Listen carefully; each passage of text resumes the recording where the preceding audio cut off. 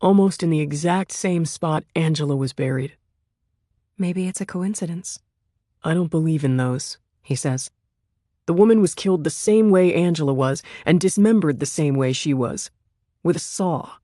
Head cut off, arms at the shoulders and elbows, legs at the hips and knees, hands, feet. She was buried in a series of shallow graves, her torso in one of them, the rest of her scattered around it. The boy was in a tiny grave about 5 feet away.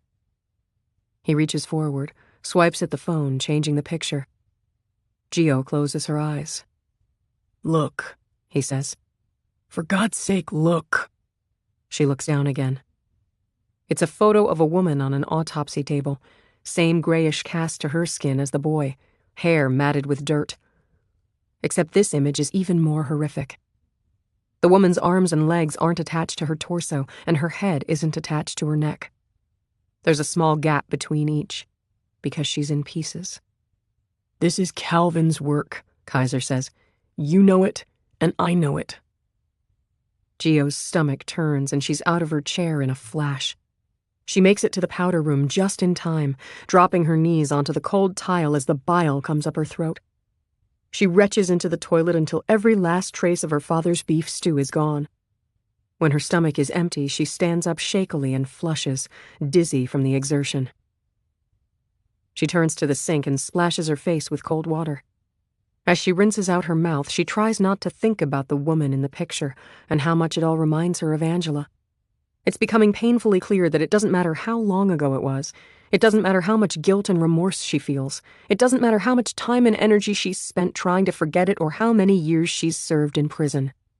What happened to Angela that night will never leave her. Something that changes you so profoundly never could. And not only because of how the world sees you, but because of the way you see yourself. It wasn't just Angela who died that night. Part of Gio did too, and she's long suspected it was the best part of her. She heads back to the kitchen and takes a seat once again. Kaiser knows exactly what happened in the bathroom, but he looks neither satisfied nor concerned. What do you want from me, Kai? Gio looks at him through bleary eyes. The sour taste of vomit is still faintly in her mouth, and she takes a long sip of her coffee despite her still queasy stomach. I don't know what I can say or what I can do. I haven't had any contact with Calvin since that day in the courtroom. I hope I never do. Kaiser looks at his phone again, and Gio is scared he's going to make her look at another photo. She's relieved when he tucks it back into his pocket. Tell me what you know about Ship Pharmaceuticals' new cosmetic line, he says. She almost chokes on her coffee. That's about the last thing she expected him to say. What? You worked for Ship up until 5 years ago. Now they have a lipstick line. What do you know about it? He sees the look on her face. Indulge me, please. I don't know anything about it, Gio says, confused. At the time I went away, we'd just launched a line of health and hygiene products. Shampoo, conditioner, body lotion, body wash, etc. There were no cosmetics then, but they were part of my long-term plan. I was VP of Lifestyle and Beauty. Well, they're doing lipsticks now. She waits for him to elaborate, and when he doesn't, she says, Okay, so what? That's not surprising. That was always the plan. She stops herself again. That was always the direction the brand was going to go. It makes sense to start with lipstick. They can start out with a few shades, see how they're received, and begin expanding. There are 10 shades so far, he says. But the thing is, they've only been on sale for a week. And they're only available in one store in the entire country. Nordstrom's flagship store in downtown Seattle. Okay, Gio says again. She has no idea where he's going with this. That's not uncommon. Both Ship and Nordstrom are Seattle-based companies, and it's a good test market. If it sells well at the flagship store, Nordstrom will place it in all their stores. Do you know how many lipsticks there are in the U.S.? Taking into account all the brands, old and new, and all the shades, current and discontinued? Millions, Gio says without hesitation. Want to take a guess on how many Ship lipsticks were sold at Nordstrom this past week? I have no idea. I don't know how well they marketed it. Less than 50, Kaiser says, which, I'm told, is unspectacular and goes to show how hard it is to launch a new lipstick when there are already so many to choose from. It's competitive, yes, but Ship knows that. Almost all of those new ship lipsticks were sold to women. Makes sense. Except for one, Kaiser says. The day before the woman and child were murdered, a guy bought one of them a few minutes before the store closed. We requested their security footage. He takes out his phone again, finds a picture, and slides it to Gio. For the second time that night, she freezes. The photo is black and white and a bit grainy, taken from an odd angle at a distance, but Gio is looking at a close-up. The man standing at the ship lipstick kiosk is undeniably tall, dressed in a t-shirt, jeans, and boots. He's wearing a ball cap pulled low, and while the camera can't see the top of his head, the curve of his jaw is instantly familiar. He's even wearing an oversized watch on the right wrist, something he always did even though he was right-handed. "Calvin," she says, her voice choked. "Are you sure?" Kaiser asks. "It looks exactly like him." She stares at the photo, trying to make sense of it. I don't understand. I saw a snippet on the news while I was in prison. They said he was spotted somewhere in Europe, Poland or Czech Republic. Her voice dies. Kaiser swipes the phone, returning it to the picture of the little boy with the heart on his chest. Then he reaches into his breast pocket, pulling out a sheet of torn yellow notepad paper. She's seen it before. It's the same paper he showed her the first and only time he visited her in prison. It's the paper Calvin was doodling on during the trial, the one with the heart on it, the one with her name inside it. He places the photo and the piece of paper side by side. The hearts and handwriting look almost identical. One says GS. The other says see me. "What does he want you to see?" Kaiser asks. His face is neutral, but his neck is flushed. "I don't know." "What does he want you to see?" It's practically a roar, and she jumps in her chair. "I don't know," she says. Her voice is loud too, but it's not filled with anger and frustration like his is. It's filled with confusion, desperation, and fear. "Kai, I swear I don't know." "He's sending you a message." "I don't—" "He's going to come for you," Kaiser says flatly. The chair scrapes the kitchen tile as he pushes it away from the table and stands up. She sees then that his coffee mug is empty. She doesn't remember him drinking it. Hers is half full and cold. "This is all about you. I feel it. If that concerns you at all." "Of course it does," Gio says, looking up at him. "But I can't run anymore, Kai. I did that already, remember? I'm tired. This is where I am. If he's going to come for me, then let him come. If you're so concerned, you'll catch him this time and put him in prison like you did me." "I did catch him." "Yeah, and he got away," she says bitterly. "I'm terrified, okay? Is that what you want to hear? Maybe this is about me, and maybe it isn't, but he had 14 years to come back and kill me after Angela. He didn't. He killed other women instead, and who knows how many more because you guys didn't do your fucking job and keep him in prison with the rest of the criminals. I was 16 when I did the worst, most terrible thing I have ever done or will do.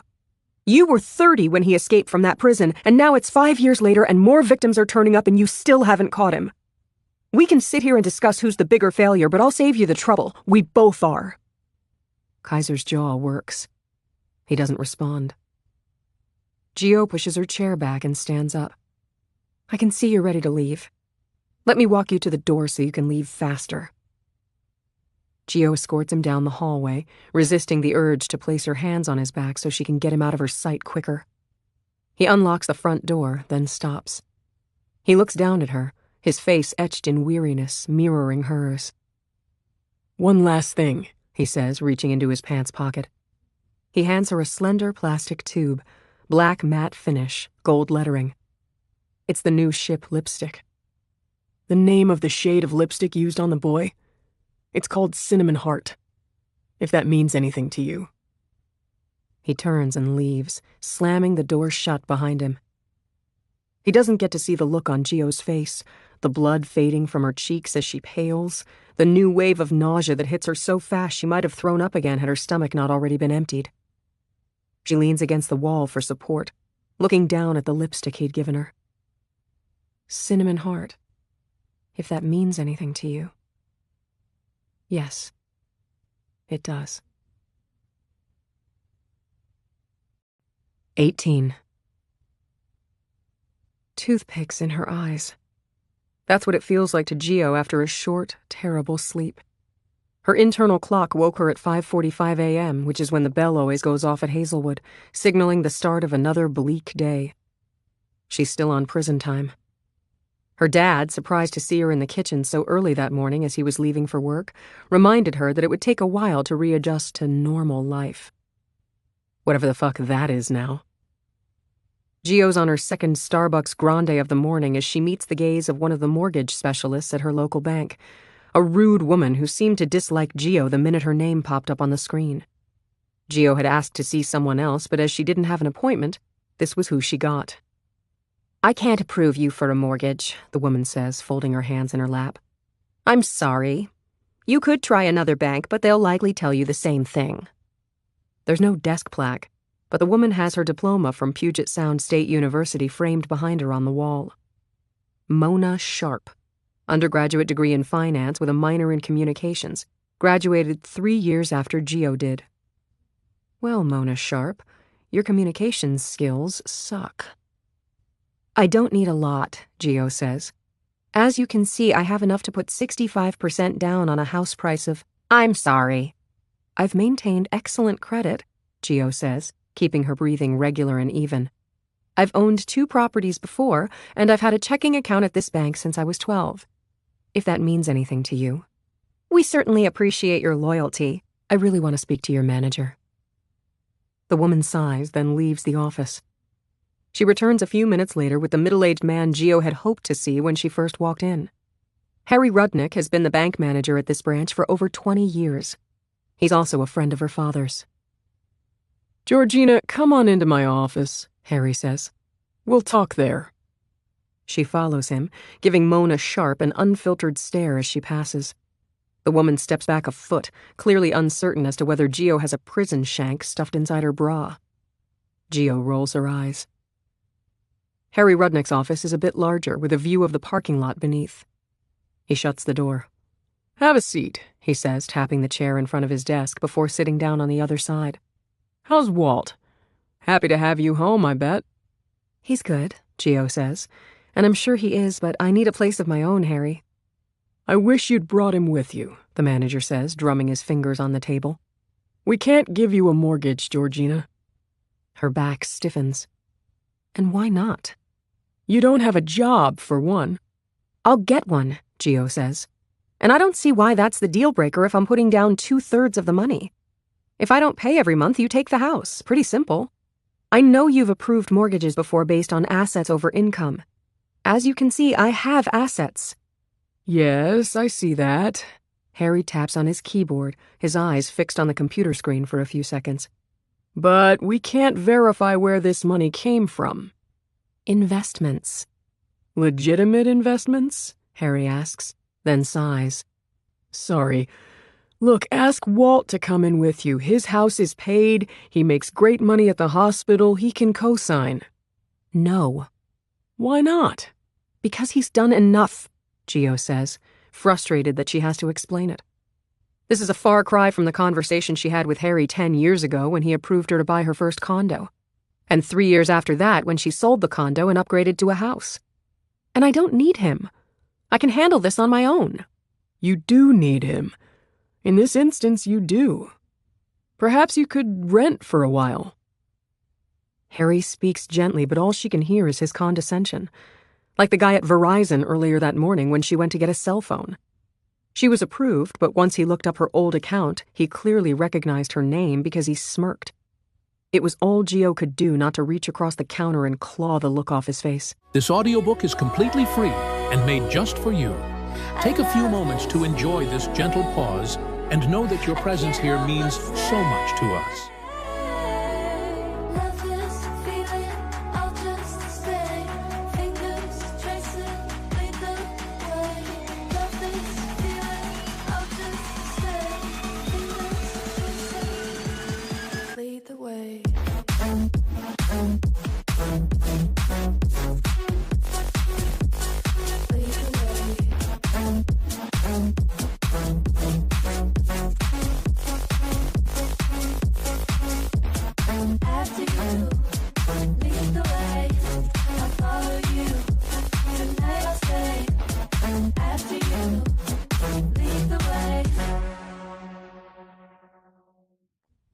The fancy rose gold iPhone now sitting in the pocket of her jacket was a small consolation prize, at least. "Come back tomorrow with Walt," Harry says. "He's your dad. Let him help you." There's no point in arguing, and there's no point in checking with another bank. Gio shakes his outstretched hand and leaves, heading back to the parking lot where her white Range Rover is parked. Her dad stored it for her in his garage the entire time Gio was incarcerated. She presses the fob and the doors unlock with a soft beep. The luxury SUV feels ridiculous now. It's a vehicle meant for a young, flashy executive, and Gio feels neither young nor flashy. And she sure as shit isn't an executive anymore. Before she can get in, a shriek comes from her left and she freezes. She exhales when she sees it's just a child and her mother, a few parking spots away. The toddler is crying, protesting having to get inside the car, a large Mercedes-Benz SUV. Another child is already inside the car, strapped securely, but crying because her sister is crying. The father is about to climb into the driver's side, not making any attempt to assist with either kid, when he looks over at Gio. Their eyes lock. Andrew. The shock that registers on his face is almost comical. His mouth forms an O, his eyes bulge, but he's forced to snap out of it a few seconds later when his wife screeches at him to help her. Gio gets inside her car, continuing to observe the family through her dark-tinted windows. Andrew looks different. Gio's former fiancé had just turned 42 when she was arrested, and now he's firmly rooted in middle age. There's a defined bald spot at the top of his pate, and he's heavier than when she last saw him, softer. His wife is at least 15 years younger, dressed in yoga attire. When they finally succeed in getting the squirming toddler into the car, the wife straps on her seatbelt and yells at him. Gio can't hear what she's saying, but there's no mistaking the fury on her face and the look of resignation on his. Gio starts her car and heads for home. She was only months away from marrying Andrew Shipp 5 years ago. The venue was booked, the dress on special order, the wedding invitations set to go out. If she hadn't gone to prison, she would have been his wife. She shudders. Living a life that isn't meant for you is its own version of hell. A new message on the garage door greets her when she gets home, as red and angry as the one her father washed off the day before. She parks at the curb and gets out, once again feeling like everybody in the neighborhood is watching her. The graffiti wasn't there when she left this morning. It's clear that whoever's doing it knows when the house is unoccupied. It's also clear that the vandal gives no fucks whatsoever about desecrating the house during daylight hours. Today's lovely sentiment? Burn in hell. Gio enters a 4-digit code to open the garage door, her mother's birthday, and is relieved when the door rolls up into the ceiling, taking the words with it. She needs to figure out how to use the pressure washer. She can't let her father see this. Not again.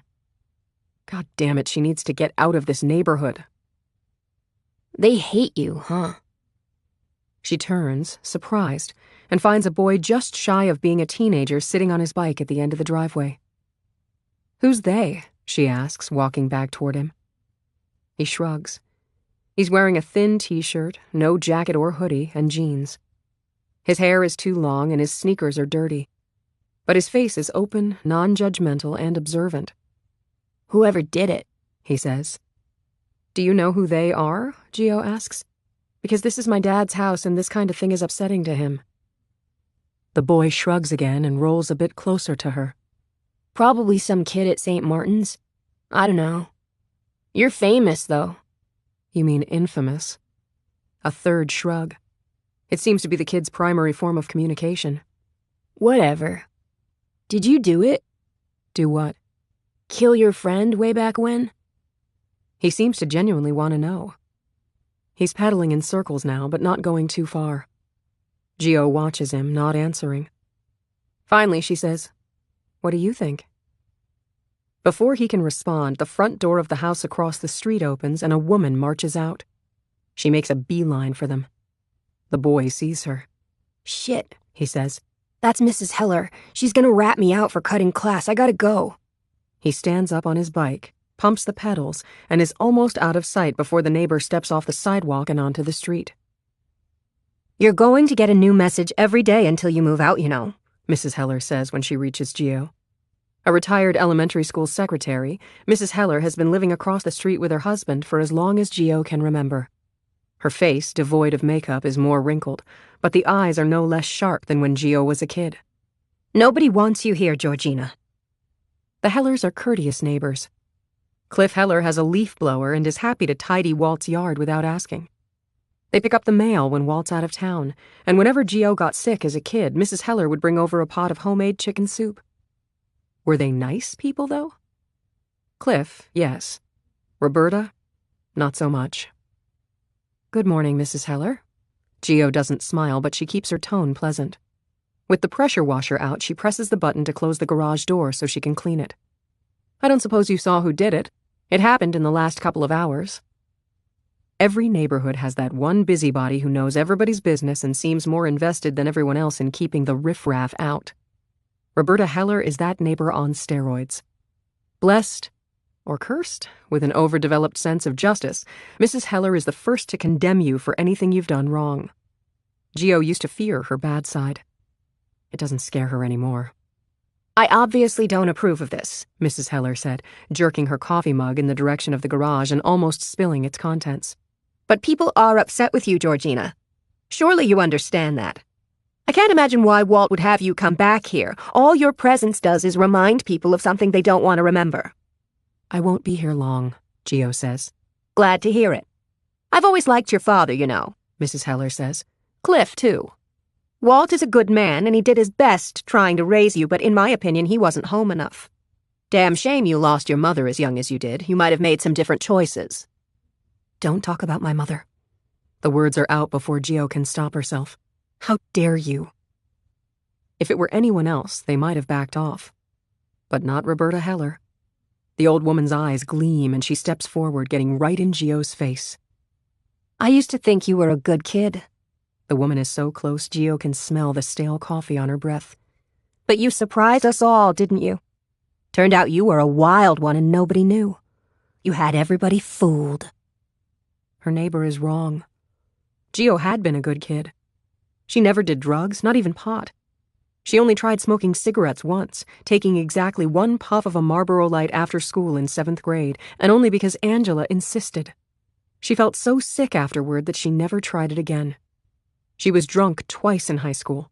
The first time was at Angela's house, just the two of them, when her parents were away for the weekend. The second time was the night her best friend died. No, she wasn't a wild one. The only wild thing Gio ever did was Calvin. In fairness to Mrs. Heller, though, that was probably more than enough. She shakes her head at Gio, her face an expression of dramatic disappointment. Your mother would be so dismayed to see you now. Gio's fists clench, and she forces herself to take a deep breath, counting to 5. It feels like eternity. She relaxes her hands. You've been good to my dad, Mrs. Heller, she says quietly, so I'll let that slide.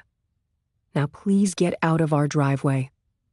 Your old boyfriend went on to rape and murder how many more women? The woman isn't done yet. If anything, she's getting herself worked up even more. Her mug is shaking, but not from old age palsy. She's angry. 3, wasn't it? Which wouldn't have happened if you'd told the truth all those years ago, and now another woman and a little boy, a baby, are dead because he escaped from prison. How do you sleep at night? Mrs. Heller, you should be ashamed of yourself. We don't want you here. Nobody in the neighborhood wants you here, so move out as quick as you can. Your father doesn't deserve to go through any more than he already has. He loves you, Georgina, which blinds him to who you really are. And who am I? The devil, with a pretty face and a showy car. Gio opens her mouth to retort, but then closes it again. What's the point? Gio served her time. She lost her job. She lost her fiancé. Wherever she goes for the rest of her life, she's a Google hit away from everybody knowing the terrible thing she did. So fuck this woman. She didn't even know Angela Wong. Fuck Roberta Heller and her self-righteousness and her bad breath. Get off my father's property, Gio says, before I remove you myself. You are She never gets a chance to finish her sentence because the woman throws what's left of her coffee right into Gio's face. Fortunately, the liquid's not too hot, but it does hit Gio in the eyes while they're open, which stings like hell. Some of it lands in her mouth, too, and she can taste it. No cream or sugar, just bitter. Like Roberta Heller. If this had happened the day before, she'd have the woman on the ground in a chokehold. But this isn't prison. Roberta! Cliff Heller is running across the street toward them, and by the look on his face, he saw the whole thing. He's aghast when he reaches his wife, taking her by the arm and shaking her a little. What are you doing? You stop this. What's the matter with you? I don't want her here, Cliff, Mrs. Heller spits, shaking her husband's arm off while still glaring at Gio. She's a menace. We're not safe. I don't know what her connection is to the dead bodies in the woods. Stop that now. There's no connection. Cliff Heller looks at Gio, sees her face and shirt covered in coffee, and digs into his pocket. He hands her a wrinkled handkerchief, and Gio takes it without comment, wiping her face as best she can. She's been in prison. She can't have contact with anyone while she's in there. She's not involved in what happened to those people. You don't know that. Mrs. Heller, emboldened by her outrage, takes another step toward Gio. Her husband holds her back. Nobody knows anything about who she really is. You ought to be ashamed of yourself, she says again. I am ashamed, Gio says. How dare you come back here? Roberta Heller's voice is a few decibels shy of a shriek. Haven't you done enough? Please, Cliff Heller says, but he's speaking to Gio now. Please, go inside the house. Leave the pressure washer out. I'll clean your garage door. I would have offered anyway. Please, Georgina. She nods and leaves the man to deal with his obnoxious wife. They continue to argue in the driveway for another moment, and then finally Mrs. Heller stomps back across the street, bathed in her own indignation. Mr. Heller, glancing around furtively in embarrassment, turns on the pressure washer. Her father is home for lunch an hour later, armed with tacos and French fries. Gio, dressed in a clean shirt, accepts the food gratefully. When Walt asks her how her morning's been, she shows him her new cell phone, almost identical to the one he owns. She doesn't mention the bank or the graffiti or Roberta Heller.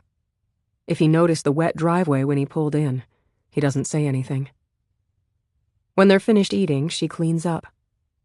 I have to get back to the hospital, he says with some regret. What will you do for the rest of today? I thought I'd take a walk, she answers. To Rose Hill. It's the cemetery where her mother is buried, and that coaxes a smile out of the normally stoic Walt. Grace Gallardo Shaw is buried under a tree, her headstone made of polished white marble. It's the prettiest spot on the hill. Stop at the corner market and bring her some daisies, he says, squeezing her arm. You remember how much she loved daisies. Gio nods and returns the smile. She doesn't remember, she was too little, but she knows it comforts her dad to believe that she does. At the market on the way to the cemetery, she picks out 2 different bouquets of flowers from the bins out front, paying in cash because her old debit card is expired and she forgot to get a new one at the bank. The daisies, of course, are for her mother. The wildflowers, colorful and fiery with their pinks and oranges and yellows, are for Angela. She, too, is buried at Rose Hill, but on the other side. 19. Things were testy with Angela ever since their argument at practice the week before, but Gio took Calvin's advice and kept her distance. Angela lived for drama, some of it real and most of it imagined, and it was best to let her cool off.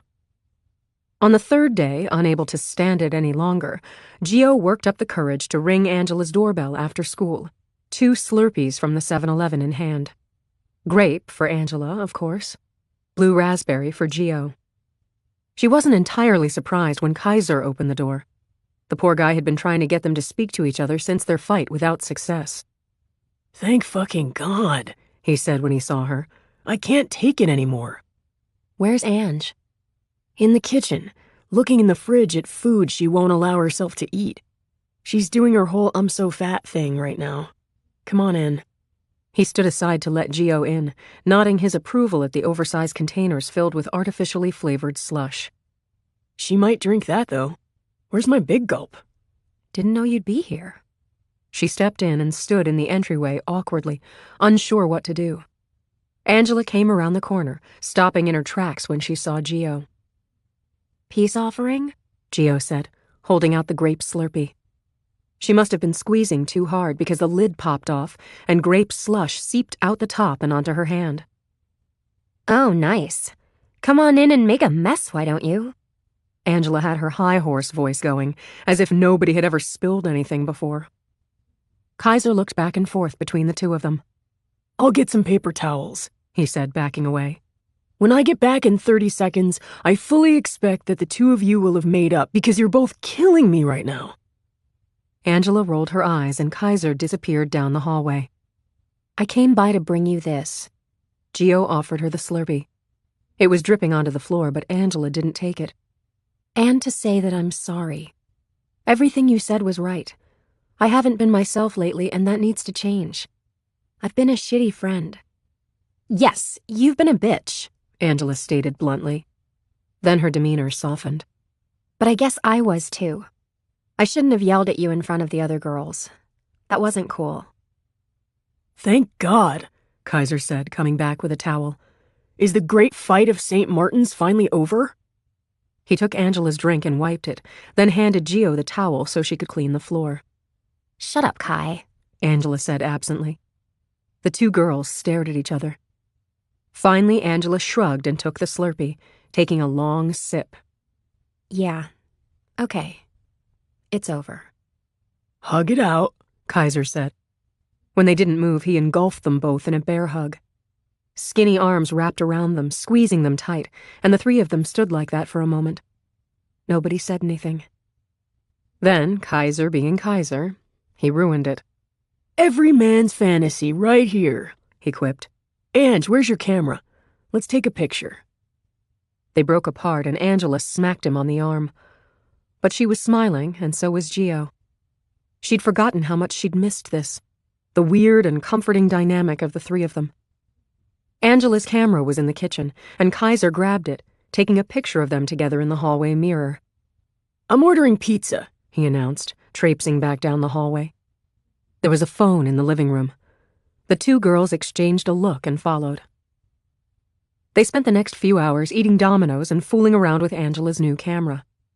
It was a brand new Nikon, something her father had won in a golf tournament but had no use for, and which he'd bestowed upon his daughter as if he'd picked out the gift on purpose. They snapped a bunch of silly pictures, wasting film until Kaiser had to go. He likes you, Angela said when he was gone. They were up in her bedroom now, listening to one of her mixtapes. Pearl Jam, Alanis Morissette, no doubt. And not just as a friend. I know, Gio said, feeling a little bad. He hates Calvin. I know, she said again, and this made her feel worse. Gio had met Kaiser on the first day of freshman year at St. Martin's. He sat behind her in science and wouldn't stop kicking the back of her chair, even though she'd turned around and glared at him twice. After class, he followed her down the hallway, a little too closely. She was about to accuse him of bothering her until she realized his locker was right beside hers. He spent the rest of the year annoying the hell out of her, but along the way she learned to accept his friendship. He gave it so damned freely, with no expectation of anything in return except kindness. Angela didn't know what to do with Kaiser at first. His social status was only barely acceptable thanks to his prowess on the soccer field and basketball court, and he'd have been reasonably cute if he didn't have acne on his jaw. And braces. But over time, he grew on her, too. He was mild-mannered and unassuming, and he laughed at her jokes. He's thinking of dating someone now, Angela said. She was lying upside down on the bed, her legs resting against the headboard. Gio was sitting on the carpet, legs crossed, near the stereo. Now that you're with Calvin and there's officially no hope. Angela paused for dramatic effect, then said, Barb Palanco. Backseat Barbie? Gio was horrified. No. You tell him no way. I'm not telling him shit, her friend said with a laugh. Au contraire, I told him to go for it. The guy deserves to get laid. Gio knew Barb a little bit from gym class. And the truth was, she didn't think the girl was a slut at all. It was a nasty rumor started by Barb's ex-boyfriend after she dumped him, and Gio felt slightly ashamed for saying the unfortunate nickname out loud. Deep down, she knew why she did. She was a tiny little bit jealous. She'd never had to share Kaiser with anyone but Angela, and even so, not really. Out loud, she said, "You're right. It's great. Good for him." Angela rolled over to look at her. "So you don't care? I thought you liked that he pines for you. If he has a girlfriend, he won't be around as much." She frowned. "You know what? Now that I think about it, you both suck. I would never ignore either of you for a guy." Gio couldn't argue, because it was true. God knows Angela had her flaws. She was moody, critical, and bossy as hell, but not once had she ever allowed a boy to come between them. And that was saying a lot, considering how many boys she had chasing her at any one time. What Gio had been doing with Calvin was a direct violation of girl code, a big offense. She had a lot of making up to do. "You were right about my head being up my ass." She joined Angela on the bed, propping her legs up on the headboard as well. "Our fight? That was a wake-up call. I don't want to throw my whole life away for a guy. My grades are slipping. My dad doesn't know anything about Calvin, and I've been lying to him about where I go. And now I'm off cheer. It's gotta stop. It's just, I've never felt this way about a guy before. You know me, Ange. I don't go crazy. I don't get stupid. But with Calvin, I can't control it. I want to be with him all the time, and I know it's not healthy." "You guys had sex yet?" Angela asked, her voice casual. "No." "Seriously?" She seemed genuinely surprised. "I figured all the orgasms were messing with your brain."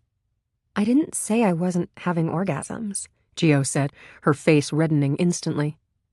She had never been completely comfortable discussing sex, even with Angela, who had lost her virginity the year before and was completely open to talking about it. It felt even weirder because it was Calvin. She loved him, and she believed that certain things should stay private. However, she sensed that holding back about her relationship with him was not the way to go, considering the problems it had already caused. Gio was the one who had changed, who had shut Angela out. She had to let her best friend be part of what was happening with her boyfriend. "We do other stuff." "Does he go down on you?" Angela's grin was knowing and wicked. "Ange," Gio said, pained, but a few seconds later she pulled a pillow over her face. "Yes." Her voice was muffled. "All the time. He likes it." Angela cackled. "No wonder you disappeared. But I get it. Has he tried talking you into going all the way?" Gio moved the pillow. "No, actually. He says it should only happen when I'm ready. And I think I'm getting there." "You only get one first time," Angela said, her voice matter-of-fact. "Don't do what I did and waste it on the wrong person." A comfortable silence fell between them, and Gio couldn't help but smile. It was starting to feel like it used to, and she was grateful for the second chance. It only proved she was happier when she had her shit together. Her grades, for instance, needed to be the focus from now on. She had midterms coming up, and she couldn't afford to blow it. "Bring Calvin to the party at Chad's this Friday," Angela said. "If he wants to be with a 16-year-old, then he needs to see what your life is like. No more bullshit compartmentalizing." "I already asked him," Gio said with a sigh. "He won't go to any high school parties. He said he'd feel stupid because he'll be 3 years older than the oldest guy. So I told him I didn't want to go to bars with him anymore because I hate being 5 years younger than the youngest girl." She looked up at the ceiling. "It's, something we argue about a lot." "He doesn't hit you, does he?" Angela said. Her tone was nonchalant, but Gio could detect the concern behind it. "What?" "No." Gio continued to stare at the ceiling. "Of course not." "Tess said she noticed bruises on your arm during practice a couple weeks ago. She said they looked like fingers, like someone gripped you too hard." "Tess is making shit up because she wants to be your new bestie." Gio spoke fiercely, glaring at her friend. The bruises were high up on her arm, close to her shoulder, and she hoped that Angela wouldn't insist on checking. "Anyone with 2 eyes can see that." Her friend raised an eyebrow. Gio was being too defensive. "If he was hitting me, I would tell you," she said, softening her tone. To her own ears, she sounded completely sincere. I know that shit's not okay. The sad part was, she did, too. Angela was quiet another moment. Okay, she said. Well, if he's going to be in your life, that means he's going to be in my life. So I guess I should at least try to get to know him. Plan something this weekend so we can all hang out, but not Friday. Friday's the football game and Chad's party, and you're doing both because we're fucking 16 and that's the shit we do. Now get up. I'll help you with your split jump. We have to work off that pizza. I'm back on the squad? Gio held her breath.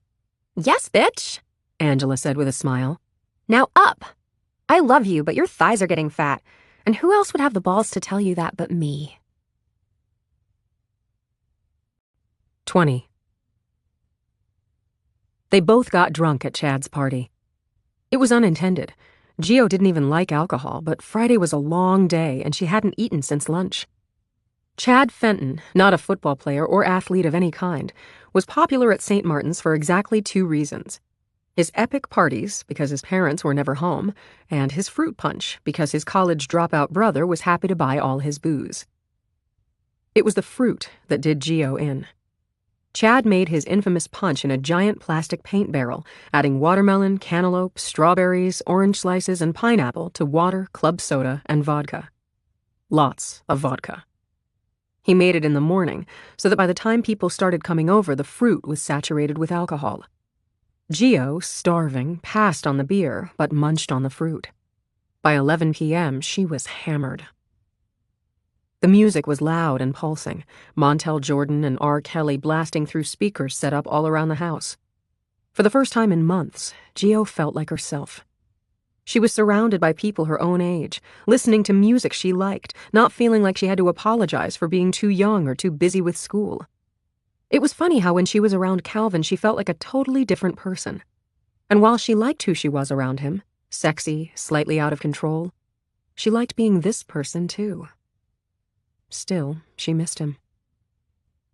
She had no idea where Angela ended up, and she wandered around the large house for a few minutes, trying not to look as drunk as she felt.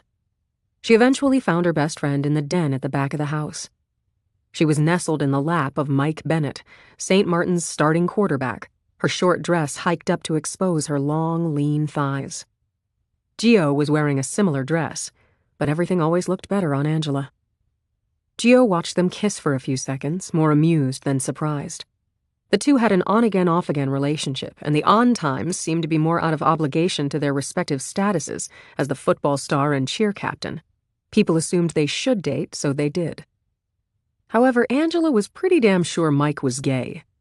He sometimes lost his erection with her, something she swore never happened with any other guy.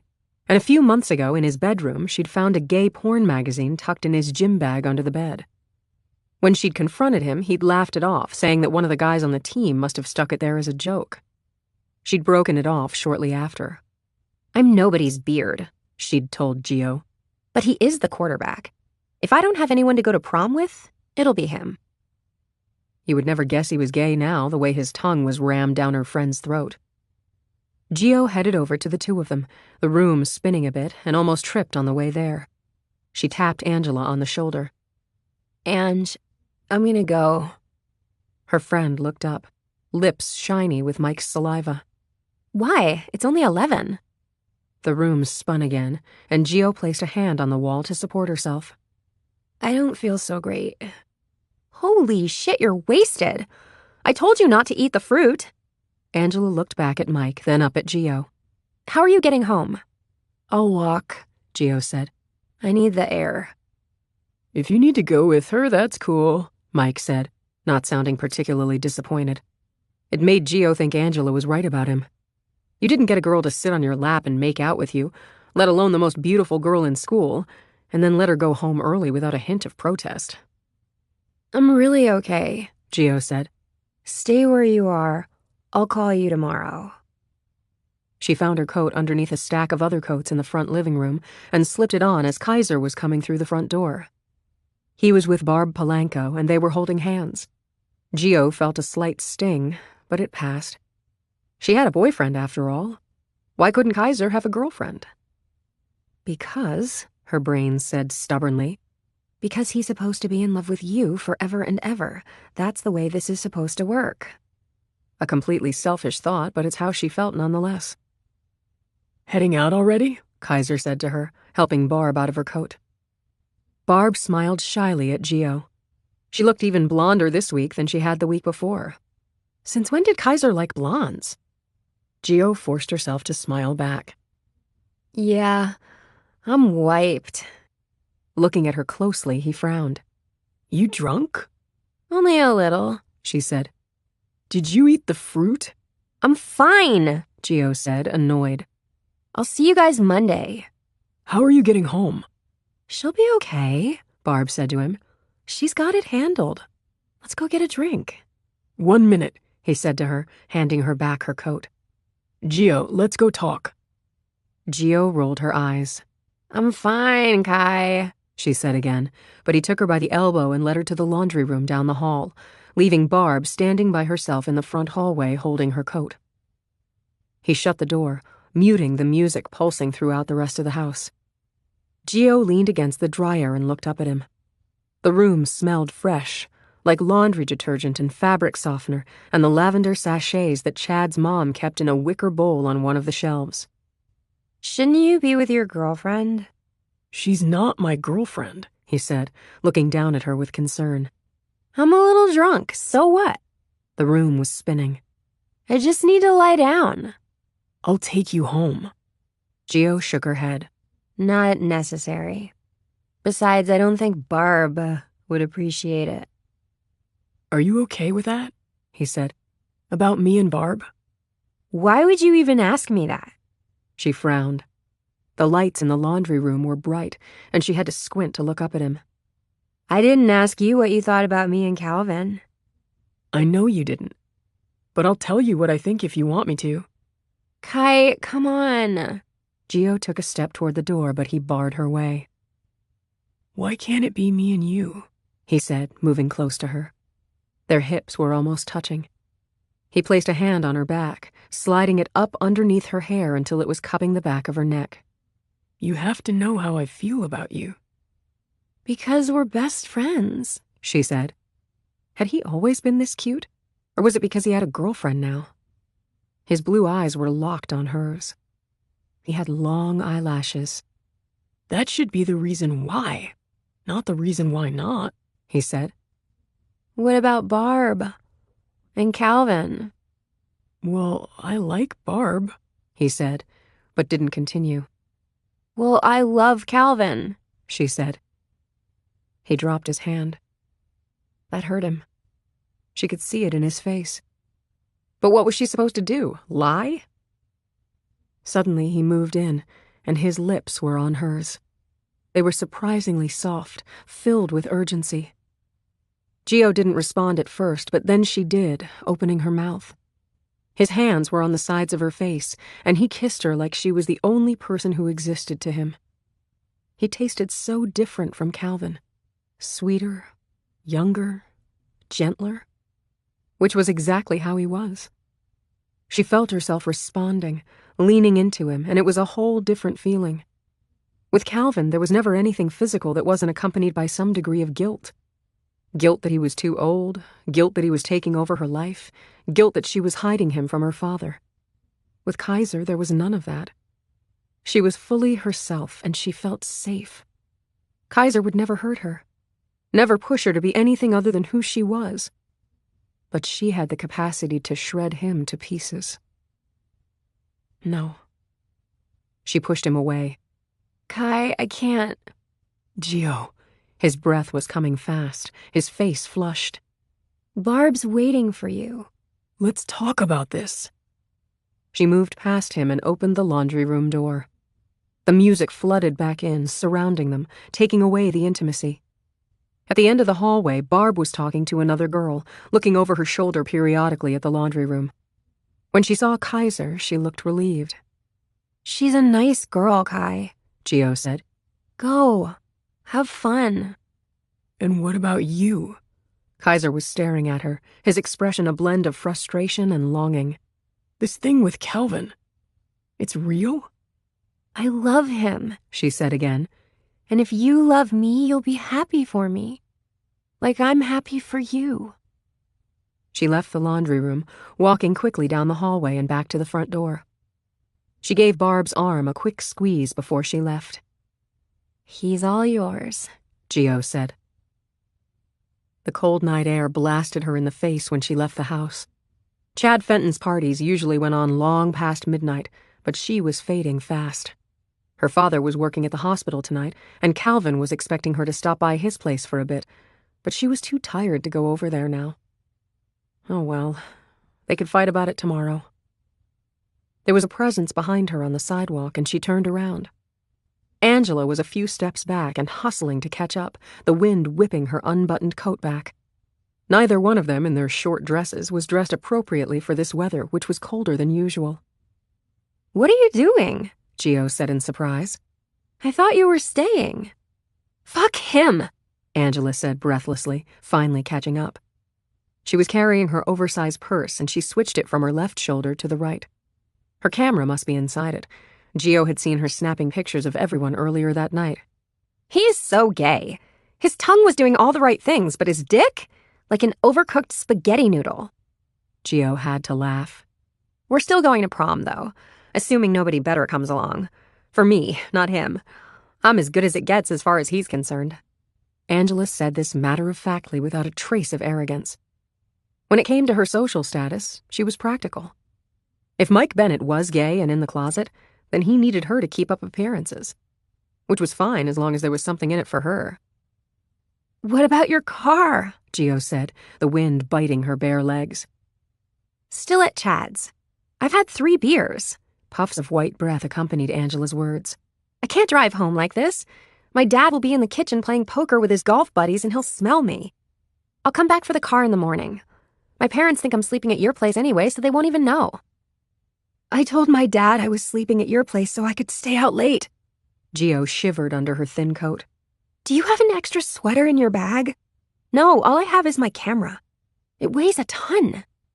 Angela thought for a moment. "Let's go to Calvin's." Gio gave her a side glance. "Seriously?" Her best friend shrugged. "I told you I was willing to get to know him, and I meant it. Besides, maybe he can call Jonas to come over and we can all hang out. It would be nice to make out with a guy I can actually turn on." Gio considered it.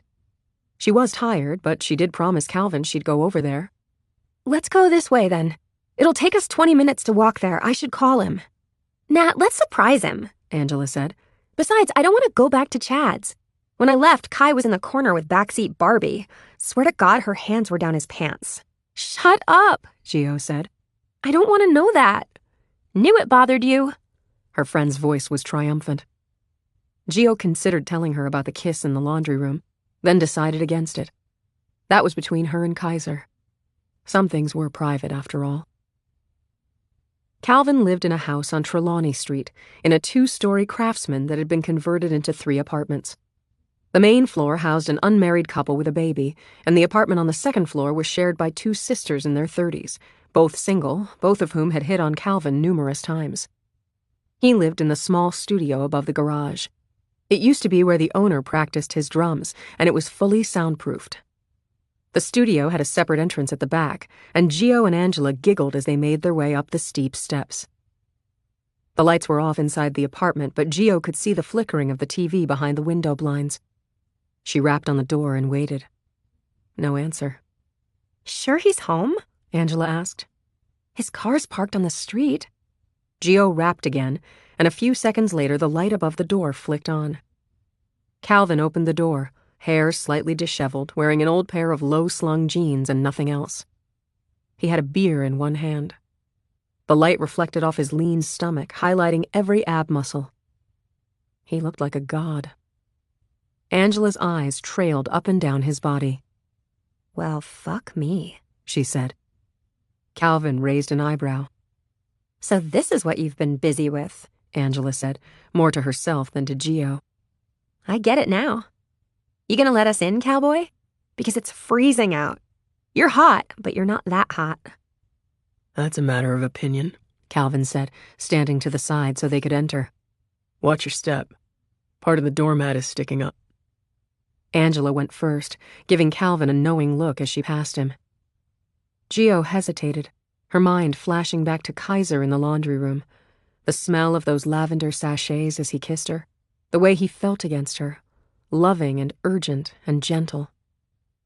Then she forced her best friend out of her mind, stepping carefully but purposefully over the threshold and into Calvin's domain. 21. Gio's new iPhone rings loudly, waking her from the first real sleep she's had since Hazelwood. She reaches for it blindly and checks the number. It's nothing she recognizes, but she answers it anyway. An automated voice speaks robotically in her ear, the words pausing as the computer generates the sentence. You have a collect call from... Cat. Kat's voice here, and Gio's heart leaps. At Hazelwood Correctional Institution. This call will cost you $1.75 and will appear on your next billing statement. To accept, press 1. To decline, please press 2 or hang up. She presses 1, and a moment later, Kat's voice is in her ear. Georgina? You there, hun? I'm here, Gio says, and despite her grogginess, her eyes well up with tears. It's only been a week, but it's the longest she's gone without hearing her friend's voice since they met 5 years ago. God damn it, it's so good to hear from you.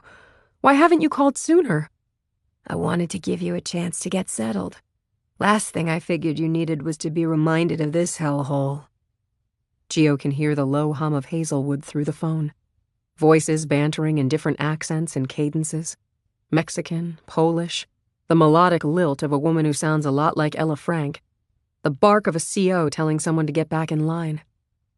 She can picture Kat, dressed in shapeless prison sweats 2 sizes too large, standing at the bank of payphones. There are exactly 6 mounted to the wall, no dividers between them, no privacy. Not that privacy mattered anyway. All calls are monitored in prison. The legal ones, anyway. How are you? Gio asks. And don't bullshit me. I'm shitty, Kat says, and Gio stifles a sigh. But she wants to hear it, so she doesn't say anything yet. Oncologist said the cancer is spreading. I've got 2 new tumors in my femur. Wait, is that the thigh bone or shin bone? Thigh bone. So yeah, femur. Doc still thinks another round of chemo is the way to go, but I gotta tell you, hon, I'm not sure I'm up for it. He wants to start next week. I already feel half dead. That's because I'm not there, Gio says, feeling about as helpless as she'd ever felt. She picks at a loose stitch on her floral comforter, wishing in that moment she could be there to have this conversation in person. But ex-cons, especially ones who just got out of prison, don't normally make it onto the approved visitors list. I do have good news, though. My parole was approved. I should be out Monday. No fucking way! Gio sits straight up on the bed, feeling like she's about to cry. And you waited a whole minute to tell me that? I wanted to build the suspense. Ella Frank's brother, Samuel, had come through, and even quicker than Gio had hoped. She made a mental note to call him later and thank him again, both for the gun and for his help convincing someone on the parole board to vote for Kat's release. It had cost Gio a lot, but it was worth every penny. I have just enough time to get your room ready, Gio said. You'll like it. It used to be my mother's sewing room. Hun, about that. Kat sounds hesitant. I don't know if you really want an old woman living with you. I haven't even met your father. Usually this kind of imposition is reserved for family. You are family.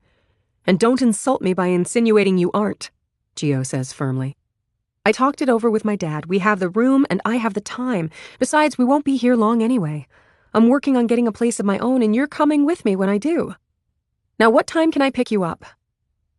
There's a silence on the other end of the line. From her old friend, anyway. The background is still filled with the din of prison life. Don't pick me up, Kat says, but Gio can hear the smile in her voice even from 200 miles away. I'm not going to make you drive back to this hellhole, and don't bother arguing because it's not negotiable. I'll take the bus, and maybe you can pick me up at the bus depot in Seattle. Her voice chokes up. Georgina, I can't tell you how much I appreciate this. They chat a few minutes more. Gio tells Kat a heavily edited version about how things have been at home so far, making no mention of the spray-painted messages on the garage doors, or her failed trip to the bank, or her conversation with Kaiser about the most recent dead bodies. Kat tells her one of the newbies just got her work assignment as the new hairstylist at the salon. Apparently she went to beauty school for a year. Kat sounds dubious. But I don't know, she has blue and green hair. I wouldn't go to a hairdresser with blue and green hair. Of course you wouldn't. You're 62. They say their goodbyes. Gio hangs up the phone feeling much better than she has the past couple of days. Kat's release is now something she can look forward to. There hasn't been another woman in the house since her mother died. Walt isn't crazy about the idea of another ex-con in the house, especially one he's never met before. But as an ER doctor, it's not in his nature to not help someone if he has the ability. Gio doesn't doubt they'll get along famously. She showers and gets ready for the day, blow-drying her hair, putting on a little makeup even though she has nowhere to be. She still feels discombobulated. In prison, she had a routine, things that needed to get done every day. Here, there's almost too much freedom, too much choice, and it's overwhelming. She has too much time to think. The doorbell rings as she's making breakfast, and she pads down the hallway to see who it is. She opens the door to find Kaiser standing in her driveway, snapping pictures of her Range Rover with his phone. He didn't take the unmarked today. A silver Acura is parked at the curb. He's wearing a hoodie over a t-shirt, jeans, and Nikes, and he looks nothing like the police detective he is. He looks goddamned adorable. "Why are you taking pictures of my car?" she calls out, and he turns and glances her way. see for yourself, he replies. She slips into a pair of flip-flops and steps out. She sees it as soon as she steps off the porch and stops. "Fuck," she says, deflating. Across the side of her white Range Rover, in the same angry red paint, is the word bitch. "You have got to be fucking kidding me." She throws her hands up, staring at her SUV in frustration. "It's like they knew I was going to sell it. Fuck. Fuck." Kaiser snaps another picture. "Let's talk inside," he says. He gives her the once-over. "Unless you have somewhere to be." She shakes her head and he follows her back into the house. She catches a whiff of his cologne as he stands beside her, unzipping his hoodie, which she takes and hangs in the closet. He smells great, and she's annoyed at herself for even noticing. It's been a long time since she's been around a man who isn't her father, her lawyer, or a corrections officer. And the last man she had sex with, actual sex with penetration, was Andrew. She mentally slaps herself. It's Kaiser, stop it. "What brings you by? Something new with the case?" she asks, heading into the kitchen where her bagel has already popped out of the toaster. "Coffee? I know how to use the Nespresso now." "Coffee would be good, thanks." He leans against the counter. "I guess I'm here because I didn't like how we ended things the other day." "And how was that?" "You know, awkwardly." Running a hand through his hair, Kaiser sighs. "With you getting angry, with me feeling bad about it. I don't know, it reminded me of being in high school. It felt shitty then and it feels shitty now. I don't enjoy upsetting you." "I wasn't upset," Gio says, although in hindsight she supposes she was. They did argue about Calvin James, which ironically is the only thing they've ever argued about, even going all the way back to high school. "Anyway, why do you care?" "Because I care about you," he says, taking the cup of coffee she offers him. He sips it black. "I've always cared about you. You're the girl who—" He stops abruptly, his cheeks flushing slightly, and looks away. She looks up at him. "The girl who got away?" "I was going to say that, but no, you're not." Kaiser meets her gaze. "Because that implies I once had you. We both know I never did." They stand in silence for a moment, Kaiser sipping his coffee, Gio ignoring the bagel that's now cooling in the toaster. She notices he's not wearing a wedding ring. "Did you ever get married, Kai?" she asks, her voice soft. He seems surprised by the question. Nods. Briefly. It wasn't a good relationship. She's married to someone else now and they have a kid. Andrew got married. They have twins. I saw him the other day by accident. He was with his family. How'd he look? Terrible, she says, and they both chuckle. But it made me realize that he wasn't for me, that I was chasing the wrong thing. I've always chased the wrong thing. She lets her words hang in the air for a moment. Kaiser doesn't respond, but his eyes are flicking over her clothes, her face, her hair. Not in an intrusive way, in an observant way, and she begins to feel a bit self-conscious. Which is ridiculous because it's Kaiser. His opinion of her appearance isn't supposed to matter. But she finds herself feeling glad she washed her hair that morning, that she took a minute to swipe on a coat of mascara and a bit of tinted lip balm. The ship lipstick he left her with, Cinnamon Heart, she stuck in a bottom drawer. She didn't try it on. It's now beside the mason jar that wouldn't break, where it belongs. You look good, he says. Rested. I'm sleeping better, she says. It's amazing the things you take for granted. I can take showers longer than 8 minutes, with water as hot as I like, and without having to wear shower shoes or worry that someone is going to open the curtain before I'm finished. My dad made steaks last night for dinner. And this morning I got a call from a friend in Hazelwood who's getting out soon. She's coming to stay here. She has cancer. She doesn't have much time. Kaiser nods, a small smile crossing his face. He understands. He knew about her mother. Was it terrible? He asks. Prison? In some ways it was horrible, she says. And in some ways it was fine. You adapt, you know. She's aware that he's now standing too close, smelling too good, looking too clean. She takes a step back. I took a few pictures of your car, he says. I'll file a report when I get back to the precinct. I don't think anything will come of it, though. It's not like we can get a search warrant for every house in the neighborhood to see who has a can of red spray paint in their garage. Any ideas who did it? Well, it's not the first time, Gio says, and she explains about the other 2 messages left on the garage door. I'd love to blame it on that old bat across the street, but she wouldn't do something like this. A neighbor like me reflects poorly on her, and she wouldn't draw attention to it. Mrs. Heller?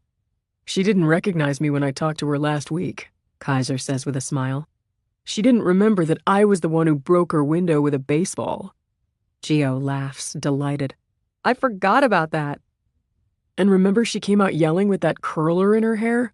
Which fell out and you stepped on it and it broke in half. And she picked it up and she looks at me and says, "You're a tornado of destruction, young man," they say in unison, dissolving into laughter. They laugh deeply and fully and for a long time. It hurts Gio's stomach and it feels great. What was I, 16? Kaiser can barely get the words out. 15, Gio says, wiping a tear. It was at the end of freshman year. I remember because that was the last time my hair was short.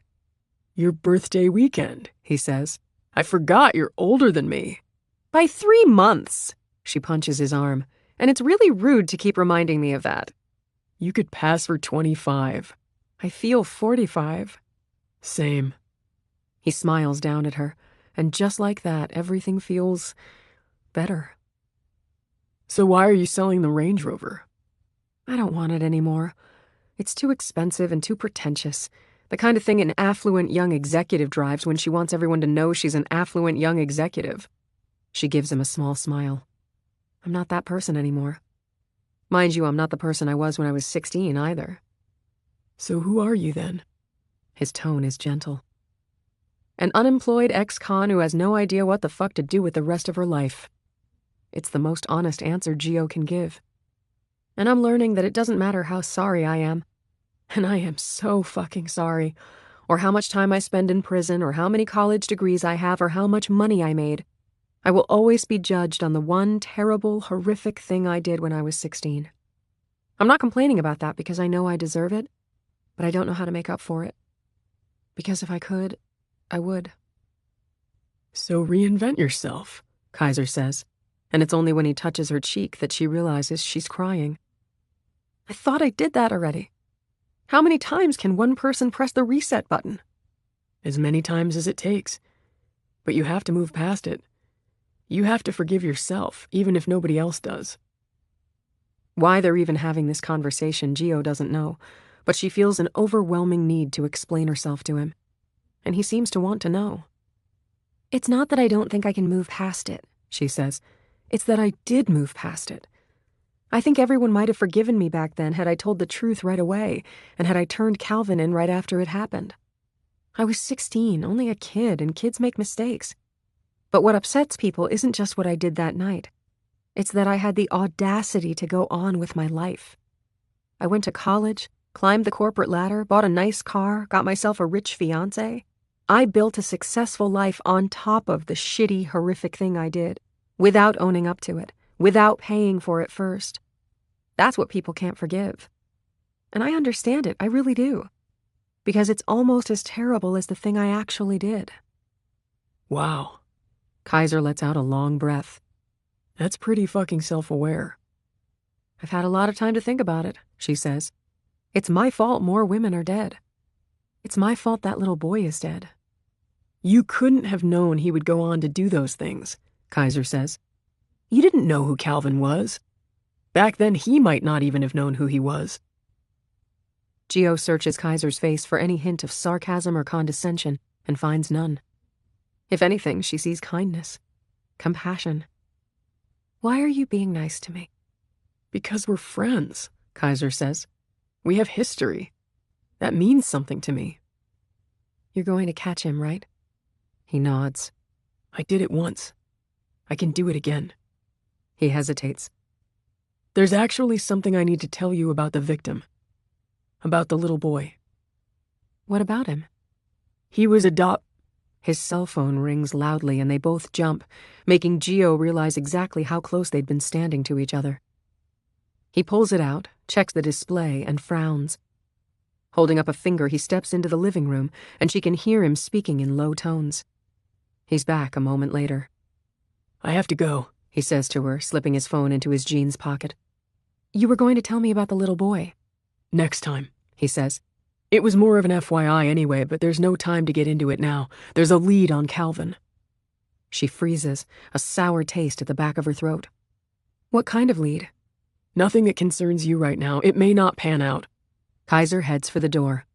He grabs his hoodie from the closet, slips it on, then stops. You're sure there's nothing you can tell me? Nothing at all? Gio thinks of the letters she received in prison. 10 of them. Only one of them read. The rest are in a box upstairs under the bed, where secrets hide. There's nothing, she says, touching his arm briefly. But I understand why you keep asking me. I do. And if anything changes, I'll let you know. She closes the door behind him, locks it, and lets out a long breath. There are things that came out at the trial. Ugly things, horrific things. She told the court, and by extension the public, what they needed to know. The rest she keeps to herself. And always will. She wasn't perfect, but neither was Angela. In every story there's a hero and villain. Sometimes one person can be both. 22. Gio watched in a haze as her best friend stared at her boyfriend. Angela's lips were parted slightly, her tongue skimming lightly over her top lip. Her signature move, something she did when there was something or someone she liked. Gio used to think she wasn't aware she was doing it, but of course she was.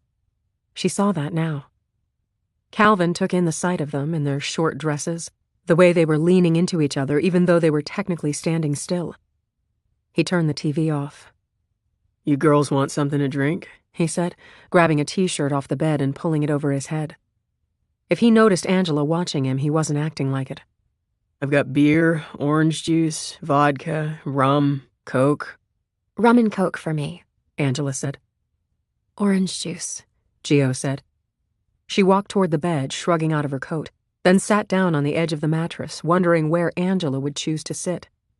The apartment was tiny, 500 square feet, if that. Other than Calvin's bed, there was only a love seat and a small dining table with 2 wooden chairs. But Angela didn't sit. She fiddled with the stereo instead, leaning over it with her back to the room, the hem of her dress hiked up to reveal 1/8 of an inch of ass cheeks. As if Gio weren't here. As if Angela were visiting her own boyfriend. Calvin was back with the drinks, and Gio took a long gulp of hers, gagging a little as the strong liquid went down. There was vodka in it, which she hadn't asked for, but she sensed she might need it. He handed Angela her drink and came back to sit beside Gio, kissing her, his lips lingering on hers for a few seconds. She felt herself relax. "You taste sweet," he said, "and drunk. I kind of like it, even though I don't like you drinking without me." I wasn't really drinking. I just had some fruit. He frowned, not understanding what she meant by that, but he didn't ask for clarification. "It's late. Where does your dad think you are?" Her house, Gio said, looking at Angela. Her best friend was watching them with a small smile on her face, but behind it there was something else. Jealousy. And Gio liked it. Because just like the day they met Calvin, it was role reversal. She was never the girl who made other girls jealous, and she was enjoying being that girl for once. "And where do her parents think she is?" Calvin asked. He was looking at Angela too, but his expression was hard to read. my house. Gio said. It was warm in the apartment, and the alcohol was making her warmer. She reached down to pull her ankle boots off. Angela already had her shoes and jacket off and was wandering around, taking it all in, not that there was much to see. Small kitchen with a fridge, stove, and a few cabinets. The bathroom was only large enough for a shower stall, tiny sink, and toilet. Calvin's bed was in the living room/bedroom, covered in a red plaid comforter, and the wall unit with the stereo and TV was across from it. The love seat was against the side wall. This little apartment was nothing special, but Gio loved it. Angela reached into her bag and pulled out her camera. Come on, kiss again. I want a picture of you two. You're both so fucking hot. She pointed the camera at them and it flashed. Come on, you guys, kiss. Calvin kissed her and the camera flashed again. Creep by Radiohead was playing, and Angela turned the volume up. The studio was soundproofed, so there was no risk of disturbing the other tenants or the neighbors next door. Gio finished her drink and Calvin made her another. The room was beginning to spin again. She'd only been drunk once before, sophomore year, at Angela's when her parents were away and her dad's liquor cabinet was left unlocked. She finished her drink, then climbed up on the bed to lie down. No more. She was cutting herself off. She was one sip away from puking. The camera flashed a few more times, and then it was in Calvin's hands. In the center of the small apartment, Angela twirled. The short skirt of her tiny dress billowed up around her as she spun, showing more of her thighs, her skin the perfect shade of golden thanks to her last tanning bed session. Gio caught a glimpse of Angela's white lace bikini panties, but before she could get upset, Calvin pointed the camera at her and she forced herself to smile. She coughed into the back of her hand, tasting something sour. Calvin noticed and came over to the bed, rubbing her bare leg. "You feeling okay?" I'm fine, Gio said, but in truth, she was beginning to feel queasy. Grabbing his t-shirt, she pulled him closer to her and said into his ear, Stop fucking staring at her. "She wants to be stared at." Calvin shrugged her off. "It's no big deal." You don't like it when other guys stare at me. "Because you're not asking for the attention. Therefore, it's my duty to defend you." The music was loud, and he leaned over to speak into her ear, his breath hot on her neck. "But girls like your friend here, they wither and die if guys don't validate them. I knew that from the minute we met. She's the girl guys fuck. You're the girl guys marry. You're the one I want, Georgina. Only you." Sure, they were only words, but they did make her feel better. Gio kissed him. He kissed her back, hungrily, his hands running up her thighs and under her dress as he pushed her back onto the bed. Oh my God, you guys, Angela said. Get a room. "We have one already," Calvin said. Angela finished her drink in one gulp, her second one since they'd been here. Or maybe it was her third. Some of it dribbled down her chin and she wiped it away sloppily, almost losing her balance in the process. Sorry, we'll stop. Gio said with a giggle, her queasiness under control for the moment. But they didn't stop. Calvin's erection pressed against her hip, and she subtly rubbed against it as he continued to kiss her neck. The vodka was making her uncharacteristically uninhibited. Or maybe it was because she was the one with the hot guy who couldn't keep his hands off her, and Angela was the third wheel. For once. Radio had ended, and the song changed to 9 Inch Nails' Closer. A sexy song if there ever was one. Dance for us, Calvin said, lifting his head long enough to smile at Angela. Come on. You know you want to. Angela laughed, swaying a bit. The heavy beat was easy to dance to and the perfect tempo, not too fast, not too slow. She set her glass on top of the stereo, turned up the volume another notch, and began to move. A trained dancer after years of jazz and ballet classes, same as Gio, she raised her arms up over her head, her long hair trailing down her back all the way to her waist. As she moved, she mouthed the lyrics. You let me violate you. You let me desecrate you. She slowly moved her hips, then lowered an arm and cocked a finger toward Gio. Come dance with me. Gio laughed and shook her head, but Calvin seemed to like the idea. He cupped her breast, then kissed her again, a lopsided grin on his handsome face. I know I'd enjoy that. Leaning closer, he spoke into her ear again. You're hotter than she is any day of the week. Help me. I've got no soul to sell.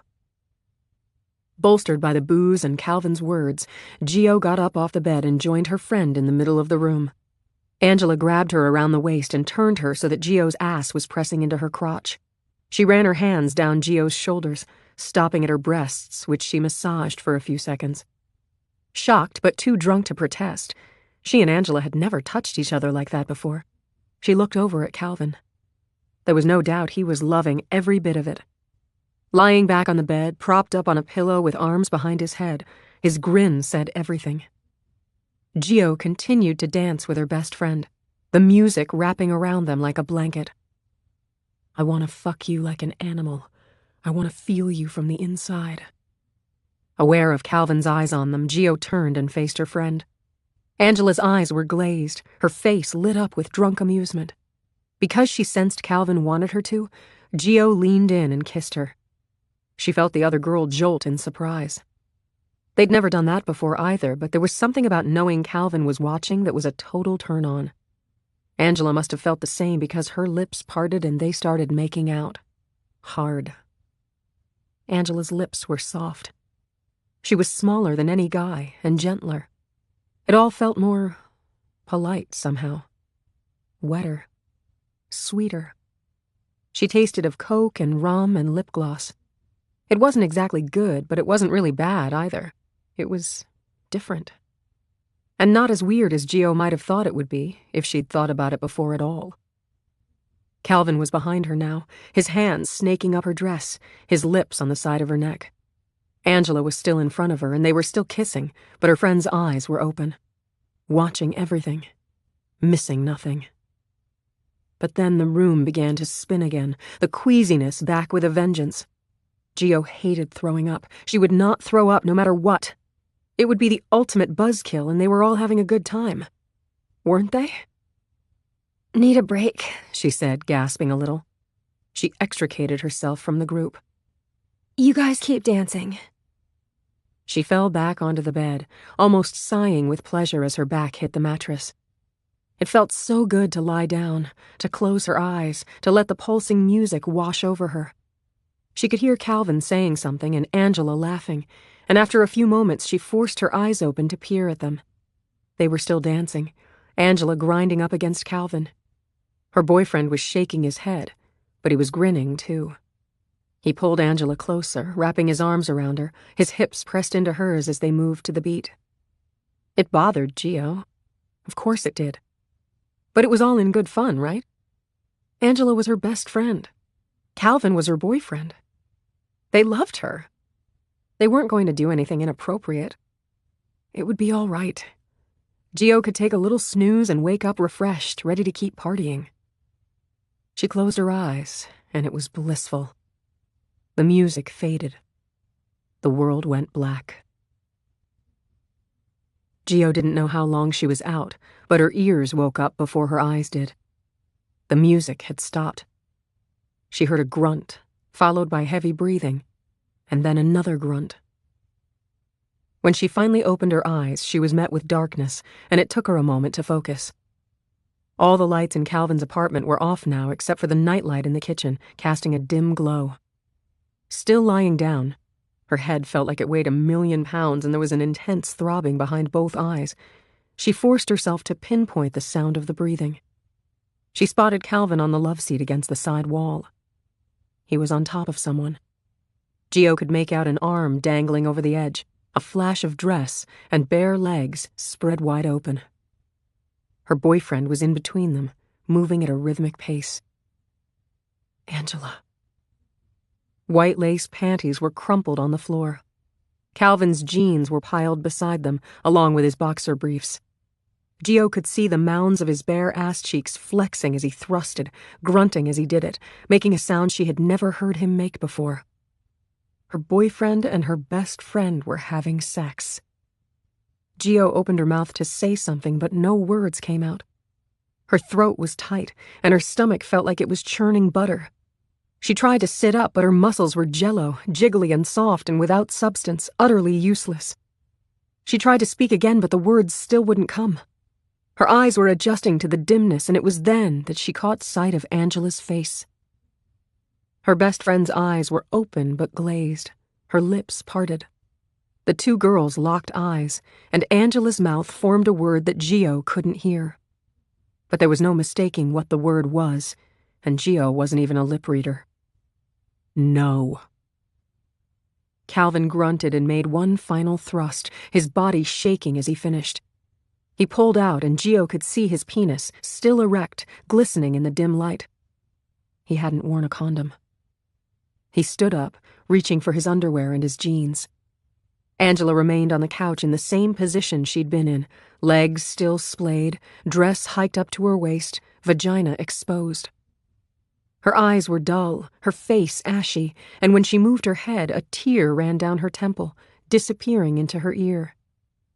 She moaned a little, finally bringing her legs together. The fog in Gio's head was heavy. It seemed impossible to process what just happened. What had they done? Had Angela even wanted it? Did she even know? Gio's throat opened up and the words finally came. "What did you do?" she said to Calvin, her voice hoarse. Her boyfriend turned and saw Gio staring. He grimaced. "She wanted it," he said. "She was all over me. She wouldn't stop. It wasn't my fault. So if you're going to get mad at anybody, get mad at her." He bent down and picked up the ball of panties on the floor, tossing them into Angela's lap. "Cover yourself up." There was no mistaking the disgust in his voice. On the love seat, bottom half still naked and exposed, Angela began whimpering. It was the worst sound Gio had ever heard. Her best friend sounded like a baby, the sobs small and shallow and weak. "What did you do?" Gio's gaze focused on Calvin once again. This is not okay." She struggled to sit up. Her skull was pounding like someone was taking a basketball and throwing it at her head over and over again. "He wouldn't stop," Angela finally said, looking at Gio, her eyes wide and her voice full of shock. "I said no. I asked him to stop. He wouldn't stop." "Shut up, bitch," Calvin said to her. "She wanted it," he said again to Gio. On the love seat, her friend's sobs grew louder, deeper. "Your friend is a whore. It shouldn't have happened, but she got me so worked up there was no way I could—" "You raped me!" Angela's scream was like a bolt of lightning, cutting through the air powerfully and without warning. "You fucking raped me, you sick son of a bitch!" Gio rubbed the spot on her temple where her headache was getting worse. Calvin was staring at Angela, his lips curled up, his eyes narrow, his hands clenched. Gio recognized that look. She had seen it before and she knew exactly what it meant. Angela had to stop screaming. The screaming would make it worse. She needed to warn her friend, but her brain was working in slow motion and the words wouldn't come together. "Shut up," Calvin said to Angela. "You're a fucking whore and you asked for it." "I didn't ask for it! You raped me, you animal!" Angela's screams were feral. She yanked her dress down over her thighs, trying to sit up on the couch. Her hair was stringy, falling over her face in a tangled mess. Her makeup was smudged, her eyeliner and mascara blending together in circles under her eyes. "You're a sick fuck. You raped me. You hurt me. You're a disgusting son of a bitch, and I'm going to call the police and you're going to rot in jail, you fucking sick fuck!" She didn't get a chance to finish her sentence because Calvin punched her in the face. She fell back into the sofa, dazed, but seemed to come to a couple of seconds later. She leapt off the couch with surprising force and made a run for the door. Before she could get there, Calvin was on top of her once again. Only this time his hands were around her throat from behind, squeezing. She managed to wriggle away, but he grabbed her again, pulling her back by the hair, snapping her head back. He yanked his belt out of his jeans, then wrapped it around her neck and pulled, one knee on Angela's back as he held her down. Her friend's nails scratched furiously at Calvin's arms, her belly pressed into the carpet, her legs kicking and flailing in the air like she was swimming. It was all happening so fast it didn't seem real.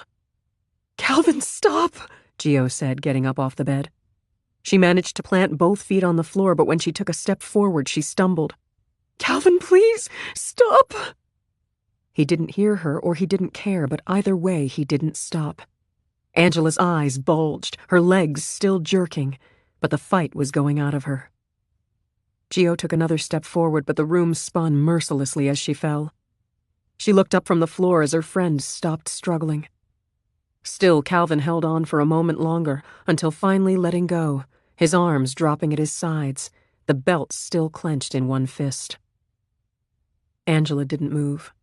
Her head was turned unnaturally to one side, her cheek resting on the carpet, her lips parted. A line of drool oozed out onto her chin. Her eyes were wide open and utterly blank. She looked like a life-sized rag doll someone had tossed onto the floor with abandon. Gio turned her head to the side and vomited. "Help me with her," Calvin said to Gio, stepping over Angela. He pulled the comforter off the bed and spread it onto the floor. "Come on, help me." "What are you doing?" Gio's stomach was heaving. Beside her, the mound of vomit was filling up the small apartment with a disgusting reek. Calvin didn't seem to notice. The smell of it made her want to retch again, and she forced herself to stand up. "You hurt her. We have to call 911. We have to call an ambulance." "She's dead." "She's not dead!" Gio shrieked. The idea was absolutely absurd. Of course her best friend wasn't dead. That wasn't possible. Angela Wong was a cheerleader, a good student, universally admired by everyone at St. Martin's High School. She'd been alive and sitting on Mike Bennett's lap a few hours ago, dancing with Gio, laughing, being Angela, being alive. There was no fucking way she could be dead. No. No. But yet there Angela was, sprawled out on the floor, not moving. Yes. Oh God. Yes. Angela was dead. Because Calvin had killed her. After he raped her. Gio vomited again, emptying what was left in her stomach. She needed to get out of here. She needed to get help. She needed to tell someone. "You're in this too," Calvin said, as if he'd read her mind. He picked Angela up with a grunt, moving her limp body onto one side of the blanket, and began to roll her up. Nonsensically, Gio was reminded of the home economics class she and Angela had taken in 7th grade, when they'd learned to make spring rolls. "We have to call the police," Gio said, and for the first time that night her voice sounded coherent. "Where's your phone?" "If you call the police, we'll both go to jail." Sweat was beading around Calvin's hairline as he grunted with exertion. "You did this too. You brought her here." "This isn't my fault." "It's all your fault," he said, pointing at her. On reflex, she cringed. You brought her here, the both of you hardly wearing anything, and she's dancing all over me, rubbing herself all over me like the fucking slut she is? Shut up! This isn't her fault! Help me with her, Calvin said again. Let's get her out of here and we'll figure it out later. I can't, Gio said, beginning to cry. I loved her. And I love you, Calvin said, and she blinked. It was the first time he had ever said it. And if you love me, if you ever loved me, you'll help me get her out of here. You don't, and we'll both go to jail. Don't let her destroy your whole life. We can make this go away. For fuck's sake, help me now. When she didn't move, he dropped his voice, and the next words he spoke were soft, gentle, and completely menacing. Georgina, please, don't make me hurt you too. Angela Wong, Queen of St. Martin's and Gio's best friend, was now a rolled-up lump in the middle of the floor. Calvin was putting his shoes on. He threw a sweatshirt over his t-shirt. Then he bent over, picking up the body with effort, heaving it over his shoulder. Get the door for me, he said. They buried her in the woods behind Gio's house, the only place she could think of where there would be no traffic at that time of night. She helped her boyfriend carry her best friend's body into the woods, and it felt like they had walked 10 miles to find a spot, even though it had been only a few hundred feet. Everyone has a single defining moment in life, something that thrusts them irrevocably into a new direction, something that affects them at their core, something that changes them forever. Her last image of Angela, with dirt all over her face as Calvin shoveled soil onto her, would stay with Gio for the rest of her life. She had seen that face every night for 14 years until the police showed up at her workplace to arrest her. Only then did the dreams stop. But the guilt? It never leaves. It hangs around like a bad smell that no amount of bleach can eliminate. You can get yourself a new life, get yourself a new love, go to jail for the terrible thing you helped do. But the guilt is still there, stinking like an invisible piece of rotting garbage underneath your bed that won't go away no matter how many attempts you make to clean it. Because that smell of rotting flesh, of rotting soul, is you. 23. The letters Gio received in prison are opened and read, spread out on the bed around her. One by one, she refolds them, tucking the blue paper back into the envelopes they were sent in. She places the letters in a box. She puts the box in her nightstand drawer, the one on the very bottom, beside the empty jar. She feels everything and nothing, all at the same time. It's easy to get lost in the past, to get buried under the weight and the complexity of the memories she carries with her. The only way to survive it, to have any kind of life despite it, is to compartmentalize it. That chapter in her life all those years ago in high school is best put away in a locked box and shoved into a drawer, to be taken out and dissected only when she's forced to. The rest of the time, it's best not to think about it. There is no other way to move forward. It's taking longer than she expected for her life after Hazelwood to feel normal again. Everything seems like a luxury that she doesn't really deserve. Long hot showers, staying up late, sleeping in, Netflix, ordering pizza, credit cards, even the selection of tampons at her local Walgreens is mind-blowing. In prison, there'd been one kind. You bought them in packs of 2, and they were terrible. She doesn't enjoy leaving the house. Except for Mrs. Heller, who makes a point of staring at her, the neighbors avoid Gio at all costs. A woman who lives down the block was pushing a stroller on the way to the park that morning, and at the sight of Gio dragging a recycling bin to the curb, she crossed the street, as if she thought Gio would hurt her. Or the baby. Christ, did people actually think she was capable of that? But stories get twisted, and the more time that passes, the more they grow. Later that afternoon, someone at the grocery store snapped a picture of her buying a can of baked beans. Beans, for Christ's sake. He wasn't even trying to be discreet about it. He whipped out his phone and took her picture. His Facebook post for the day, no doubt. Gio's back at home now, wrapped in her mom's old sofa blanket, which is stained and worn in several places, but which her dad can't bear to throw away. The TV is on, and she has the volume turned up loud in an attempt to distract herself from her own thoughts. She knows she's lonely, and the irony isn't lost on her. In prison, she had friends. Her appointment book at the hair salon was always full. People were happy to see her, to talk to her, and there was laughter and conversation. She felt useful. Now her fancy smartphone never rings, and the only emails she receives are from Domino's about the day's pizza specials. She has all the freedom in the world and can't enjoy it. It's the ultimate punishment. But Kat would be out soon and things would get better. They had to. She contacted 6 hair salons that morning, all of which had advertised on the Emerald Beauty Academy's website that they were hiring new stylists. Gio had renewed her cosmetology license while at Hazelwood. Upon giving her name and asking politely to speak to the manager, 2 salons had hung up on her. Another 2 said the positions were filled and they were no longer hiring. The last 2 invited her in for an interview, presumably because they didn't know who she was. But they did once she arrived. The first manager, blanching at the sight of Gio's face, asked her to leave. At the second place, the owner of the salon stared at her incredulously. "You're kidding, right? I don't care how good you are with hair. I don't want my clients around you with sharp objects. I could answer phones, sweep up hair, prove myself. I'm sorry, but no."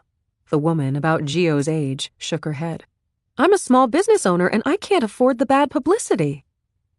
Gio thanked her for her time and turned to leave. "You don't remember me, do you?" the woman said when Gio's hand was on the door. "I went to high school with you and Angela." Gio turned around slowly. Nearby, the receptionist messed around on the computer, pretending not to listen even though she so obviously was. "I'm Tess DeMarco," the owner said. "I was on the cheer team at St. Martin's." Gio blinked, surprised. In high school, Tess had been brunette and very slender. Now she was blonde and heavyset. But her eyes, full of accusation and judgment, were the same. "It's funny," Tess said, walking closer to her. "When Angela went missing, I thought that maybe you did something to her. Because your fight at cheer practice the week before she disappeared was so ugly. I remember your face as she screamed at you in front of everyone. You were furious and so embarrassed. But then you guys made up and everything went back to normal, and I thought, nah, you could never have hurt her. I actually felt bad for thinking it. But I was right in the end, wasn't I?" Gio said nothing. "I believe in karma," Tess whispered. "And the fact that you're still here and Angela isn't means that yours is still coming. Now get out of my salon, Georgina, and never ever come back here." She held the door open and continued watching through the glass as Gio made her way to her car. It's not surprising Tess remembers Angela as this perfect person. Angela Wong could be as bright as the sun, and when she shined her light on you, nothing could make you feel more special, more important, more valued. But when she withheld it, which she often did over petty things, it could cast you into darkness. There was no in-between. Angela felt everything fully, and if you were close to her, you felt everything she felt. The only other person who could possibly understand this was Kaiser. He's the only person who loved Angela the same way she did, who felt the loss of her the same way she did. But unlike Gio, he didn't find out until years later what happened to her. He was almost driven mad by the not knowing. Gio was driven mad by the knowing. She must have fallen asleep on the sofa because when the doorbell rings and wakes her up, a full hour has passed. She answers the door, still wrapped in the blanket. It's Kaiser, and he looks about as exhausted as she feels.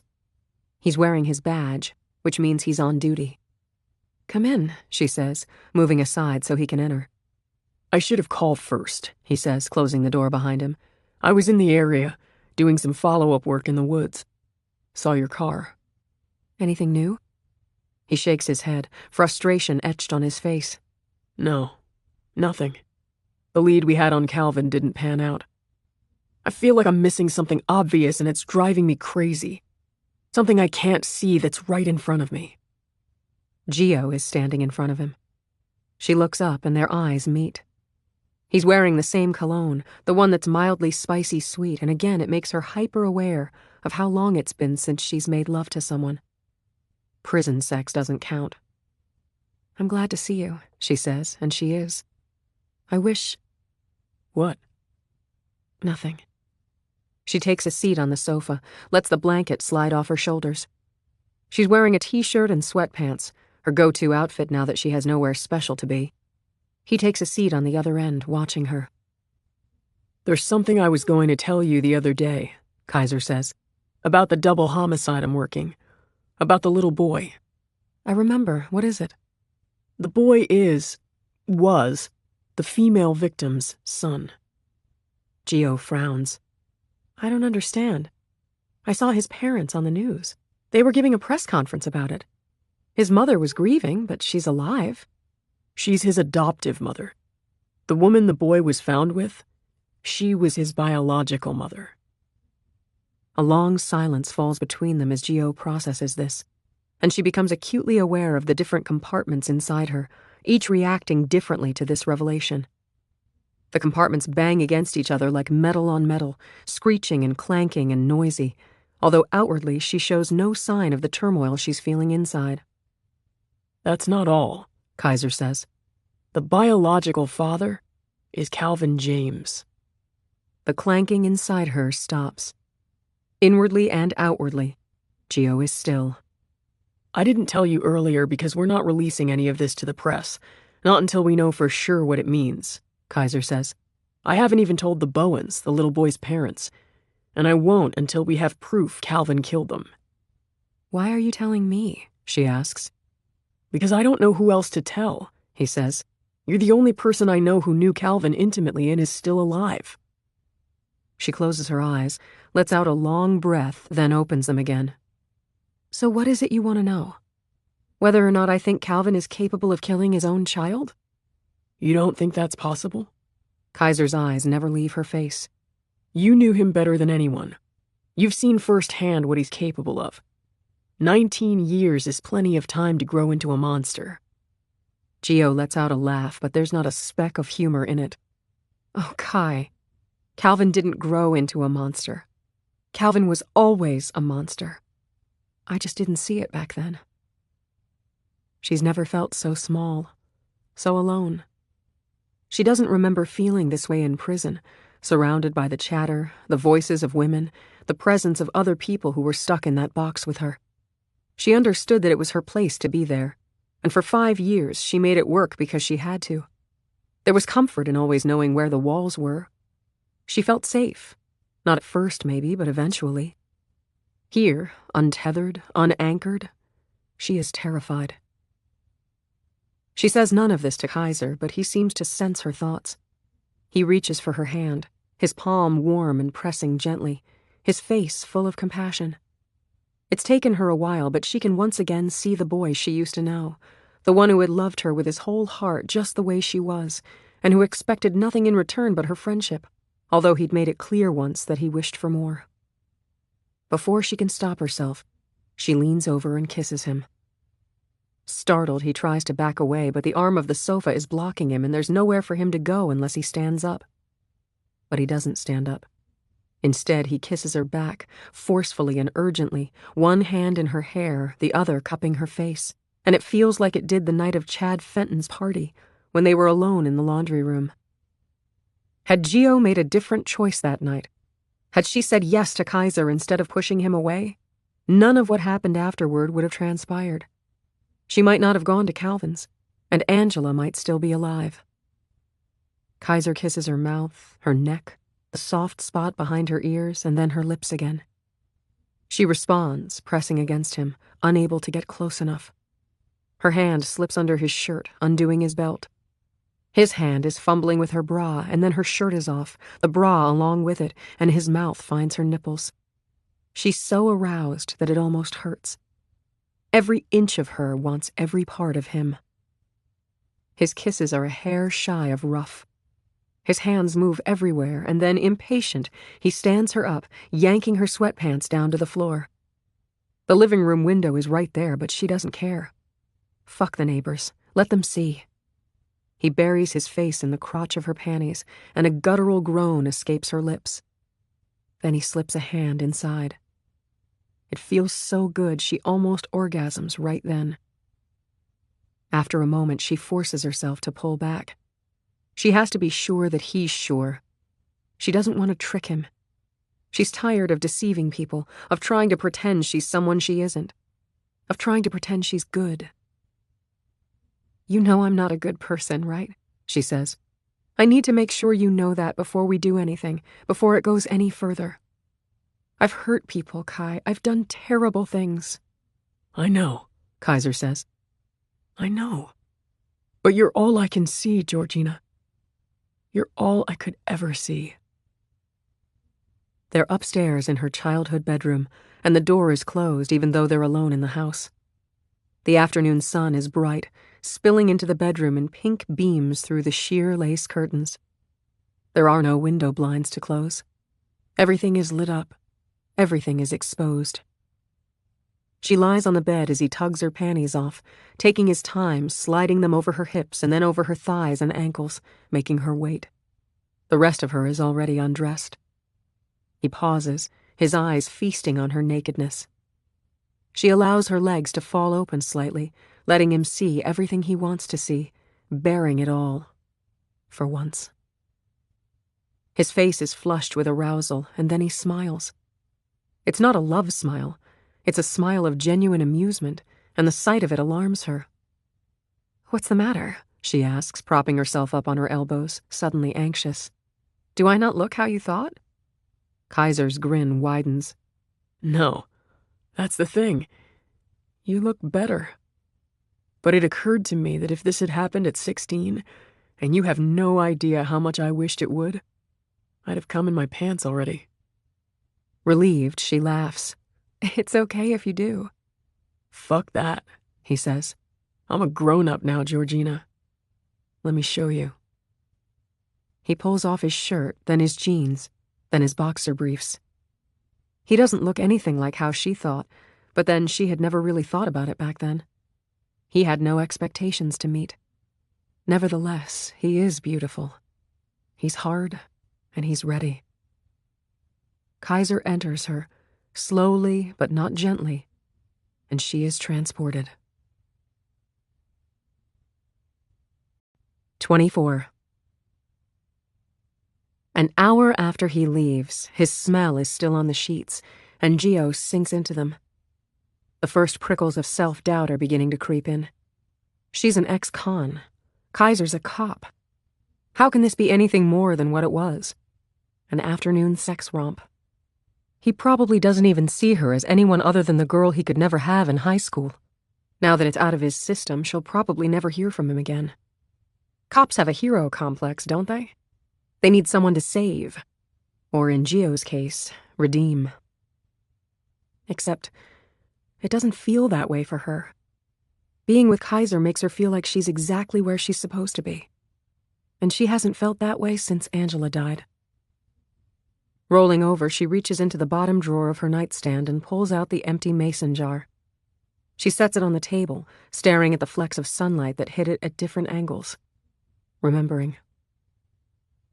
The night of the murder, she didn't get back to her house until 4 o'clock in the morning. Her dad was working an overnight and nobody was home. Every single house in the neighborhood was dark and there were no streetlights.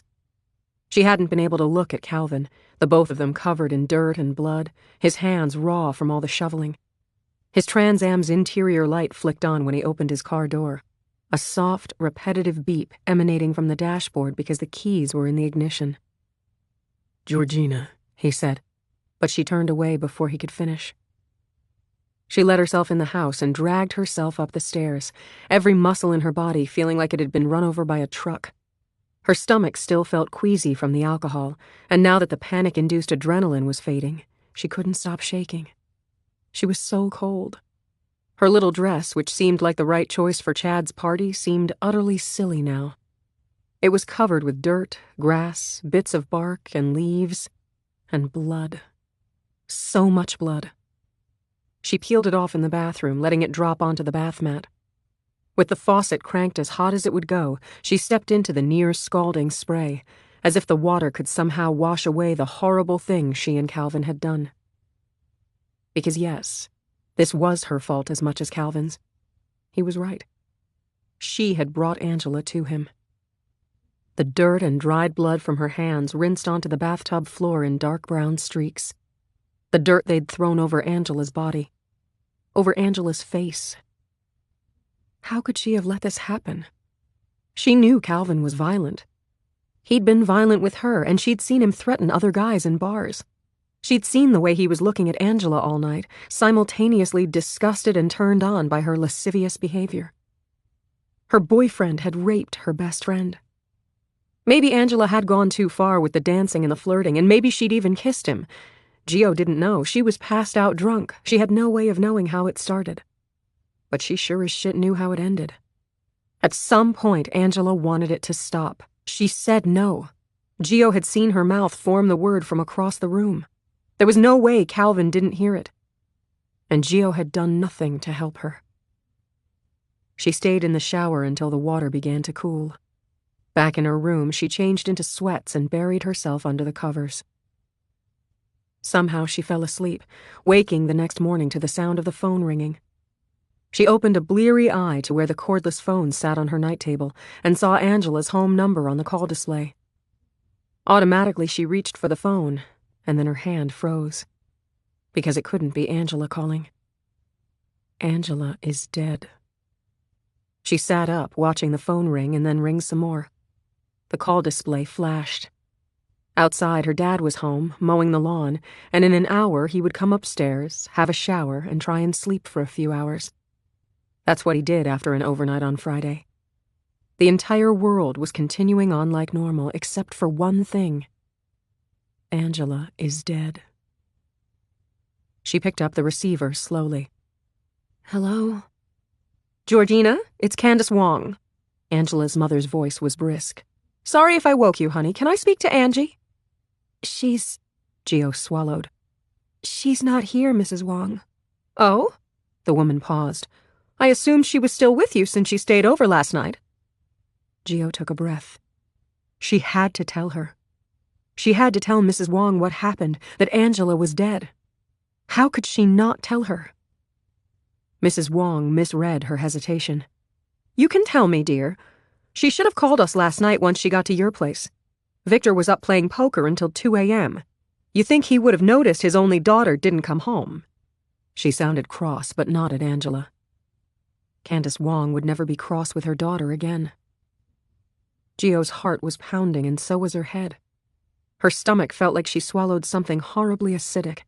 It was churning, sending a rippling, burning pain throughout her abdomen. Actually, she didn't stay over last night. I last saw her at Chad's. She closed her eyes. She had just told the first and most significant lie that she would ever tell. Chad Fenton? Mrs. Wong said. Oh, right, she did say something about a party last night. You girls didn't leave together? You weren't with Kaiser? Tell her now. We did leave together, but neither of us went home. No, we... Gio took a breath, her thoughts spinning. I left early. I wasn't feeling well. I walked home. Angela and Kai were still at the party when I left. The words were falling out of her mouth, and she couldn't stop them. Her car must still be at Chad's, then. Mrs. Wong sounded pissed off. Honestly, Georgina, I wasn't too happy when her father bought her that car. She's spoiled enough as it is. Were you girls drinking last night? We were drinking. I ate the fruit. I got drunk. I passed out. A little. A sigh on the other end of the line. Well, there's no point in lecturing you on underage drinking. That's your father's job. At least you girls had the good sense not to get behind the wheel of a car, but Angie is so grounded when she gets home. She's in big trouble now. Yes, she is, Mrs. Wong. The worst kind. She's never coming home, ever. I play tennis with Chad's mother, Mrs. Wong said, her voice dropping conspiratorially. Rosemary's a bit of a flake, and I know her husband's an alcoholic. They keep their damn liquor cabinet unlocked, and I know the older son, the dropout, drinks too. I'll give her a call. Another sigh, impatient this time. In the meantime, Georgina, can you call around a bit? You'd know better than me where she's likely to have ended up. If you talk to her, tell her to get her butt home. I'm going to call Kaiser's house next, but if she spent the night at a boy's house, she's in big trouble. She's in the woods, Mrs. Wong. buried in the dirt. Gio squeezed her eyes shut. She had to tell the truth. It was the very least she could do, and this was her opportunity to come clean before she told any more lies, before they found out the horrible thing that happened. It was now or never. Fucking tell her. But the words wouldn't come. Instead, Gio heard herself say, "I can call around. If I catch up with her, I'll tell her to call home." Whoever said lying was hard was so wrong. Lying was easy. Lying was like a hot knife slicing through room-temperature butter. Lying was a bunch of words strung together in a pretty sentence designed to make the other person feel like everything was fine. Telling the truth, however, was impossible. They said their goodbyes and hung up. Gio's leather day timer, containing the phone numbers of all her friends, was sitting on her nightstand. She would have to call them all, ask if they'd seen or heard from Angela, ask if they knew where she might be. Because that's what liars did. They lied. And then they lied some more to protect those lies. She got up off the bed, looking down when she felt something small and pebble-like underneath her foot. It was a cinnamon heart candy, an escapee from the near-empty jar on her bedside table. The gift from Calvin. Looking down, it resembled a little splotch of blood on the cream-colored carpet. Her stomach turned. She was not going to make it to the bathroom. She reached for her small trash can and threw up into it, heaving painfully as there wasn't much left in her stomach after vomiting the night before. Clutching the can, she made her way down the hall to the bathroom. She was horrified to find her dress on the bath mat, lying in a crumpled heap where she'd left it. She snatched it up. Through the bathroom window, she could hear the lawnmower still going strong. Her dad was doing the backyard now. He'd be out there for another 20 minutes. She stuffed the dress and bath mat into the trash can, on top of the vomit, and headed downstairs to the kitchen, making a beeline for the door to the garage. The cement floor was cold and dusty under her bare feet as she stuffed the trash can into the larger blue bin, piling other garbage bags on top of it. Then she headed back to her room to call her friends, exactly as she'd promised Candace Wong she would do. It wasn't like she had made one monstrous decision to lie. It was a series of small decisions and a series of small lies, but together they were growing into a mountain. The police rang the doorbell shortly after dinner. Gio's knees went weak at the sight of the two uniformed officers. She led them into the living room to where her father was finishing up the pizza they'd ordered. Walter knew Angela's mother had called earlier and was concerned, but he also knew his daughter's best friend had a reputation for being a bit of a party girl. His theory was that Angela had met a boy she hadn't told her parents about, and Gio hadn't said anything to the contrary. As she spoke to the officers, Gio kept calm, but on the inside she was screaming. If the cops suspected anything, she would tell the truth. She would. "I got drunk last night," she said to them. She didn't have to look at her father to know that his face would be a mask of shock and disapproval. He'd never known her to drink because she hardly ever had. "I didn't mean to, but I hadn't had anything to eat since lunch, and there was fruit at the bottom of the punch barrel." "You never eat the fruit," one of the cops said, the younger of the two. He wore a rueful smile and his name tag read Vaughn. "I learned that the hard way." The other cop, only slightly older, glared at him. His name tag read Torrance. If there was ever a good cop, bad cop situation, this was it, and these two were perfectly cast. Torrance was the ass. Vaughn was the one who was nice to you and got you talking. "Keep going," Officer Torrance said to her. "I didn't feel well. I wanted to go home, so I went to find Ange. We'd gone to Chad's together after the game. She was with Mike Bennett, and they were close. She'd had a bit to drink, too. She seemed comfortable where she was, so I said goodbye and headed out." "You're only 16, Torrance said, his face like stone. "You girls drink often?" "Not at all," Gio said, feeling a bit defensive despite the fact that she had no right to be. Her father's lips were pressed into a thin line. He wasn't impressed. "I don't even like alcohol, and Ange only drinks if absolutely everybody else is. She's not the kind of girl who needs to drink to have a good time." "Keep going," Torrance said. "That's it. I ran into my friend Kaiser on the way out and we talked for a few minutes. Then I walked home by myself, was home before midnight. I was feeling pretty terrible. I got sick before I went to bed." She couldn't help but think about her dress, currently covered in last night's evidence, stuffed into a vomit-filled trash can inside the garbage bin in the garage. Maybe the cops would sense something fishy about her story, demand to see what she was wearing last night. Maybe they'd find the dress in the garage. If they did, she would tell the truth. But they didn't ask. They didn't seem suspicious at all. They questioned her father instead, who confirmed, somewhat guiltily, that he'd worked all night at the hospital and wasn't aware that his daughter had come home drunk. "And you said the last time you saw Angela, she was with Mike Bennett at Chad Fenton's house?" the younger officer asked. Yes. She wondered if he was repeating the question to try and trap her in a lie. She had left Chad's alone. Kaiser, if asked, could vouch for that, along with a dozen other people. But surely someone had seen Angela leave a few minutes later and catch up to Gio on the street. If someone did and they asked her about it, she would tell the truth. But again, they didn't ask. Instead, the older officer said, "Angela have a boyfriend her parents don't know about? She ever say anything to you about running away?" Is that what they thought? That was the direction they were going in? Gio glanced at her father, who seemed mildly triumphant that they were echoing his own theory. If she has a boyfriend other than Mike, she didn't say anything to me, she said, and it was the first completely truthful thing she'd offered all day. As for the running away, I don't know how many friends of hers you've talked to already, but Ange has a lot going for her. I think running away is for people who don't like their lives. Ange loved hers. "Well, I think that's all we need," Torrance said, standing up. Officer Vaughn followed. "If you think of anything else, give me a call." He left his card on the coffee table, shook hands with her father, and left. Gio locked the door behind them, knowing she was about to get a lecture about the drinking. Which was fine, and she wasn't planning to argue. She had no desire to be anywhere but home anyway. So, how long am I grounded for? She asked her father before he could say anything. "Is that what I'm supposed to do?" Walt said wearily, dropping onto the sofa. "Have I ever grounded you before?" No. He rubbed his face with his hands. "You shouldn't be drinking. And even more than that, you shouldn't be walking home late at night. There are a lot of creeps out there." I know. I'm one of them. The neighborhood is safe, Dad. "That's not the point," he said.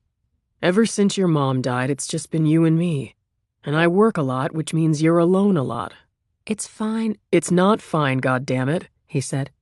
"You're 16. You're still supposed to need me for things, to be able to count on me, to be able to call me when you need a ride home. It's not okay that you left a party drunk and felt you had no way to get home other than to walk 10 blocks at close to midnight. Yes, we live in a safe neighborhood, but there's still a lot of sickos out there. You should have called me. More important, you should feel like you can." But you were working. Gio could see that he was upset. God, if he only knew. "The most important job I have is here, at home," Walt said, standing up. "I have enough seniority at the hospital that I don't have to do those overnights anymore. I agree to those shifts because they pay better. But it takes time away from you. It means I'm eating dinner in a cafeteria by myself and you're eating at home by yourself, and that's stupid. You're the most important person in my life, and I ought to start acting like it. This is a wake-up call for both of us, do you understand?" Her father misinterpreted the look on her face and offered her a smile. "Don't worry, I don't plan to smother you. We both need our space. But I should be able to pick you up from somewhere until we can get you a car of your own. I should be home for dinner most nights." His body sagged. What if it were you who was missing? What if one night you didn't come home? You're all I have, Georgina. Angela's parents? I know how they don't spend any time with her. And now look, nobody knows where she is. I can't even imagine. I'm sure she'll be back. The lie stuck in Gio's throat. She almost choked on it. The cops questioned everyone who was at the party, but Mike Bennett got the worst of it. The St. Martin's High School quarterback was hauled down to the precinct and held for 24 hours. His parents had to hire a lawyer. Everybody who was at the party, at least 100 kids over the course of the night, corroborated Gio's statement that Angela had spent most of her time with Mike. He admitted that Angela left him at Chad's at some point during the night and that he had caught a ride home with his buddy Troy Sherman, the St. Martin's Bulldogs wide receiver. Troy had crashed at Mike's house after they'd had a couple more beers, both of them falling asleep after watching a video of their last football game. He hotly denied that they had a homosexual relationship, refusing to admit it even when the cops strongly suggested that he could avoid arrest if he were honest. Mike's parents threatened to sue if the cops didn't quit with that line of questioning, as their son was currently being scouted by several college teams. With no other proof, the police let him go. Mike Bennett, so deep in the closet he was practically in Narnia, was overheard telling a couple of the guys in the locker room on Monday morning that he wouldn't be surprised if Angela had run off to become a porn star. Never knew a girl who loved sex as much as she did. That cheerleader thing? It's all an act, he said. She was into some kinky stuff. Of course, he'd refused to elaborate on what kind of kinky stuff, but of all the rumors that would sprout in the coming weeks, this was the one that upset Gio the most. Sure, Angela had done some stuff with Mike, but not that much because, hello, Mike was gay. He was lying to cover his own ass. On more than one occasion, Gio had been tempted to confront him. But she couldn't. And the hypocrisy of calling Mike Bennett a liar wasn't lost on her. Angela Wong's disappearance was both big news and big gossip. People who didn't know anything about what happened were suddenly sure they had seen her places she'd never been with people she didn't even know. The conversation was ongoing, happening in every classroom, every period across St. Martin's High School, whether the kids knew her or not. And the more the kids talked, the more the stories grew, growing so ridiculous that Gio would have laughed had she not known the truth. I heard she was last seen near the 7-Eleven, Tess DeMarco said to Gio during their fourth period calculus class. And that she boarded a bus to San Francisco and is staying with some older guy. I bet she's back within a week. She just wants to freak her parents out and cause drama. Oh, so you're talking to me now? Gio snapped, recalling the other girl's eagerness to get her kicked off the squad. Had that only been last week? What? We've always been friends. Tess blinked, feigning ignorance. For a girl who'd wanted to be Angela's best friend, she hadn't wasted any time cozying up to Mike Bennett in the cafeteria during lunch. And he was only too happy to have another girl on his arm to play the role Angela used to. Lauren Benedict, also on the cheer team, piped up. Seriously, guys? What if something bad happened to her? What if she found out Mike was gay and he killed her? She could be buried in a ditch somewhere. Mike Bennett is not gay, Tess said, her cheeks flushing. Don't talk about shit you don't know, Lauren. Gio shook her head and buried herself in her calculus textbook. She only wanted to go home. It had taken every ounce of energy she had to get herself to school that morning. Shut up, both of you. For real. It had only been 3 days, but the weight of the lies was taking its toll. Gio couldn't sleep, couldn't eat. Angela's mother had called 6 times, wanting to know if Gio had heard anything new from her friends at school. The phone calls were torture, and after every one she felt even worse. After the last call, she ran to the bathroom and threw up the chicken pot pie her father nuked for dinner. Walt chalked it up to anxiety over her missing best friend. And of course it was, but not in the way he or anyone else thought. Gio kept expecting the cops to barge in and arrest her. She couldn't imagine how she'd get through another day at school pretending to be just as confused and concerned as everybody else. Exhaustion overtook her on the 4th night, and she finally fell asleep, only to wake up from a nightmare, her hair plastered to her sweaty face. You, the older cop had shouted in her dream. She was in the cafeteria, and everybody was staring at her as the 2 police officers entered, pointing their guns and waving their badges. You're the reason she's covered in dirt, rotting. You! She cried into her pillow, a full-body sob that racked her from head to toe. She had to say something. She couldn't live like this, and it sure as hell wasn't fair to Angela's family. At the very least, Gio knew she had to tell her father. He would know what to do, but the thought tied her stomach in knots. She hated to disappoint her dad, and yet she knew his disappointment would be the least of what he felt once he found out what she'd helped do. The clock read 1 a.m. Walt was long asleep, his bedroom door shut, the volume on his white noise machine turned all the way up. First thing in the morning, she would confess all to her father, and they would go down to the police station together. Yes, it would ruin her life, but at least she had a life to ruin. Angela didn't. Her best friend never had a choice. Tomorrow. She would come clean tomorrow. The decision made, Gio managed to fall back asleep, only to be woken up again an hour later by a knock on her bedroom window. The sound startled her, and she turned over in bed. At the sight of Calvin's face through the glass, her insides froze. They hadn't spoken to each other since it happened, and she was starting to let herself believe that the next time they faced each other, one or both of them would be in handcuffs. She got out of bed. She was wearing an old pair of sweatpants and a t-shirt with a hole in the armpit. Her face was shiny, her hair twisted into a messy knot at the top of her head. She had 3 zits on her chin from stress. Calvin had never seen her looking anything less than put together, but she didn't care now.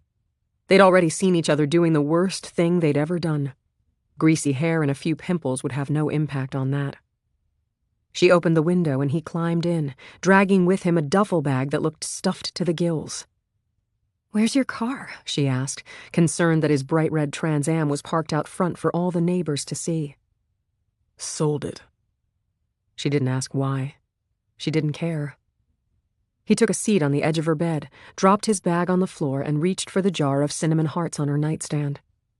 There were only a handful left, and he shook out what remained, started popping them into his mouth. The jar was finally empty. "How've you been?" He gave her the once-over, raising an eyebrow at her baggy sweats, the messy hair. "You look like shit." "I feel even worse than that." "Well, don't," he said. "There's nothing you can do about it now." "I'm telling my father tomorrow," Gio said. "It's only a matter of time before the cops figure it out anyway." "No, they won't." Calvin reached for her hand and squeezed. She tried to jerk it away, but he wouldn't let go. "If they knew anything, if they suspected, they would have arrested us by now. Nobody will find out so long as we keep quiet." "I'm sick inside," she said, staring at him. "Aren't you? How do you sleep? How do you eat? I'm barely functioning." He let her hand go, ran his fingers through his hair. "Then don't think about it." "How can I not?" Gio's voice was small. "You killed her." "You killed her too," he said. Her head snapped up. "No, I didn't. How can you even say that?" "By law, it's the same thing. You helped me move her body. You helped me cover it up. You lied to the cops." Calvin's tone was soft, matter-of-fact, all-knowing. "If this ever gets out, you'll be just as guilty as me." "So you're taking off?" she said, gesturing to his duffel bag. "That's what you've come to tell me? They're still investigating. They're still asking questions. I can't keep lying to everyone. I can't keep lying to her mom." "You don't have to lie. Just don't say anything." He met her gaze with a steady one of his own. On the surface, he looked the same as he always did. Handsome, relaxed, confident. But there was something new beneath the surface. Something she'd caught glimpses of whenever they'd argue. Something that would peek out for a brief moment and then scoot back into its hiding place. Whatever it wasn't hiding now. She sensed it.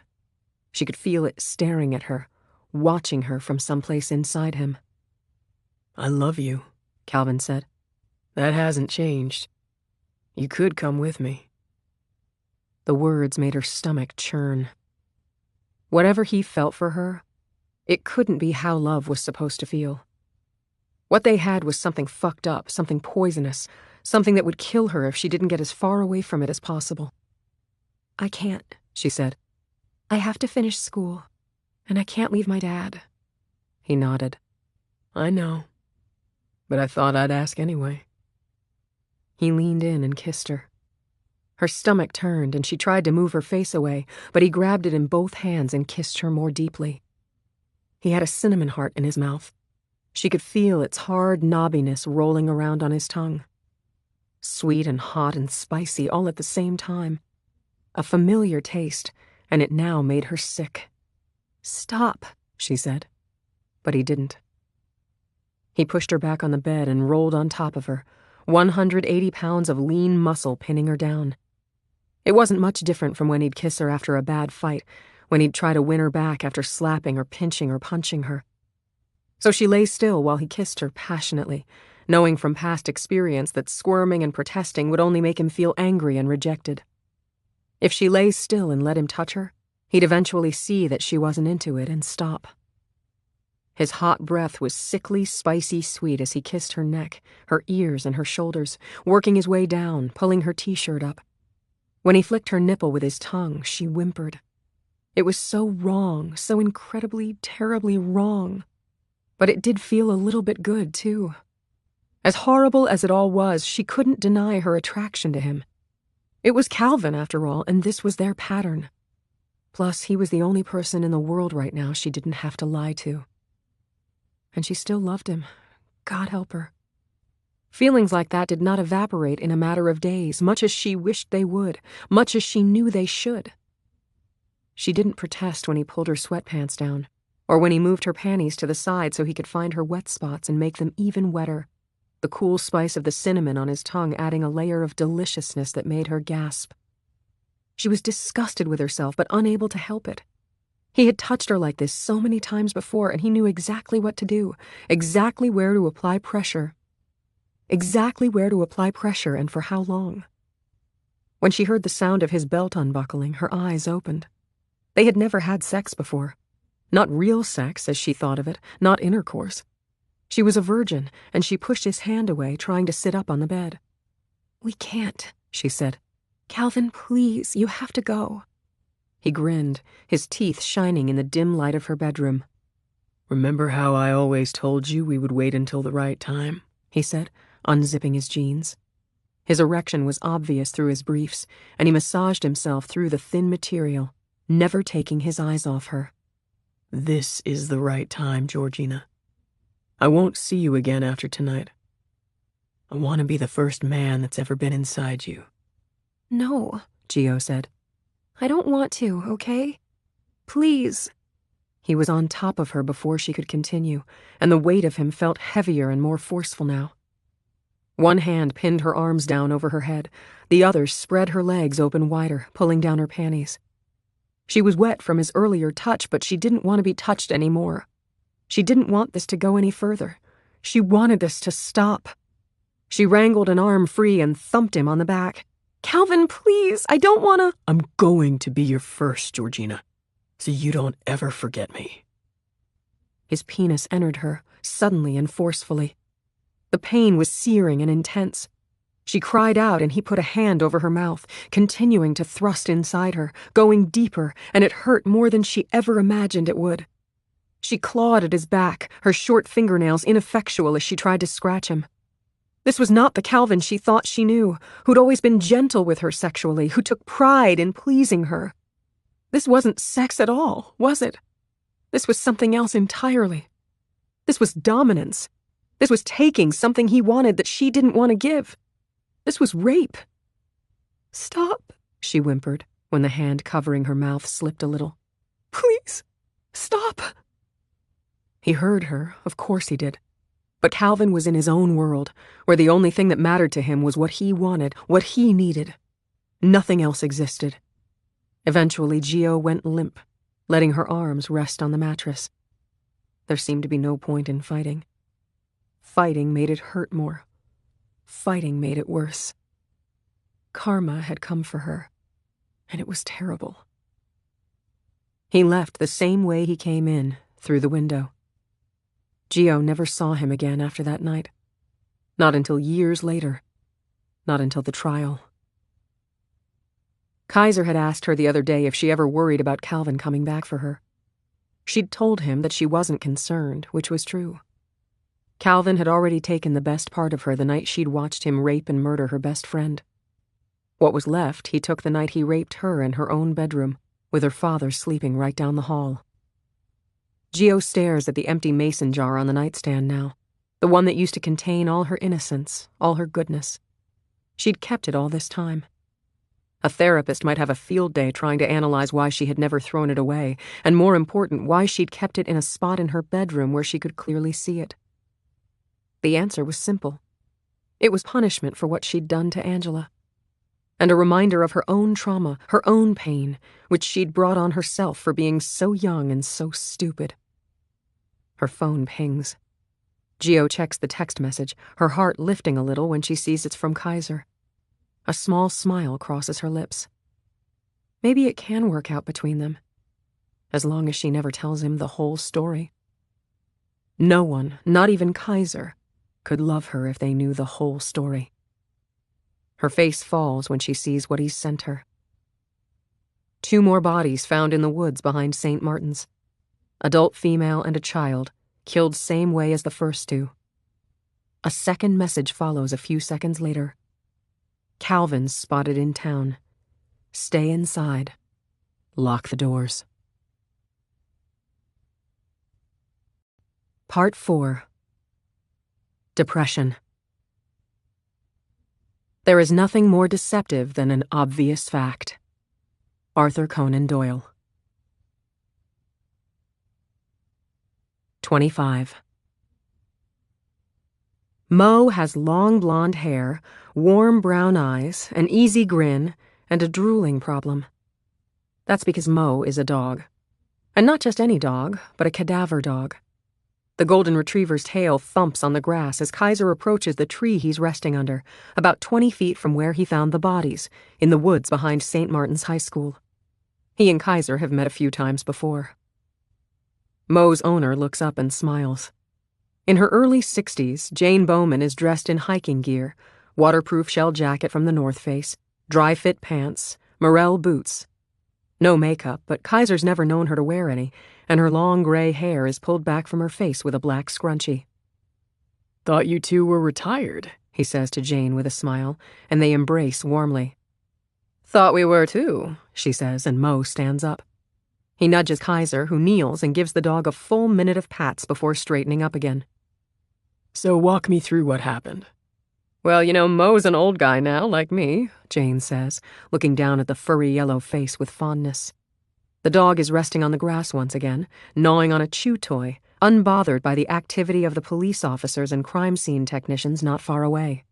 "Bones are getting creaky, hips are starting to go, and so it was time for us both to retire last year.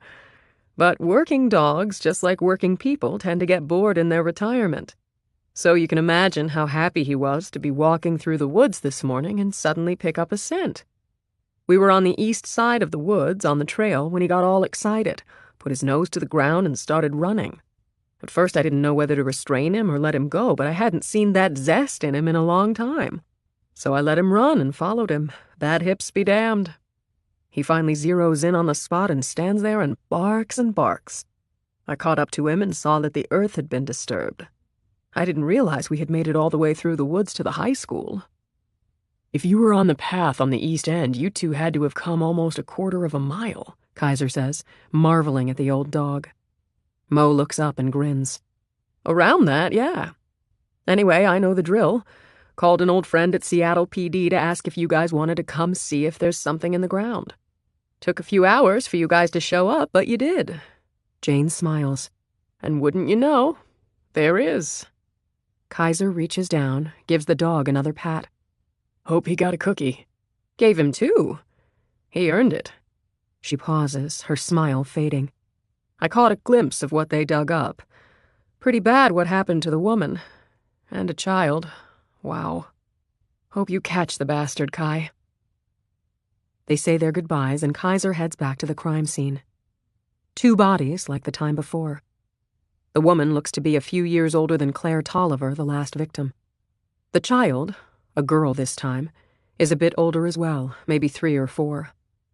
Her Elsa doll from the movie Frozen was found a few feet away. Other than that, the scene is identical. The woman was dismembered, the child strangled, and on the little girl's chest was the same heart drawn with the same lipstick. Inside the heart were the same words. "See me." Like Claire Tolliver, the woman's eyes are gouged out. Empty sockets where they once were, the edges rough. And like Claire Tolliver, Kaiser doesn't feel optimistic they'll find them. He wonders if the killer keeps them in a jar somewhere, like Ed Gein, or if he eats them, like Jeffrey Dahmer, or if he simply throws them away, the act of scraping them out satisfying enough on its own. What's the significance? See me. What does the killer want them to see? Or is it some kind of punishment to the woman? All women? One specific woman? For not seeing. Kim stands beside him. He can hear the scratching of his partner's pencil against her notepad, and the sound is intrusive and irritating. The act of writing things down gives them significance in her mind, helps her remember things later. Kaiser doesn't work this way, never has. He takes mental pictures, allowing his thoughts to meander unrestricted where they will. He also prefers to do this quietly, and her scratchy note-taking is ruining his silence. They haven't spoken on a personal level in a couple of days, and he notices she's wearing her wedding band. She normally doesn't while she's on the job or when she's alone with him, so he's not sure what makes today special. Perhaps she and Dave had a good weekend away, celebrating their anniversary, rekindling the fire in their marriage. He's curious, but he'll never ask her. It isn't his business, and honestly never was. The only thing deader than their affair were the 2 bodies in the ground, one of them in pieces. Kim tucks her notebook away. You think she's Calvin James's daughter, too? I don't think anything right now, he replies. His tone is a bit more hostile than he intended, and he adds, We'll find out soon enough. I don't get it. She shakes her head, blonde ponytail swinging, her face twisted into a grimace. Kaiser understands. It's hard seeing victims this way, especially children. And that's fine. It should never be easy. It should never not be horrifying. Why kill your own child? And if this is similar to the other case, why kill her mother? Why take her eyes? This is so confusing. I can't even begin to make sense of it. Lesson number 1 when dealing with serial murder is that it never makes sense, Kaiser says. Calvin James isn't like you or me. He might have been once, but he's morphed into something else. His sociopathy was clear when I arrested him 5 years ago. They don't operate in logic. The whys of it are unimportant. He can save that for his prison shrink. All I care about is catching the motherfucker. Got the ID on the little girl, Detective, an officer says, coming up behind him and waving a cell phone. Parents filed a missing person report this morning. I have it here. I can forward it to you. A moment later, it's on Kaiser's phone. He opens up the document, scrolls through it. Who is it? Kim asks. He hands her the phone, lets her read it for herself. The child's name is Emily Rudd. Her birthday was 2 days ago. She just turned 4. She went missing from her home in Issaquah, a city about 30 minutes east of Seattle. Same story as with Henry. Parents woke up to find her gone. Didn't panic immediately, as Emily was a sleepwalker, and they'd found her in various places inside the house before this. Issaquah police had no reason to suspect foul play. But it was foul play, of the very foulest kind. Jesus, Kim says, handing the phone back. Those poor parents. Have that officer look into whether she was adopted. I put a rush on the DNA, but if we can confirm that the child is adopted, that will tell us enough to get started. Keep working on the woman's ID in the meantime. Will do. But I think we need to talk with Georgina Shaw. She's the only person we know of who had any kind of intimate relationship with Calvin James and is still alive. Have you been in contact with her? A little. He feels his jaw clench, tries to stop it, but she catches it and knows instantly what the facial tic means. Kai, Kim says, shocked, and he can hear from her tone in that one syllable that she knows what he's been up to. But he doesn't want to hear about it. Not from her. They're both guilty of bad judgment, and she's in no place to lecture him. She does anyway. You can't be serious. She's a person of interest in this case. She has nothing to do with it. It's completely inappropriate. He turns to her. Pretty sure I don't need a lecture from you about which relationships are inappropriate, he says softly. Kim's face reddens. Okay, I deserved that, she says, admonished. She looks over her shoulder to make sure nobody nearby can hear them. But still, if you're involved with her because you're upset with me, I really think... Don't flatter yourself, Kaiser says with a small smile. Seriously. I'm happy you and Dave are back on track. We fucked for a while, it's over now, and it's cool. But it means my personal life is no longer your concern. Got it? Kim looks as if she's been slapped. Her cheeks flush deep crimson and her eyes fill with tears. She turns away, wiping her face quickly, pulling herself together. He knows they'll never speak of it again, and he won't be surprised if she puts in for a transfer once this case is closed. That's the thing with affairs. They are, by definition, a temporary relationship. They always end one way or another, and they almost always end badly. Detective? A different officer is standing behind Kaiser, cell phone in his hand. He touches Kaiser's shoulder. The parents just arrived at the precinct. That was fast. They both work here in Seattle, the officer says. He indicates the phone in his hand, the call from the precinct still connected. What should I tell them? I'm on my way. Grief manifests differently in different people, and Kaiser learned a long time ago to stop judging. You can't tell people how they're supposed to feel, when they're supposed to feel it, or how they're supposed to show it. Daniel Rudd and Laura Friedman, Emily Rudd's parents, nearly collapse at the news of their young daughter's death at first, crying and shaking and wanting details Kaiser doesn't have yet. He assures them her death was quick and that there were no outward signs of abuse. They demand to see her, but the bodies are being examined in the morgue. Kaiser shows them a picture instead, the kindest one he has, where it appears the little girl might be sleeping, and they confirm it's their daughter. Less than an hour later, they're calm and polite, almost professional in their demeanor. Their eyes are bloodshot, but dry. They sit close to each other, breathing and speaking normally, but not touching. Daniel Rudd is a cardiothoracic surgeon at Harborview Medical Center, and Laura Friedman is a pediatric surgeon at Seattle Children's Hospital. Kaiser can only assume that their professions are the reason they're able to compartmentalize this way. They have 2 other children, twin boys conceived via in vitro fertilization. Sean and Shane are 6 years old, and Laura Friedman shows Kaiser a picture of her sons sitting on a park bench with their little sister in between them. Emily bears no physical resemblance to her brothers. They're blonde and blue-eyed, while she had dark hair and dark eyes. But the bond among the 3 of them is unmistakable. Their parents confirm Emily was adopted. Even after the twins, it didn't quite feel like our family was complete, Laura says, hands in her lap. The coffee Kaiser brought her from the precinct's break room is cooling in its paper cup, untouched. I couldn't go through IVF again, so we started the adoption process through a Christian agency that specializes in placing babies born to unwed teenage mothers. What can you tell me about Emily's biological parents? Kaiser asks. Why is that important? Daniel Rudd frowns beside his wife. They're not in the picture. Sasha wouldn't even tell us the father's name. He's not aware she even had a child. Sasha's the biological mother? Yes. The man stares at him. Again, why does it matter? She never had a relationship with Emily after she gave birth. It's relevant to the case, Kaiser says gently. That's all I can say for now, but I would appreciate any details you can give me. Her name is Sasha Robinson, Laura says, giving her husband a look that shuts him up. She was actually a sweet girl. We met about halfway through her pregnancy.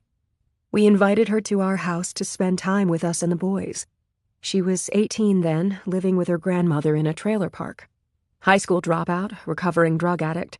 She grew up poor, and it was clear that it was extremely important to her to have her baby go to a family with money.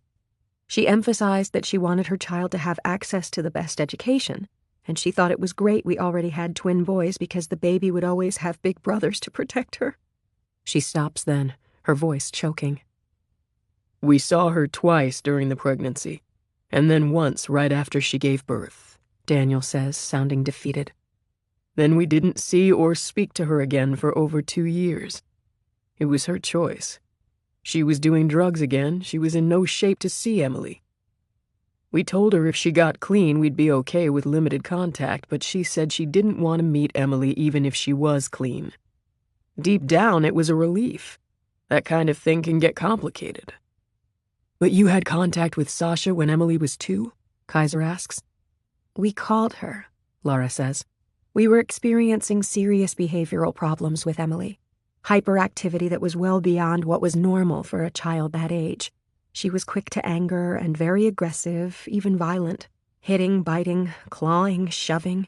She even tried to choke Shane once when he wouldn't let her play with a toy she wanted. There were actually times when the boys were scared of her. The obvious decision was to medicate, Daniel says, but we opted not to. Those meds for ADHD can turn a kid into a zombie. We put her in therapy instead, changed her diet, hired an extra nanny part-time to take some of the burden off Maria. Maria is... The full-time nanny, Laura says. She lives with us. Did the extra support help? Not even a little bit. She was a really difficult child. It was hard. She bites her lip, looks away, the guilt of having said something negative about her dead daughter etched all over her face. And what about the father? Kaiser asks. Did you ever learn anything about him?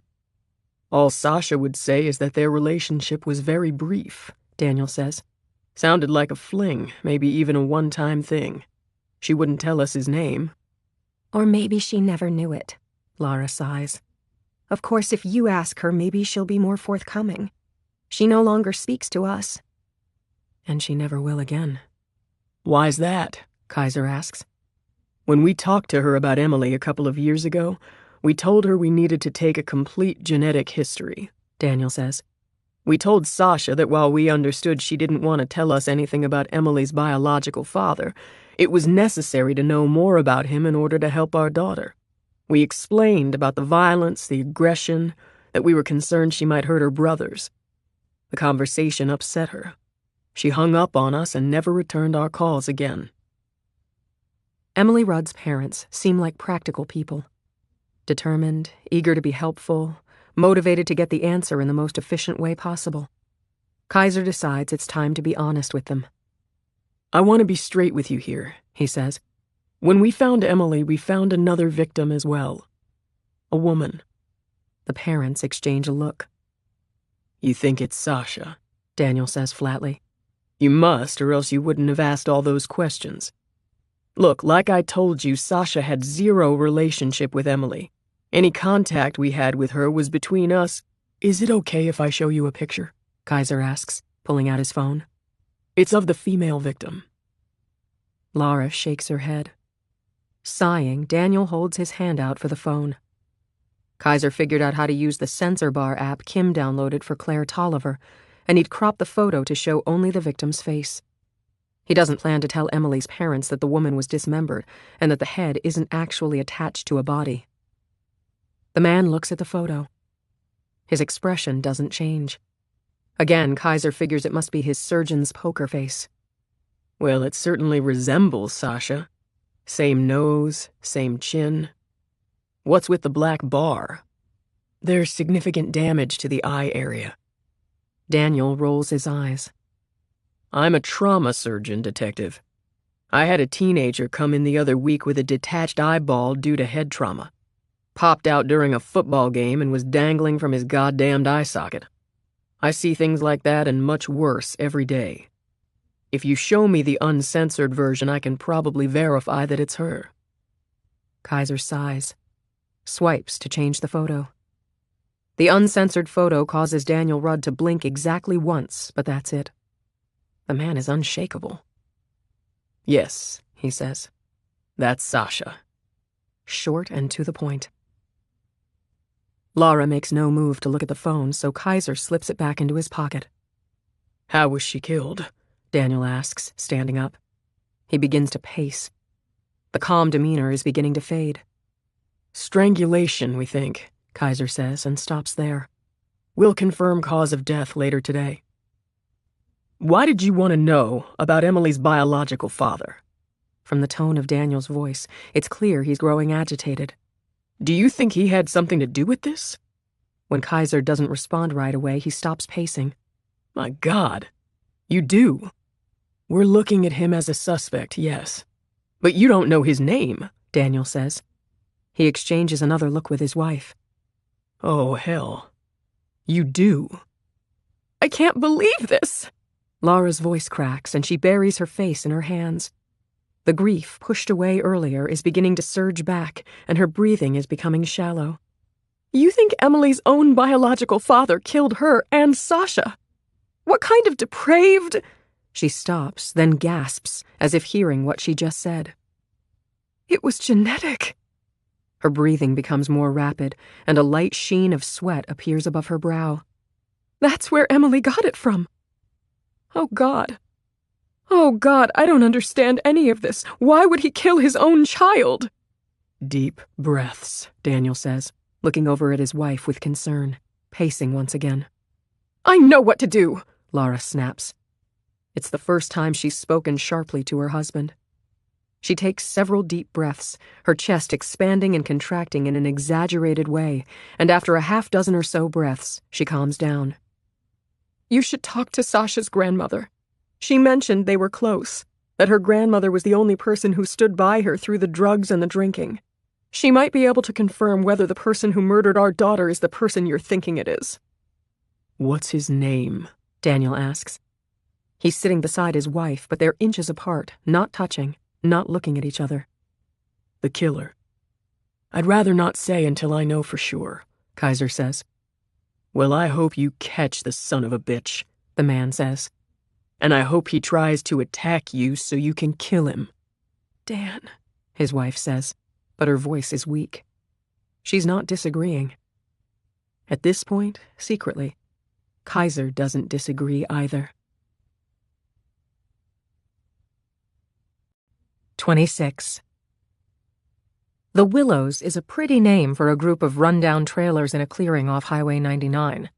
There are about 4 dozen of them in various sizes, all dirty, propped up on 2x4s. In the middle of the trailer park are a handful of wood picnic tables and a rundown play center for kids, complete with a broken swing set and a cracked slide. The place is depressing, and despite the name, there's not a willow tree in sight. Emily Rudd's biological great-grandmother lives in a trailer at the back of the park, indistinguishable from the rest, save for 4 rose bushes not currently in bloom. Kaiser imagines they'll look quite beautiful in the spring.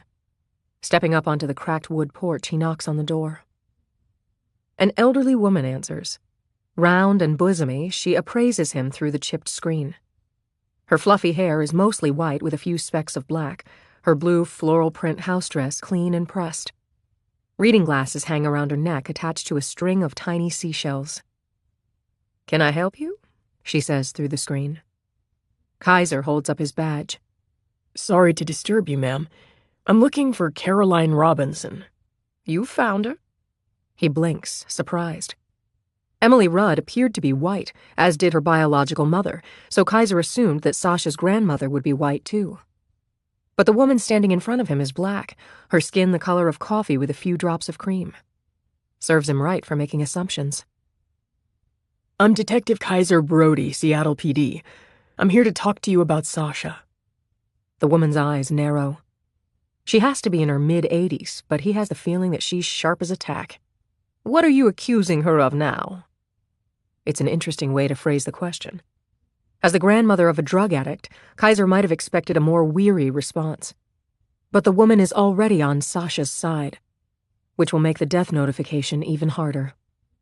"Not a thing, ma'am," he says. "Can I come in?" "Then she's dead." Caroline Robinson's voice is steady, but the screen door jiggles a bit. He would have preferred to tell her inside, but she's not giving him a choice. "Yes, ma'am, she is. I'm so sorry." "Come in." She opens the screen door. Kaiser steps into the trailer, which turns out to be larger than it looks from the outside.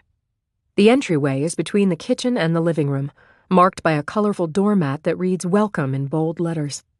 The kitchen is light blue, the cabinets painted white with clear plastic knobs. Floral curtains hang at the window, and potted wildflowers brighten up the small round table, which could comfortably seat 3, 4 if you squished. Appliances are circa the early 1980s, but pristine.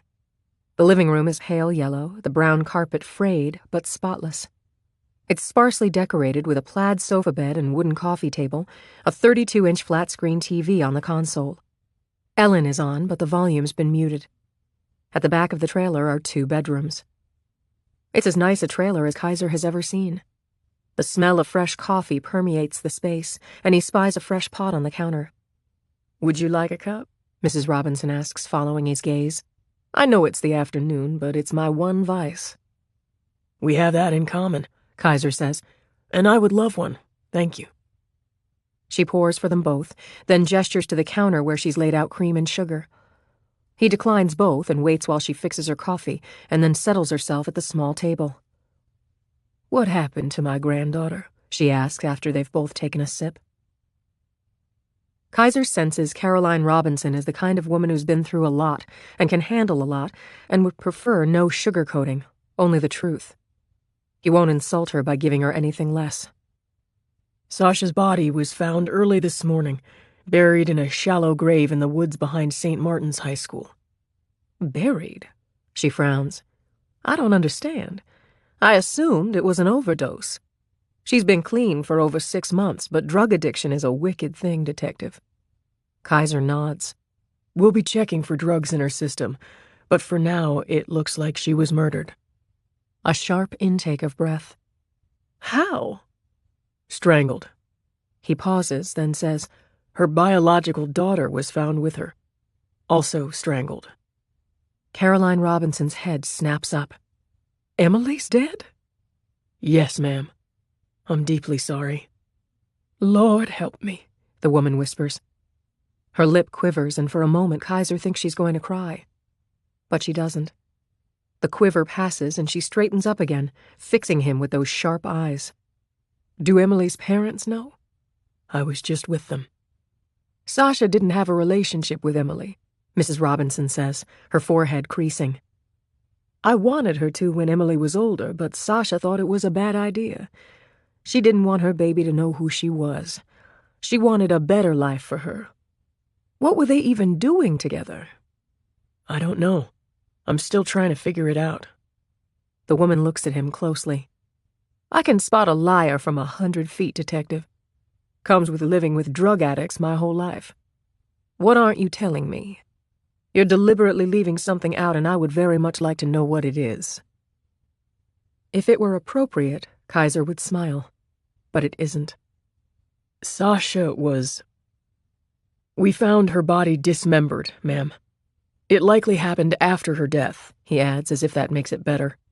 There was a similar murder not long ago. A woman and her biological child were killed and buried the same way. Lord help me, the old woman says again. Her coffee cup shakes, and she sets it down on top of a coaster made of cork. She cries for a few moments, and Kaiser looks away in an effort to give her some privacy. Then she pulls a handkerchief from her dress pocket and dabs her eyes, calming herself. I've been through a lot, but this takes the cake. Someone cut my baby girl up? Why? I don't know, ma'am, he says, and it's the truth. I'm so sorry. It's the one piece he hasn't figured out yet. Other than Angela, none of Calvin James's other victims were dismembered, and Kaiser's best guess is that the Sweet Bay Strangler is somehow trying to recapture how it felt that first time with Angela Wong. You said this is similar to another crime. Is it a serial killer? We have a theory that it might be, yes, he says. Caroline Robinson lets out a long breath. I've expected someone like you to show up for years now to tell me Sasha was dead. But not quite like this. She speaks plainly. My granddaughter's been an addict since she was 14, treated her body like a garbage can. Started by smoking weed in the woods behind the trailer park with the other kids. Almost an impossible thing to prevent when it's the parents' stashes they're helping themselves to. Eventually, she graduated to painkillers, mine mostly, and when she ran out of those, she started on heroin. That was the beginning of the end. In and out of drug treatment for 3 years. She was living here when she got pregnant, and I actually thought it might have been the best thing that happened to her because it forced her to get clean. I didn't even have to ask her. When she got the positive pregnancy test, she just stopped cold turkey. And I said to myself, thank the Lord. Maybe the dark days are over. I assumed she was keeping the baby and that we'd raise the child together. Kaiser nods. 3 months into her pregnancy, it hit her what she was in for. She asked me what I thought about adoption, and I told her I'd support whatever she wanted to do. She went back and forth for a bit. The crease between the woman's brows deepens, and she looks away, remembering. One day she wanted it, the next day she didn't. She was terrified the baby would grow up to be like her. Despite my best efforts, Sasha had very little self-esteem. Her mother, my daughter, was a junkie too. Got stabbed in the neck fighting with another junkie when Sasha was only 2. She never knew her father. He died of an overdose the year she was born.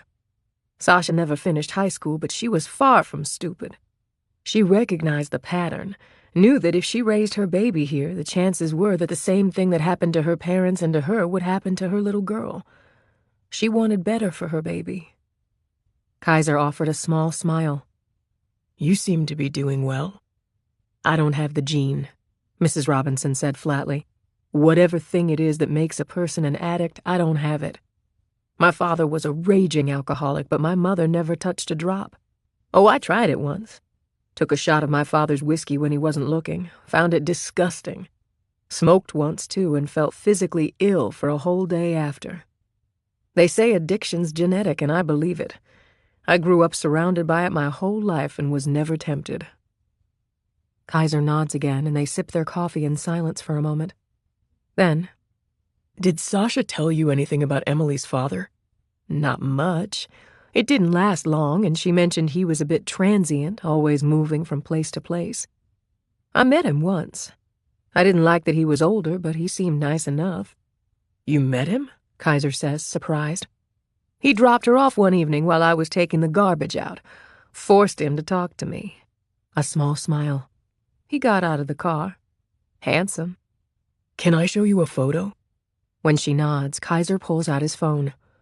"Is this the father?" Caroline Robinson puts her glasses on, the seashells around her neck dangling. "Yes," she says after a few seconds, peering at the screen. The photo was Calvin James's mugshot. "He looked a lot different when we met, but that's him. I think his name was Kevin.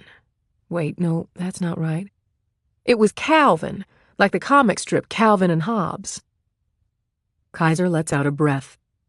"I know this was 4 years ago, but do you remember anything distinctive about him?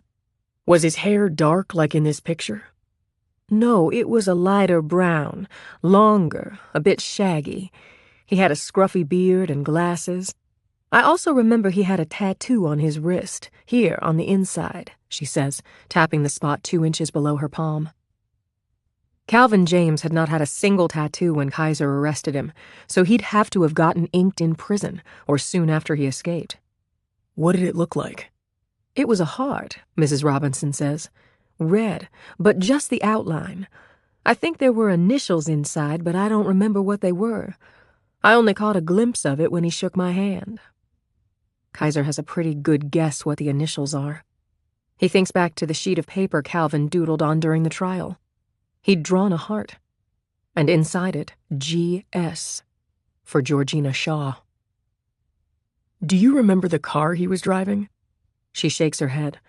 "Oh, Lord, I don't know much about cars. It was nice, though, like a muscle car. American." "Washington plates?" "I didn't look." "Color?"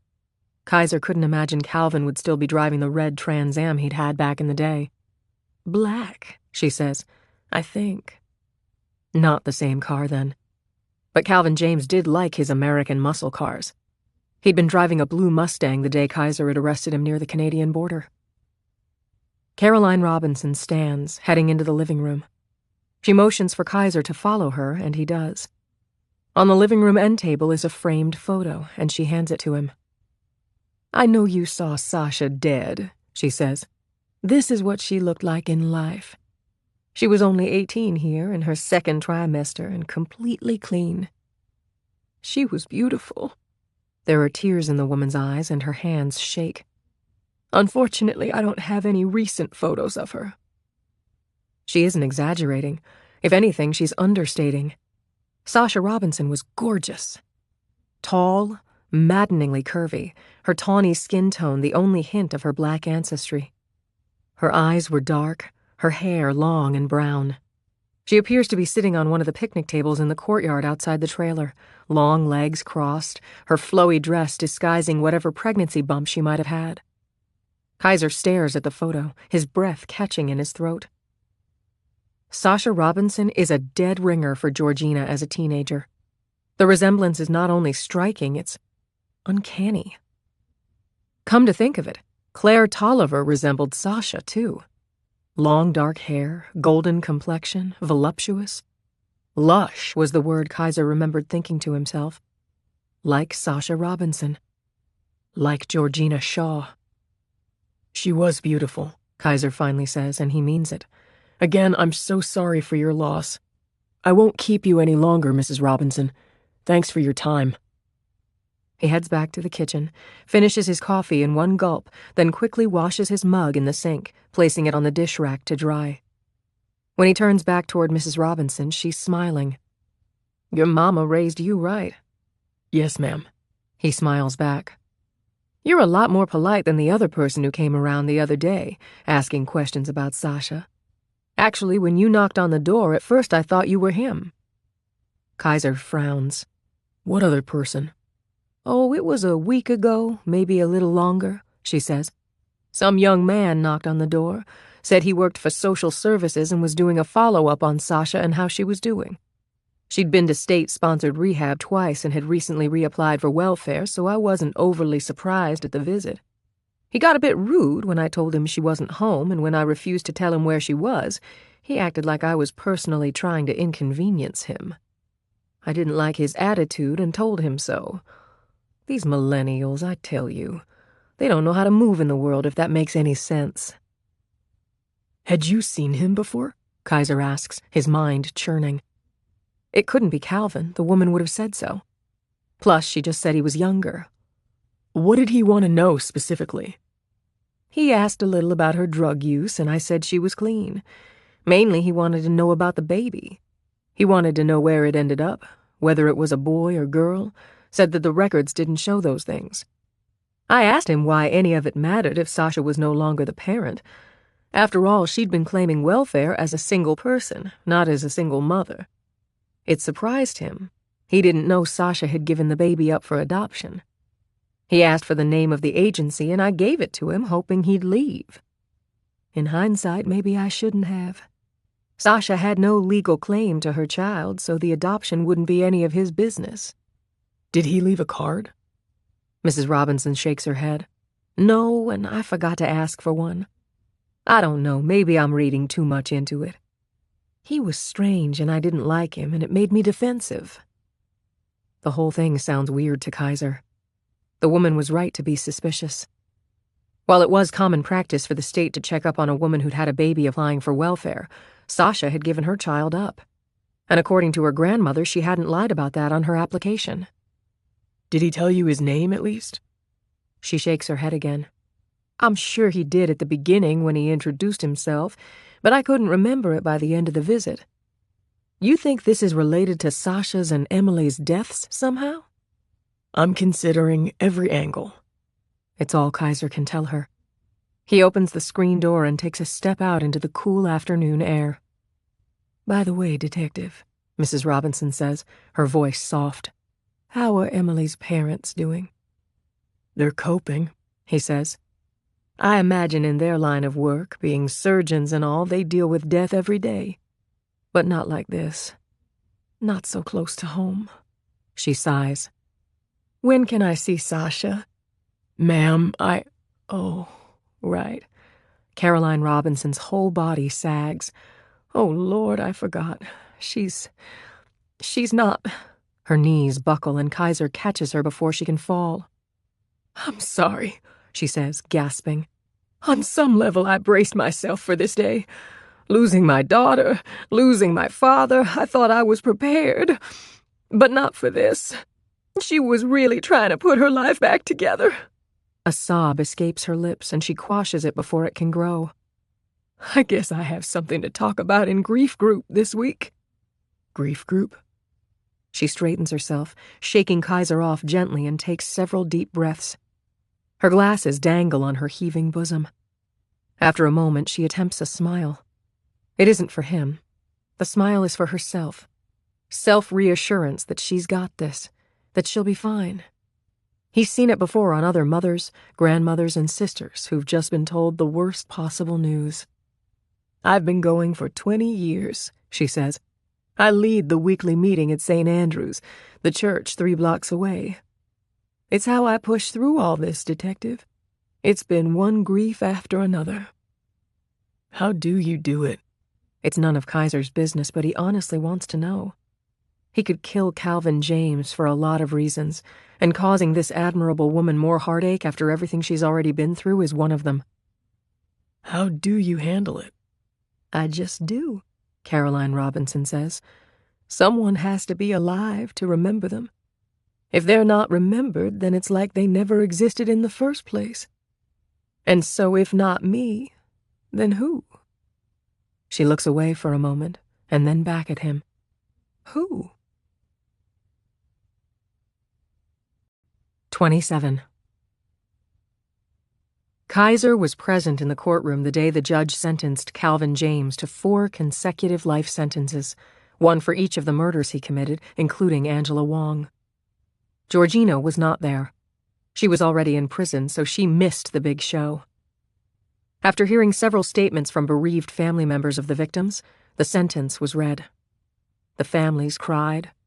Justice was served, but in criminal cases it doesn't feel like other victories. There's no reward. At most, there's a sense of relief, the closing of a chapter that never should have been written in the first place. But it doesn't fix the wounds of the injured. And it doesn't bring back the dead. Kaiser comforted Angela's parents that day in the courtroom. Candace Wong Platten hugged him tightly, whispered her thanks, and kissed his cheek, leaving a lipstick smear that would be rude to wipe away until after she left. Victor Wong had gripped Kaiser's hand with 2 hands, pumping his arms. Our girl can rest in peace, he said, tears in his eyes. Kaiser could only nod. He believed that the dead were already at peace. It was the living who suffered. Calvin James, clad in a suit and tie, looked over at Kaiser as the bailiff handcuffed him. In a few minutes, he'd be back in an orange jumpsuit. His attorney was packing up his briefcase.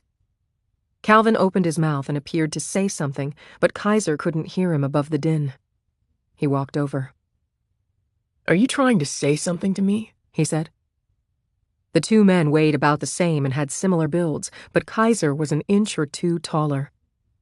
Funny to think that when he was 16 and Calvin was 21, Georgina's boyfriend had seemed so much bigger, so much stronger, so much more intimidating. Now he was just a man. A murderer, yes, but a man growing older like the rest of them, with no special skills or training, just a lust for hurting women in the worst way possible. In a fair fight, Kaiser was 98% sure he could rip Calvin's throat out. I said I was surprised they didn't give me the death penalty, Calvin said. That's a conversation for your lawyer. Kaiser glanced over at the defense attorney, who was already talking on his cell phone, then back at Calvin. Would you have preferred that? I know I would have. The bailiff had Calvin by the arm and was beginning to move him toward the side door that led to the holding cells below. From there, he would be transported to Walla Walla, Washington, where he would spend the rest of his life in prison. People like me shouldn't exist, the Sweet Bay Strangler said, looking over his shoulder. You hear me, Kaiser? People like me should not exist.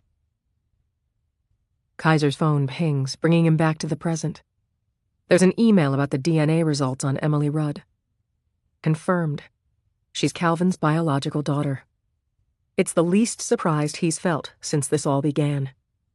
And it also confirms another important fact. Despite the few dubious sightings of the Sweet Bay Strangler across the globe over the years, Calvin James has been in the Seattle area at least twice since his escape from prison, long enough to have fathered 2 children.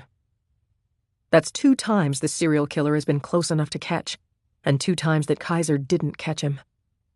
He heaves a long sigh and rubs his temples, feeling the onset of a headache. Kim is at her desk across from his in the precinct, working on something unrelated to the murders. TV shows make it look like cops work one case at a time until it's solved, and the bad guy, or girl, is arrested, tried, and convicted. In real life, it doesn't work like that. Kaiser juggles multiple cases. So does Kim. Sometimes they work cases together, sometimes they don't. She senses his eyes on her and looks up. He looks away. When he glances back again, she's up from her desk and heading toward the break room, presumably to get away from him. He's not angry she's back with her husband, especially considering she and Dave were never really apart. He's not even upset that she didn't talk to him about it first. Kim doesn't owe him anything. Kaiser knew the drill when they first hooked up, when things morphed from work to friendship to sex. But still, the sense of loss is there. He understands now how you can feel loss at the absence of something you never even really wanted in the first place. Kaiser was never fully invested in his personal relationship with Kim, and therein lies the problem. That space, that in-the-middle place somewhere in between being fully invested and not caring, simply isn't worth it. When you're in a relationship like that, it's rarely fulfilling, and all you can see is everything wrong with it. But when it's over, it stings, and you still somehow feel like you've lost. His relationship with Georgina, however, is the exact opposite. There's no in-between with her, no gray area. There's no way to be with her just a little bit. He's either all in or all out. And after yesterday, he knows he's all in. He has no choice, really. Georgina is the woman he's loved since he was 14, and nothing, no amount of years, distance, or criminal activity can make that disappear. And it's fitting, really. Kaiser has a history of picking the wrong women. Georgina fucks with his head and his heart. She diminishes his capacity for good judgment. She brings out all his protective instincts. The fact that she's an ex-convict is the least of his issues with her. As a cop, he can't afford to love someone like that. But he does, and so be it.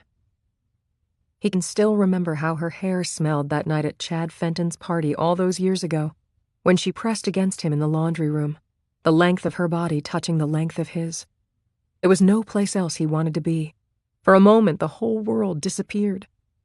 He can remember the softness of her lips and the scent of vodka-infused fruit on her breath. He remembers his physical arousal and the conflicting feelings of wanting her to know how he felt and not wanting to scare her. Nothing feels as powerful as longing for someone you can't have when you're 16. Georgina occupied all the places in his heart, the same way Calvin James occupied all the places in hers. I got a call from the lab, Kim says, and he looks up. She's back from the break room, 2 cups of coffee in hand. She places one on his desk and pulls her chair over.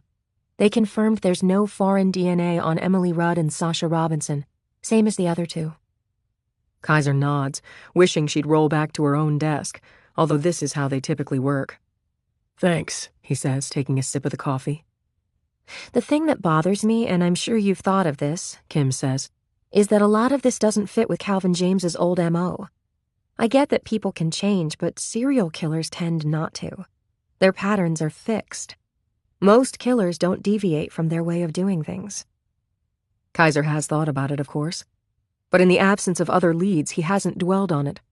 Calvin James is still the best suspect they have.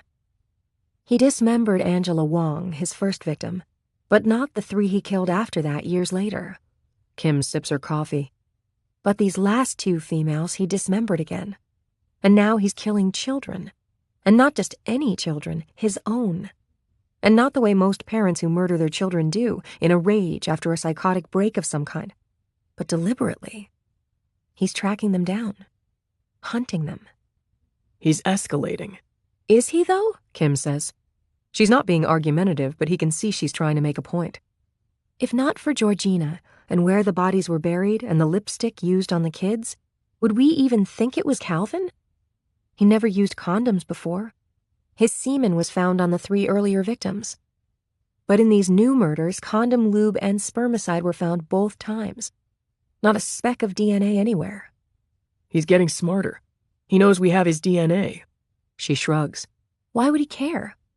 He's leaving the bodies in places that lead back to Georgina Shaw. He's using the lipstick that her old company now manufactures, which isn't widely available. He's drawing hearts on the children. He would know all of those things suggest it's him, so if he wants us to know, why not skip the condoms so that we're certain? The last 2 victims got pregnant with his children, after all, which suggests that when they were together, they didn't always use birth control. And why track them down now? The kids were 2 and 4 years old. What's the motivation for tracking down their mothers and killing them? And tracking down his biological children, both of whom were adopted into other families, and killing them, too. That takes work, planning, research, things he never did with Angela Wong or the 3 women he killed after her. Kaiser doesn't answer. He's considered all of these things, of course, but he's never laid it out as methodically and linearly as Kim just has. I think we're dealing with 2 different killers, Kai, she says. We still have to find Calvin, of course. But I feel strongly that we're looking in the wrong direction for the other one. His instinct is to argue with her and point out all the ways that she's wrong. But the problem is, she's not wrong. Play along, Kim coaxes as if she's reading his mind. Let's at least talk it out. Let's try and discuss these last 2 double homicides as if they're not related to Calvin James at all. Okay, Kaiser says with a resigned sigh. The mother and child thing is different. All by itself, usually the prime suspect would be the husband and father of the child, and we'd be looking at this as some kind of family annihilation. But we now have 2 mothers and 2 children killed in the same way.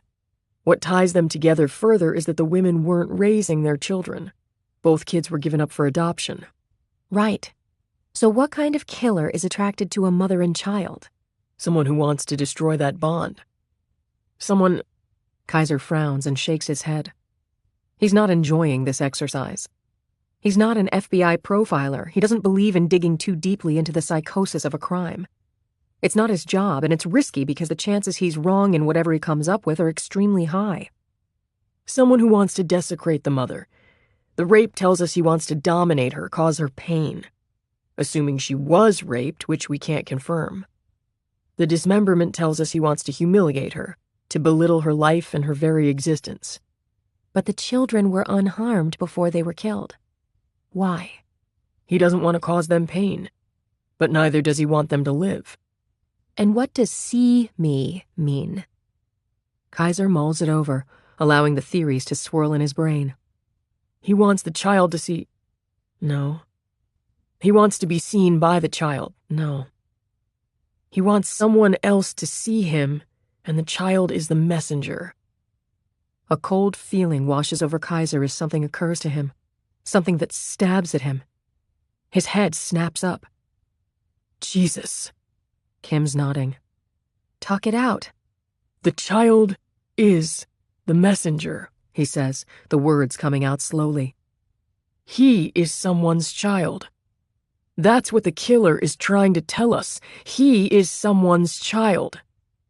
Technically, we're all someone's child, Kim says, but there's a small smile on her face. She understands where he's going with this and is pushing him to get there quicker.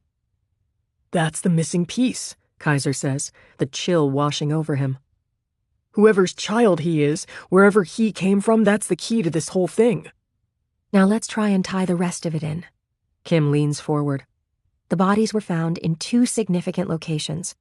The first is the woods near Georgina's house. Not just near it, right beside it. Kaiser is mentally kicking himself. He'd been so focused on the locations and the parts that tied into Georgina that he hasn't been properly thinking about the rest of it. Same place Angela Wong was buried. And the body was dismembered in the same way Angela's was. Head, upper arms, elbows, wrists, thighs, knees, ankles. Multiple shallow graves. The second site is the woods behind Georgina's high school. Victim was also dismembered. I know you don't believe in coincidences, but I need to point out that the locations could have been a coincidence, Kim says. There are only so many wooded areas in Sweet Bay. The killer might have chosen those locations simply because they worked. And he dismembered the bodies the same way as Angela? He shakes his head. Even if I could accept the burial sites as coincidences, the dismemberments can't be. But why do you think Angela was dismembered in the first place? Think about that for a minute, Kim says. We know she was cut up because her bones were found in multiple places, consistent with dismemberment. But there might not have been a psychosis behind it. The woods are dense, filled with rocks and tree roots. You can only dig so big and so deep a hole. Her dismemberment might not have been done for any other reason than practical. And if a new killer wanted to bury an adult body in those same woods, he'd probably be forced to do the same thing. It seemed odd to use the word practical to describe the reason for chopping up a body, but Kaiser understood her point. Okay. So the only real thing that ties Georgina to the new murders is the fact that the lipstick is from the company she worked for, Kim says. She was VP of lifestyle brands or something. I did a little Googling, found a 5-year-old article in Pacific Northwest magazine that profiled Ship Pharmaceuticals in Georgina.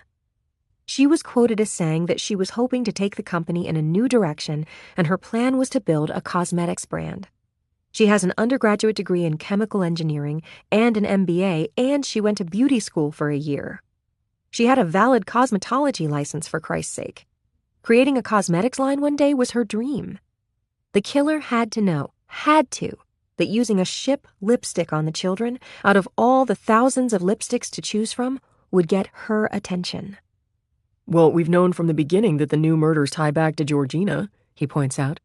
Georgina, yes, but they don't necessarily tie back to Calvin, Kim says, pounding her fist on his desk for emphasis, causing him to jolt.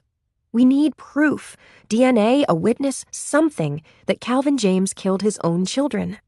And we don't have it yet. Kim's right. Jesus Christ, she's so fucking right. Despite his best efforts to stay objective, Kaiser fell down the rabbit hole that no detective worth his badge should ever fall into. He was looking to make the evidence fit his theory, instead of creating a theory based on the evidence. He assumed that because everything tied to Georgina, Calvin had to be the killer. A potentially grievous assumption. He's someone's child, Kaiser says again softly, more to himself than to his partner. But whose? Kim stands up, rolls her chair back to her own desk. You should go talk to Georgina. You always said there were things she never told you. If there's anything left to know, you're probably the only person she'll tell. You guys have history. She trusts you. She says it lightly, but he sees it then. The stiffness of her body language, her lack of eye contact, the downturn of her lips. Married or not, the end of their affair is Kim's loss, too. 28. Kaiser met Georgina in science class. They were freshmen. It was the first day of school, and the first thing he thought was that she smelled amazing. The second thing he thought was that she was beautiful. Not in an obvious way, like Angela, whose presence could never be ignored even on her worst day, but in a subtle, underappreciated way. The kind of beauty that isn't trendy or obvious, the kind of beauty that seems plain at first glance until you get to know her better, the kind of beauty that doesn't blossom until well after high school. You can't tell girls like this they're beautiful. They won't believe you. But that's part of what makes them beautiful. Because it doesn't matter. Georgina took a seat right in front of Kaiser, her long dark hair brushing the edge of his desk as she opened her binder to a fresh sheet of 3-hole lined paper. The classroom was only half full, and she had her choice of desks. She clicked a pen filled with purple ink and wrote the date on the paper. September 3rd. She turned around. I'm Geo, she said. Geode? He said, misunderstanding her. What kind of messed up name was that? Like a rock? Geo, she said, spelling it out. Short for Georgina, but I hate that name, so please don't call me that. Why not? It's pretty. You might like it someday. Doubt it. Her name is Geo and she dances on the sand, he sang. He couldn't help it. Like I haven't heard that one before. She rolled her eyes at his terrible rendition of the Duran Duran song, Rio. That song came out when I was, in kindergarten. You're just like my dad, a big fan of 80s music. Well, that killed it. No teenage boy wants to be compared to a girl's father. It shut him up, and she turned back around. For the rest of the class, all he could see was the back of her perfect head. Sometimes he'd kick her chair accidentally on purpose, so she'd turn around to tell him to stop it. It was stupid, he knew, but he was smitten. The friendship that followed was instant and easy, built on their shared struggle with science and desire to annoy the shit out of each other. He didn't like Angela when Georgina first introduced them. Her best friend bossed her around a lot and would pull her away often to talk about girl stuff, which made him feel like the third wheel he was. But he and Angela grew on each other over time, and by homecoming, freshman year, the three of them were inseparable. Oh, he had guy buddies too, but his closest friends, his best friends, were 2 girls. And they trusted him, told him things about teenage girlhood most boys would never be privileged to know. He was often the voice of reason when they couldn't make a decision on what to wear or eat, the one who could tell them which boys they liked were douchebags and which were okay, the one who played referee when they squabbled with each other, which wasn't often, but when it happened, it was World War III for all of them. He never told Georgina he was in love with her, but Angela knew, and they talked about it a few times. One of Angela Wong's best traits was that she was honest. Unfortunately, it was also one of her worst. She had no problem telling you if your outfit looked like shit, if your taste in music was abhorrent, if you had something stuck in your teeth. She doesn't think of you like that, Angela said to Kaiser one August afternoon, the summer before junior year started. They were at the mall and he was helping her shop for some new party outfits, which basically meant heaping effusive praise on everything she tried on. Gio and her dad had gone to visit her grandmother in Toronto for the week and he'd been forced to step in. Like what? as more than a friend. You've been in the friend box for 2 years. Telling her how you really feel isn't going to change that. All it will do is make her feel bad because then she'll be forced to tell you she doesn't feel the same way. Which, even though you knew it was coming, will feel like she lit a match and set you on fire. And then guess what? Angela turned to him, looking pissed off, although none of this had even remotely happened yet. At the end of the day, nothing will change. You'll stay friends, but now it's awkward. And by awkward, I mean awkward for me. But I really think... Start talking to other girls, she said, pivoting in front of a 3-way mirror, her glossy black hair swinging as she turned this way and that. She was wearing a pink dress that looked great on her, but judging by the displeasure on her face, great wasn't good enough. You're a junior now. You're not my type, but you're cute. You'll have girls lining up this year. Start asking some of them out, see how it feels. Angela disappeared a couple of months later. It was hard to believe at first. There was a rumor that she ran away, but that didn't make sense to Kaiser, because his friend had zero reason to leave her life. The only theory that did make sense was that something bad had happened to her, but nobody wanted to accept that. It was incomprehensible. The sudden absence of Angela Wong created a huge hole where she had once been, and the only person in the world who could understand the unique sense of loss that Kaiser felt was Georgina. They should have freaked out about it together, supported each other, held each other up. Instead, Georgina pulled away. It started the Monday after Chad Fenton's party, which was the last time anyone could remember seeing Angela, and the night Kaiser decided to ignore their best friend's advice and take his shot. After that weekend, Gio started avoiding him. It was subtle at first, not returning his calls, sitting in the library instead of eating lunch in the cafeteria, going straight home after school instead of finding him so they could go to the 7-Eleven. He chalked it up to her being upset about Angela and feeling awkward because of their kiss. But a couple of weeks later, it grew worse.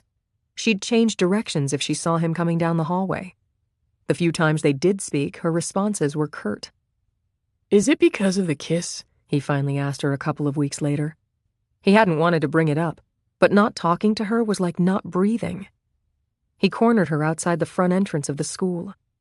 He didn't understand any of it. Their best friend had disappeared. Who better to help each other through it than each other? She had laughed at him. Laughed.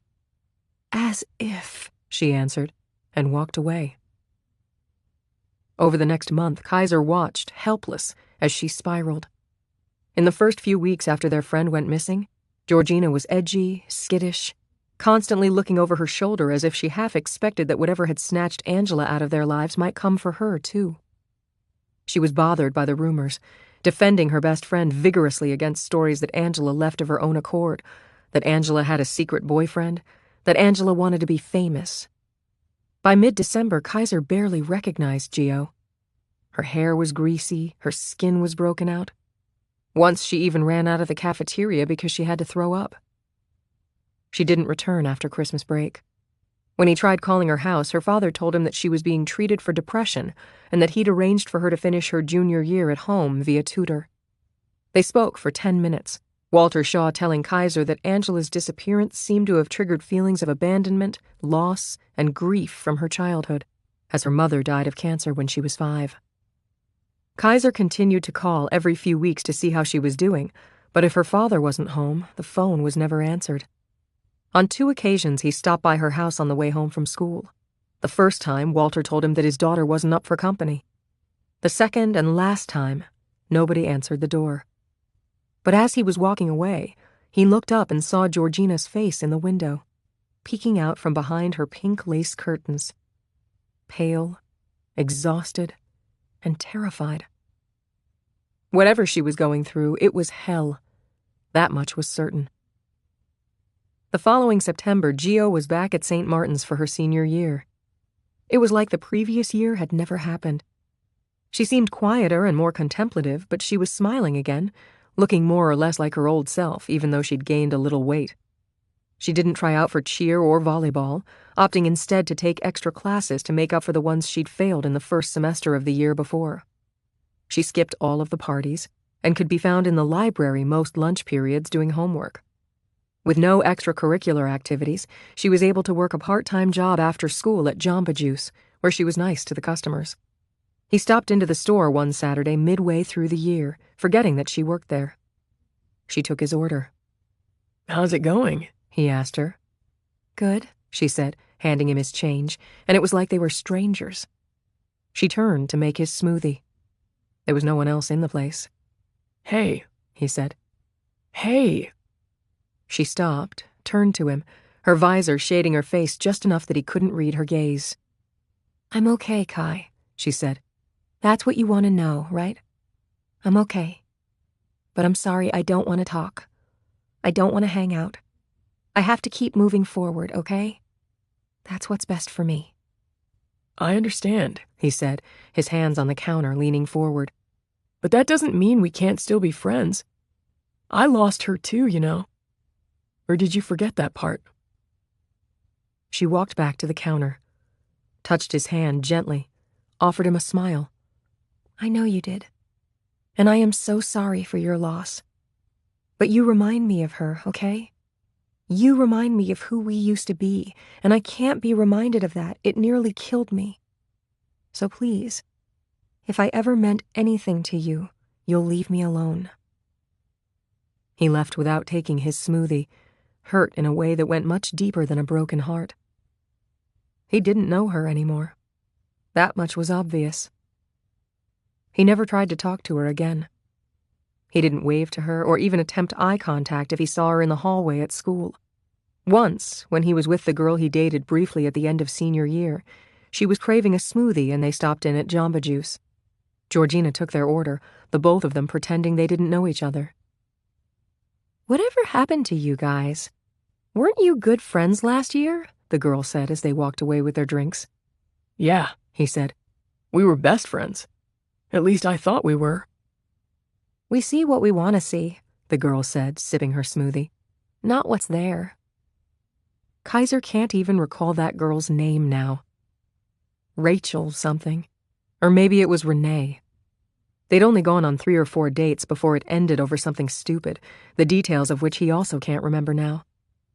But he'll never forget her words that day, which, cheesy and cliché as they were, sounded so profound to his not-quite-18-year-old ears. He knows now what happened to Georgina. He knows why she stayed away from St. Martin's junior year, why she hid at home, why she refused to see him.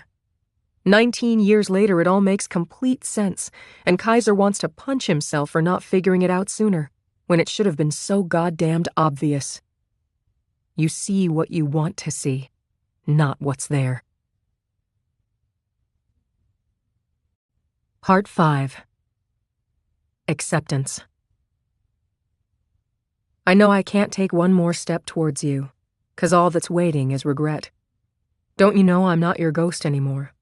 You lost the love I love the most. I learned to live half alive, and now you want me one more time.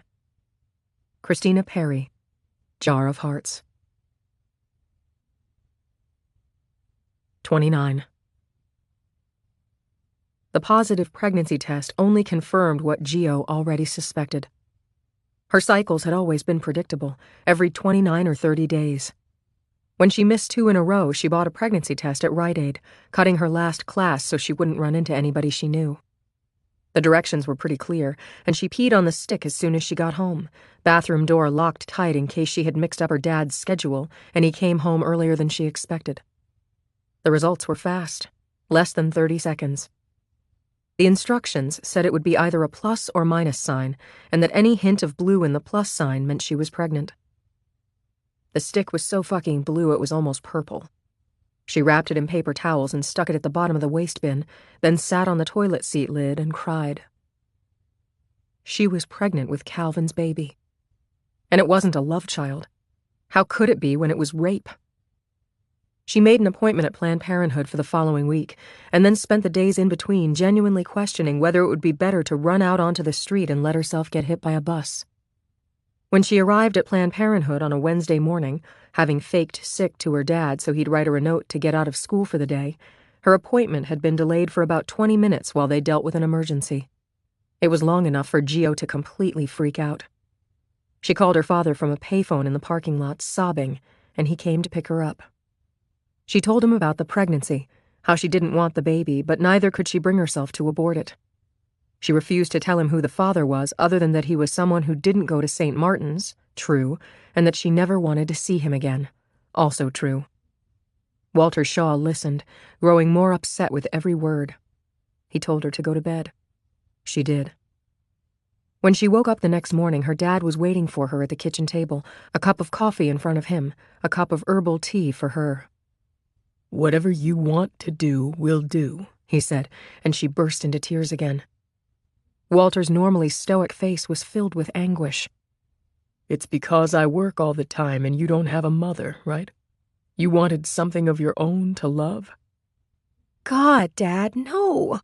Despite her emotional state, Gio managed to roll her eyes. It just happened. Trust me, this wasn't anything I wanted, even on a subconscious level. "If you were sexually active, I could have made you an appointment at the—" Dad, please! Gio knew her face was red. She felt the heat creep up her neck and stop at her eyes. I wasn't sexually active. It only happened one time. She closed her eyes, remembering the weight of Calvin on top of her, her inability to move or draw anything deeper than a shallow breath. No, she hadn't wanted it. Yes, it was rape. No, she couldn't tell anybody. If she told someone and they arrested him, who knew what Calvin would say? About Angela. About her. Sometimes karma came for you later. Sometimes karma came for you right away. "So what do you want to do?" Walt asked her gently. I think adoption makes the most sense. Not that I can imagine giving birth. Oh, God. She shuddered. She couldn't let herself think about that now. But I can't imagine getting rid of it. And I can't imagine being a mom. Her father nodded. It was hard to tell how he felt about what she had said. It would certainly make both their lives easier if she had an abortion. An abortion meant she could finish out her junior year with nobody the wiser. Her body wouldn't have to change, no weight gain, no stretch marks. There would be no painful delivery, no watching someone take the baby, no having to live with wondering what kind of person he or she would grow up to be. She was 9 weeks along. It wasn't even a real person, right? But it was. To her, it was. But I can't go to school pregnant, Dad, she said. I don't want anyone to know. Walt's face was set, but grim. "I'll speak to your guidance counselor. We'll figure it out." He cupped her chin with a warm hand. "Are you sure about this? If you don't want to have it at all, that's okay. It's your decision, and there's still time." I can't, she said. I can't deal with any more death. Of any kind. Walt assumed she was talking about her mother, which she was, but only to a degree. They agreed she would finish out the first semester, but Gio was so nauseated she was missing school anyway. After Christmas break, she didn't go back. She wrote her exams by proxy, then did the rest of her courses via correspondence and tutor. It wasn't too difficult to conceal her changing body. She carried small and spent most of her days in her dad's old shirts and a pair of sweatpants that she rolled below her belly. If she did need to go out, to a doctor's appointment or to the library, she wore a bulky jacket or sweater. It was ironic to her how she could spend those days with someone else all the time, her baby growing inside her, and still feel utterly alone. It was almost like her pregnancy was the culmination of all her secrets in physical form. By her 5th month, she was working with an adoption agency which passed along several family profiles so she could select the adoptive parents.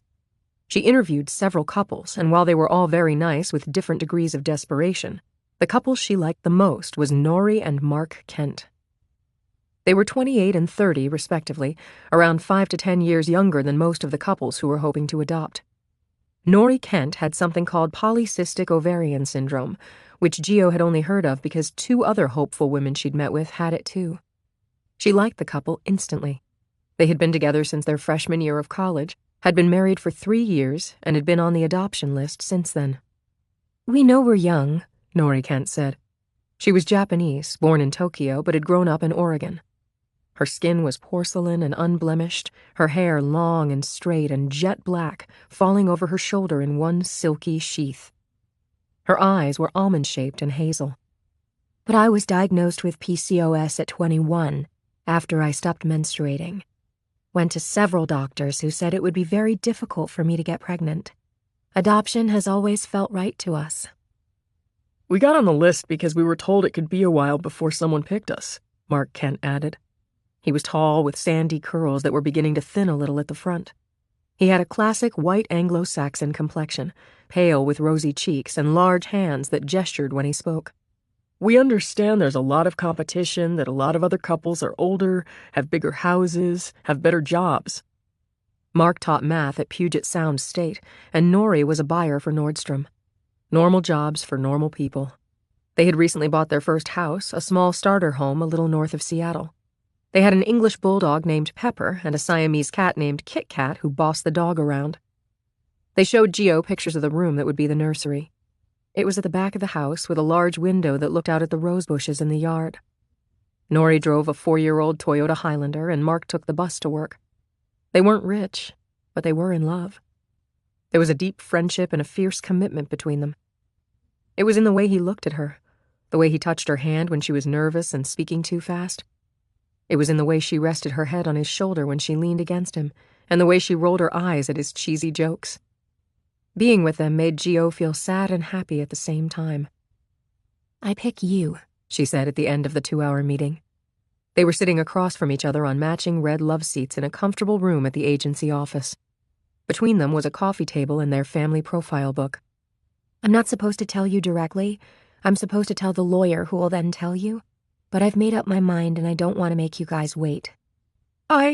Norrie began, and then she burst into tears. "Are you sure?" Mark Kent said.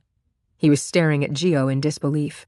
"Because we understand if you need a couple of days." "I pick you," Gio repeated. She stood up, struggling a little to get up out of the deep sofa. Mark reached out a hand, but she waved him off with a smile. "Why?" Mark Kent asked, his eyes shocked and huge, and his wife turned to him with a look that said, "Oh God, don't ask her that. What if she changes her mind?"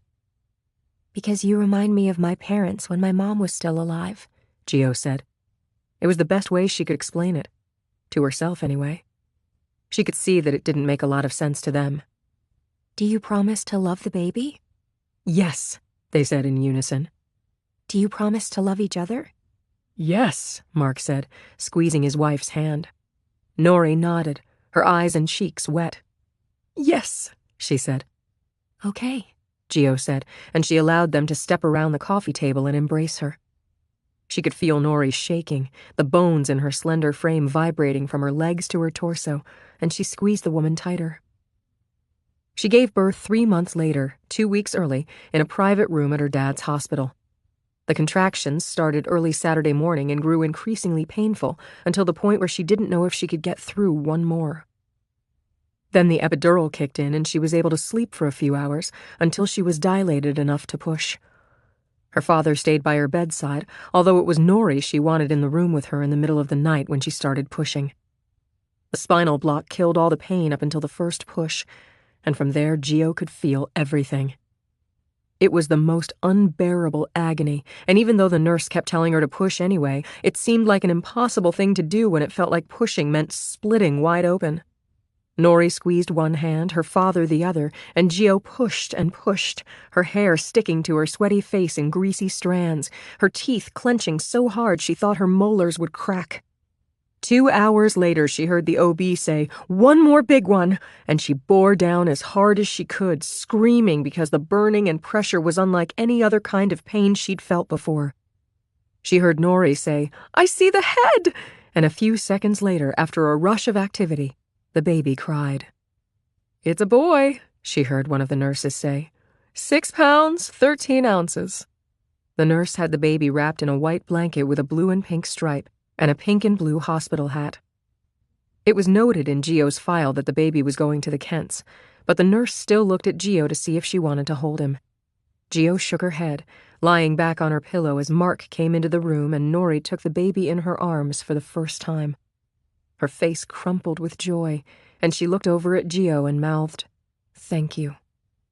Exhausted, Gio fell into a deep sleep. When she awoke, it was late the next morning. Her father was drinking coffee and reading the newspaper in the small chair in the corner of the room. She was incredibly sore. The epidural had worn off and she felt like she had been run over by a truck. Everything hurt. Her vagina felt like someone had punched it 1,000 times. There was a glass vase filled with pink and white flowers near the bed, and a letter with her name on it. "It's a letter from the Kents," her dad said. "Do you want to read it now or later?" "Later," Gio said, looking down at herself. She was surprised to see she still looked pregnant. She had naively assumed that once she gave birth, everything would snap back to normal, but apparently that wasn't the way it worked. Her belly was still large, but it was deflated, empty. The baby she had carried inside her was gone. She had never seen his tiny face, never held his tiny hand, never got to say hello or goodbye, which was how she planned it. But the ache in her heart was deeper and more painful than the ache in her body.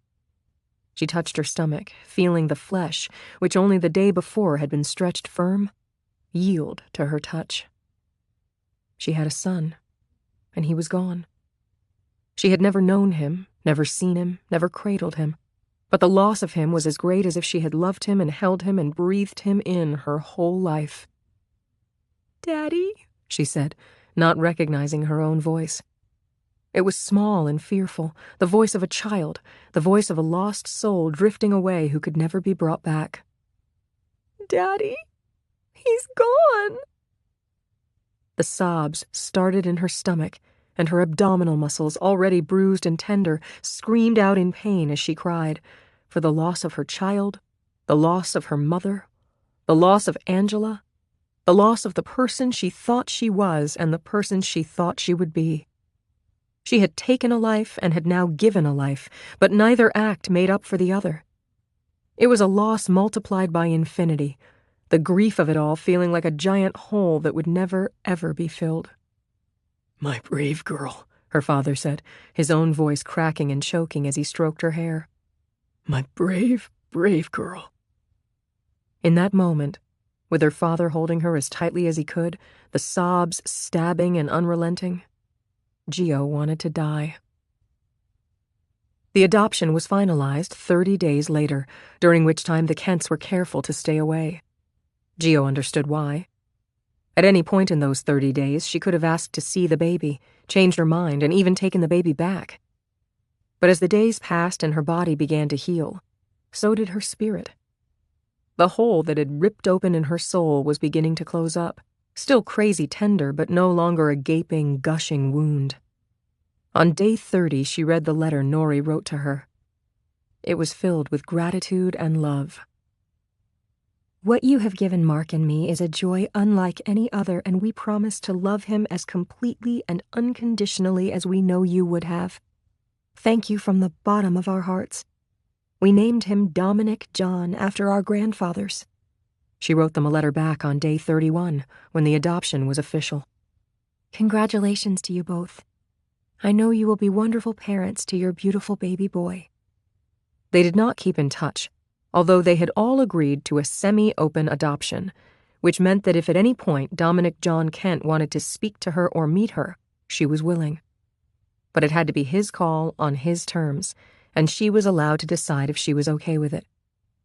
Gio stroked the pile of letters beside her, the ones written on blue stationery, the ones that kept coming in prison that she couldn't bear to read but couldn't bear to throw away. She's read them all several times by now, letters from the son whom almost nobody knew she had. Dominic is now 18, older than she was when she had him. "Dear Ms. Shaw, I am your biological son, Dominic." He wants to know her, to talk to her, to fill the gaps in his life that are there despite Gio's best efforts to pick good parents for him. His letters are well written, full of details that break her heart. How could she have known that when Dominic was 5 years old, his adoptive parents would divorce? And that Mark Kent would marry the woman he cheated on Nori with and go on to have 2 biological children of his own with her? And that Mark would eventually give up full custody of his adopted son, whom he hardly saw anymore anyway, to Nori, who would never remarry and instead bring home boyfriend after boyfriend in an attempt to heal the anger and bitterness she felt over Mark's betrayal. And that one of those boyfriends, the last one, would touch Dominic in a way that no little boy should ever be touched. Or that one day, Nori would die in a car crash because her pedophile boyfriend was driving drunk, leaving Dominic in the care of one disinterested extended family member after another, before he finally, inevitably ended up in the foster care system. How could Gio have known that choosing her baby's parents based on what she thought she saw and on what she thought she felt would all turn out to be lies and bullshit, because in the end, people are only out to protect themselves? How could she have known that her son was going to have a terrible life?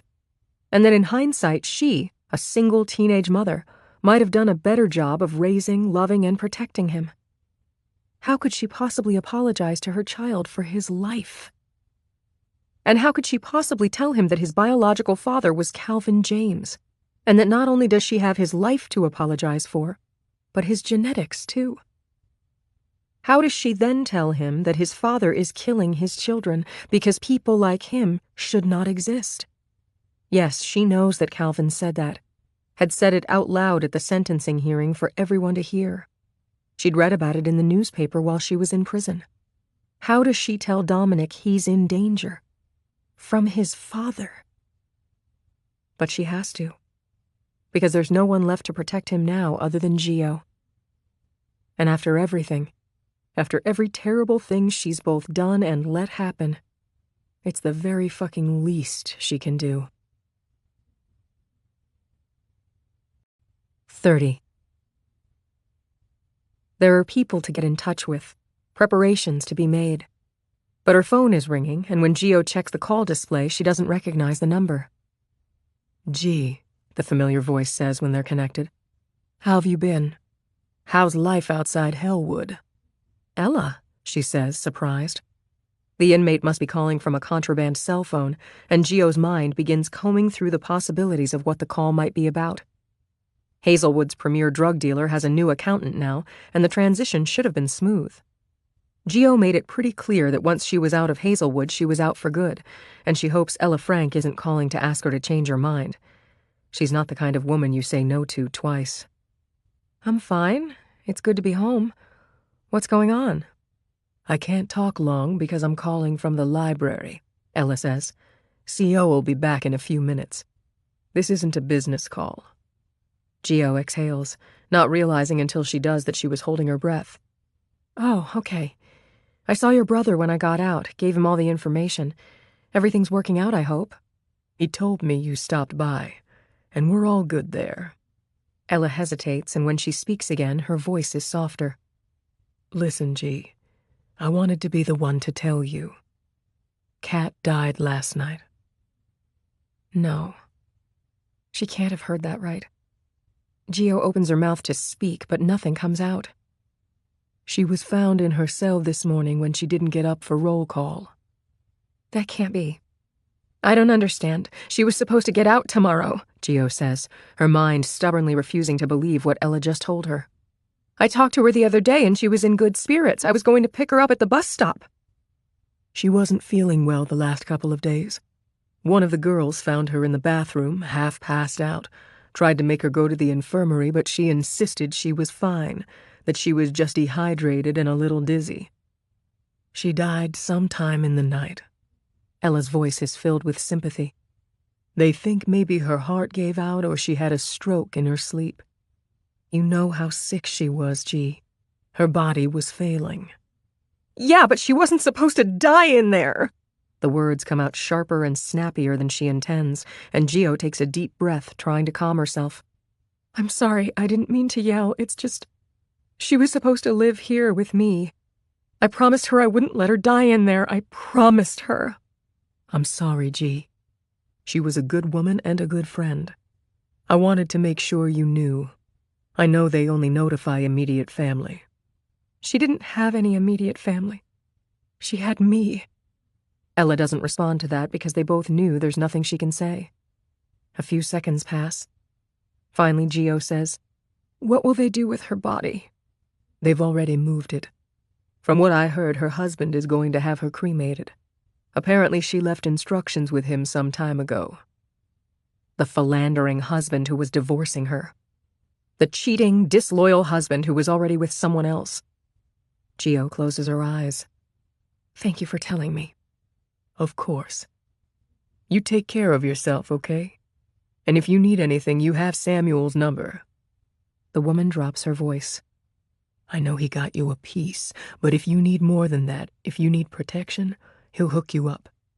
I told him to watch out for you. I know you got stuff going on. I've been watching the news." "Thanks," Gio says again, but her voice is hollow. They disconnect, and the tears come then, hot and fast and furious. Her body racks with sobs. She's only loved 3 women her entire life, her mother, Angela, and Kat, in that order. And now all 3 are dead. Enough. Enough already. She can't bring back the dead, but she can protect the people she loves who are still alive. Her son, for instance. The doorbell rings as she's walking into her father's home office, and she peeks out the window to see who it is. It's a police car, and the man standing at her front door is in uniform. Not Kaiser, then. She ignores the doorbell when it rings a second time and seats herself at Walter's desk. Her father has a laptop that he uses to catch up on work at home, and it's not password protected. As she boots it up, she glances out the window again and sees the police car is still there. The engine is shut off, and the officer inside appears to be talking on the phone. Gio's iPhone rings. It's Kaiser, but she doesn't answer. A few seconds later, a text message appears on the screen. "Where are you? Have placed police detail outside your house. Don't be alarmed, taking precautions. We'll stop by later to explain. When you get home, stay home." She doesn't reply. She's already home, and there's business to take care of. Family business. She finds Facebook and logs in, activating her old account for the first time in more than 5 years. She could have accessed Facebook through her illegal smartphone in Hazelwood, but it doesn't exactly add to the prison experience to scroll through pictures of weddings, new babies, new houses, new puppies. She couldn't give a shit about politics and who was blue and who was red. She didn't care about who had found spiritual enlightenment, who was checked into the gym, or what someone's fancy meal looked like at the fancy restaurant they'd eaten at the night before.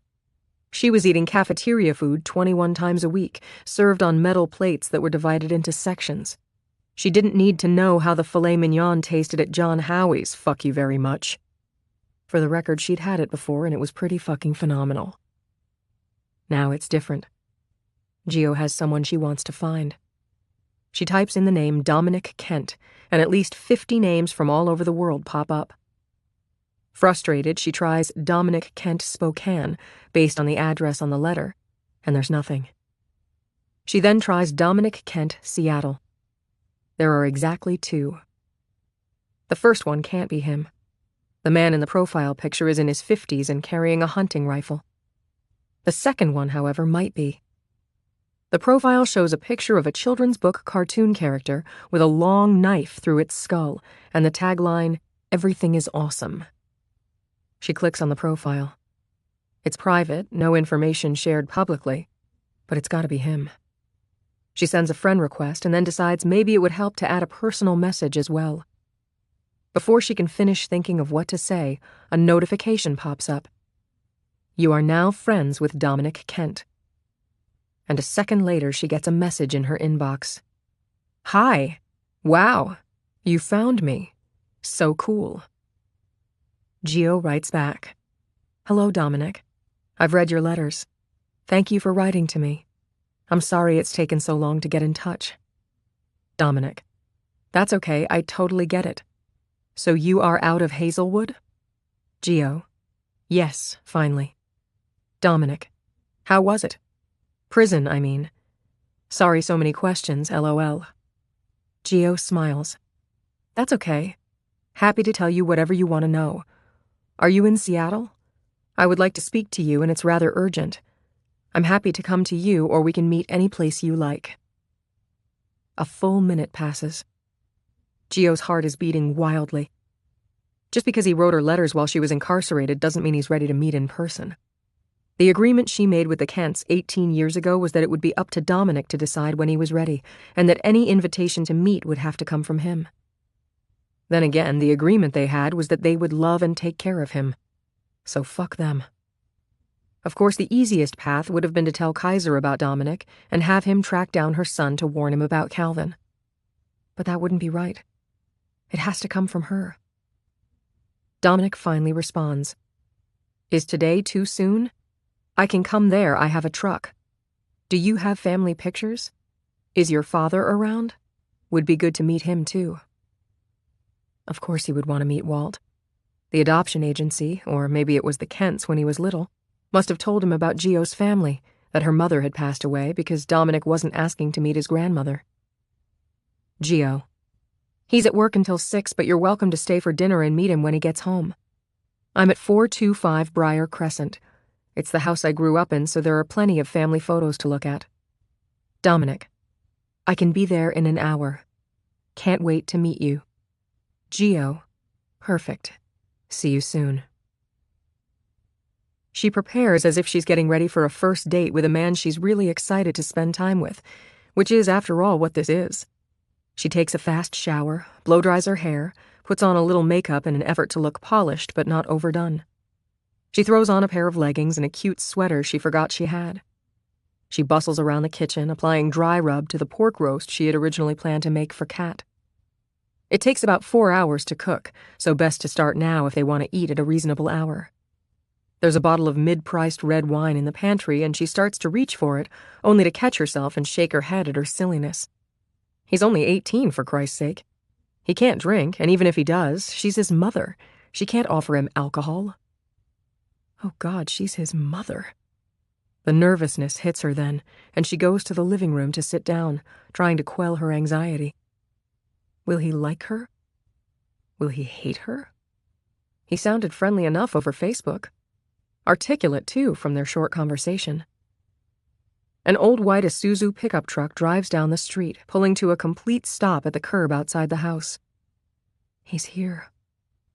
The police officer assigned to protect Gio immediately steps out of his vehicle, and Gio opens the front door.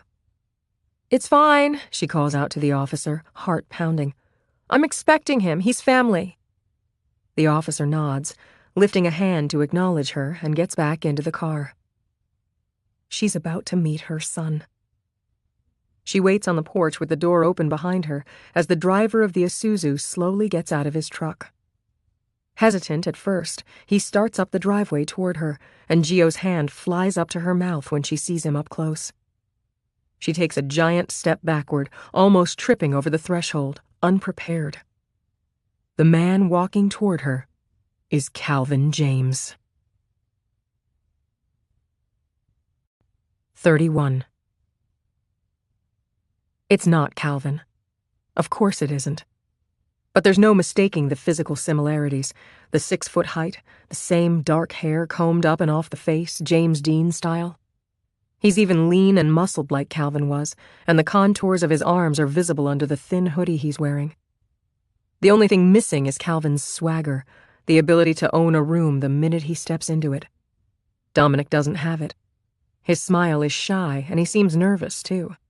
But he's still a teenager. The confidence may come in time. Hi, Gio says, and the word comes out in one long, breathy syllable, making her sound like a valley girl. Hi. Hello. Thanks for inviting me over. Dominic's voice is deep, identical in tone to Calvin's, which also catches her off guard. But Calvin had a lazy way of speaking, and in contrast, his son speaks a bit faster with more precision. More like Walt. There's a police car outside. Everything okay? She's flustered, but he seems to be as well, and they exchange awkward smiles. Everything's fine, she says. Don't worry about it. He won't bother us. Please, come in.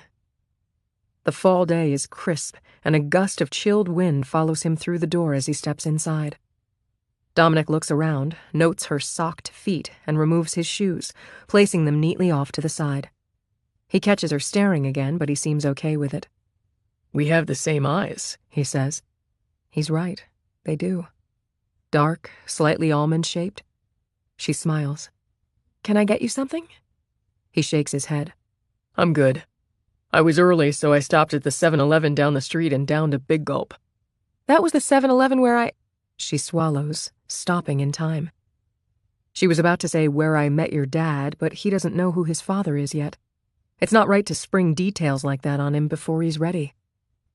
He waits politely for her to finish what she was going to say, and when she doesn't, he looks around again. She's wringing her hands and forces herself to stop, gesturing instead toward the living room. There are pictures on the mantel, she says. Go and look.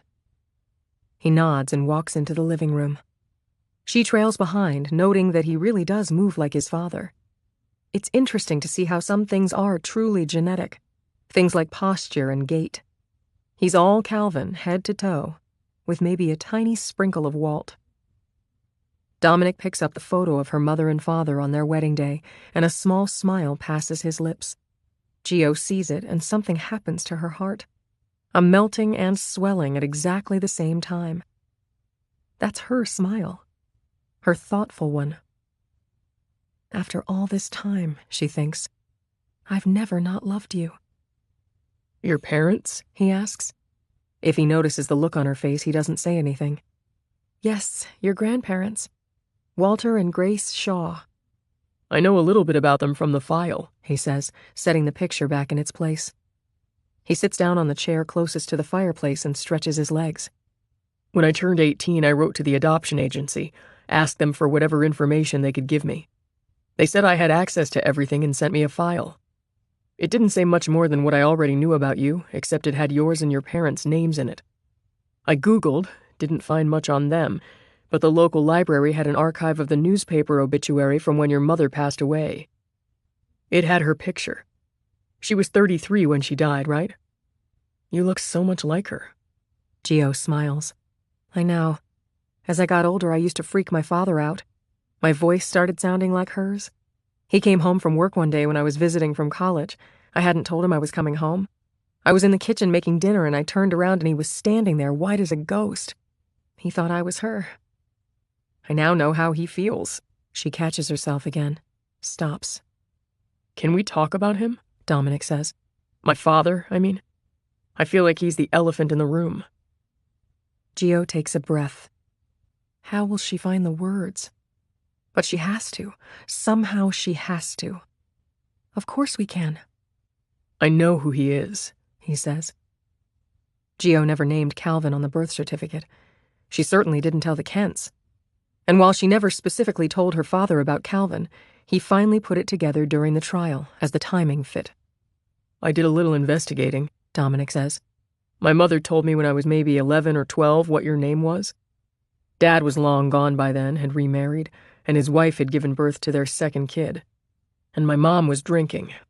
She drank a lot. Not in the early days, but after they got divorced. I'm sorry, Gio whispers. We were living in Vancouver at the time, had been there for a couple years already. Mom got a job at one of the universities and her parents were there. She wanted to live closer to them after the divorce. It was why my dad agreed to sign over custody of me. She couldn't move me to Canada without his consent, but apparently he didn't feel too bad about it. Was kind of relieved to be done with me from what I hear. I barely saw him anyway. I'm sorry, Gio says again. The matter-of-fact way that her son was speaking about all this also reminded her of herself, and it hurt her. She knew that the more unemotional he sounded, the more painful it actually was. I'm not, he says. People change. They say you don't love adopted children any differently than biological children, but I know for a fact that's not true. I remember visiting Dad and Lindsay, his new wife, right after they had their first baby, a boy. I overheard Dad in the nursery through the baby monitor. He was trying to get Holden to go to sleep, and when he finally did, Lindsay said, "Is this like when Dominic was born?" And Dad said, "No, this is better." Gio winces. Oh, God. He should never have said that, and you should never have heard it. Not every adoptive parent feels that way. Just the ones I picked for you, apparently. Dominic shrugs. Anyway, when my mom told me your name a couple years later, I looked you up, found your mother's obituary from way back. And later I found a bunch of other stuff. By that time, you were testifying at a murder trial. Gio closes her eyes. Yes, that's right. The article I read said that you and the accused used to be boyfriend and girlfriend. When you were in high school, when you were 16. I did the math, and then I saw his picture. We look a lot alike. The understatement of the century. Yes, you do. So he is, right? Dominic says. The Sweet Bay Strangler is my father? She wishes to God that he hadn't used the nickname. She's horrified he even knows it. And though her son already knows the answer, it's clear from the way he's looking at her that he needs her to confirm it. Because she's the only person in the world who can. Yes, Calvin James is your father. Dominic doesn't move, doesn't react. His eyes grow distant, and for a moment he's somewhere else, thinking about something else. The life he might have had, perhaps? Did you kill her? He asks. What? Gio blinks. Angela Wong, Dominic says. I followed the trial. You signed a plea deal. But did you kill her? A lot of people think you did and that you got off easy. Again, he says it with no trace of emotion, no judgment. There's only one way to answer, which is truthfully. After everything he's been through, the life he's led, and his goddamn genetics, the least she can do is answer his questions as honestly as she can. I didn't kill her, she said, but I helped Calvin cover it up. And then I lied. To the cops, to her parents, to my father, to our friends, to everyone. And you got away with it for a long time. Gio wants him to understand. I honestly expected to be caught. I thought they'd figure it out. But somehow nobody did. Year after year, nobody did until 14 years passed. Why didn't you turn yourself in? If you didn't kill her and you were only 16, why not come clean? You were practically a kid. I bet nothing would have happened to you. Gio slumps. Obviously, she expected they were going to talk about this, but she didn't expect the conversation to be so hard, for Dominic to be so purposeful in his quest for information. She desperately wants to give him an answer that makes sense to him, but she isn't sure that it's possible, since she's not sure it makes sense to her. I think I justified it by telling myself it wouldn't bring Angela back, she finally says. That she knew I loved her, and I was sorry and never meant for any of it to happen. I was very, very drunk that night, which I know doesn't excuse anything, but I was, and if I hadn't been, I might have been able to save her. But I didn't, and she died. And her family... Closing her eyes, Gio takes a deep breath. They suffered because of me. They spent years wondering what happened to her, making themselves sick over it, and all that time I could have given them answers. I didn't, and then 14 years later when the truth came out, they had new, fresh grief to deal with. Covering up her death was a mistake, Dominic says. Even if you killed her, that might have been forgivable. But lying about it for so long? Moving on with your life while her parents suffered, wondering what happened to their kid? I mean, that's a character issue. That's really the part that makes you a terrible person. He says it with no trace of humor or irony or bullshit. They are simply words, strung together in a specific way, and they cut deeper than any knife or blade could have. And there is no way to defend herself. He is absolutely right. Her son, only 18, has pegged her in one breath. Because she is a terrible person. Yes, she whispers. I know now where I get it from. Dominic cracks his knuckles, glancing over at the mantel where the family pictures are once again. Between my biological parents and my adoptive parents, there was really no hope for me, was there? Nori and Mark never really loved me, I don't think. But they did, Gio says. She knows she sounds desperate, but she wants him to have something good, something positive to hold on to. I saw their faces the day you were born. They were over the moon with joy. No, you saw her face, Dominic spat. My mother told me all about that day. She was thrilled, but he looked like he was going to throw up. Shit. That was true. Gio's mind flashes back to Mark Kent's face. How pale he looked, as if he couldn't believe this had actually happened, his eyes roving from side to side as if seeking an escape route. She hadn't really noticed at the time. Or had she? My mother was always honest with me, he continues. Maybe too honest, you know? Like maybe she should have filtered some things because as a kid there were certain things that I probably didn't need to know. She told me the real reason they adopted me. They had been together since college and Dad was getting bored. He'd already cheated on her a bunch of times. She thought a baby would fix things, that if they had a family he wouldn't go anywhere, but she couldn't get pregnant. She had ovarian issues. He said the last two words in a voice dripping with condescension. So they started the adoption process. She didn't really expect to get a baby out of it. They were young, not much money, had bought their first house. She thought maybe the experience would bring them closer together, prove to Mark how bad she felt that she couldn't give him kids of his own. I didn't know all of that, Gio says, blinking away hot tears. It's getting worse and worse, and she hadn't even told him the worst thing of all yet. I really didn't. They looked so in love, totally committed. I guess you saw what you wanted to see. She hangs her head. Again, he was right. She had interviewed several couples before the Kents, couples who were older, had been together longer, had tried for a baby much harder. Why hadn't she picked one of them? Because she has terrible fucking judgment. About everything, all the time. That's why. Anyway, she died, Dominic says, the matter-of-fact tone back in his voice. The last boyfriend, the one who was abusing me, was an alcoholic. They were coming back from dinner, he'd had too much to drink, as usual, and he crashed the car into the side of a building. Do you know that fucker is still alive? She died instantly. The airbags didn't deploy properly on her side. But he's alive and living somewhere in Idaho. He's a paraplegic, but whatever. I'm so sorry. Gio can't seem to stop saying it. She's full out crying now, and she wipes the tears away furiously. Dominic, I'm sorry. I never wanted this for you. Then what did you want? Her son asks her. His gaze doesn't waver. His face is open, his dark eyes alight with what appears to be genuine curiosity. I'd really like to know that, Georgina. What did you want? What did you think, getting pregnant at 16 by a murderer? I didn't want— There had to have been signs, Dominic says, oblivious to her reaction.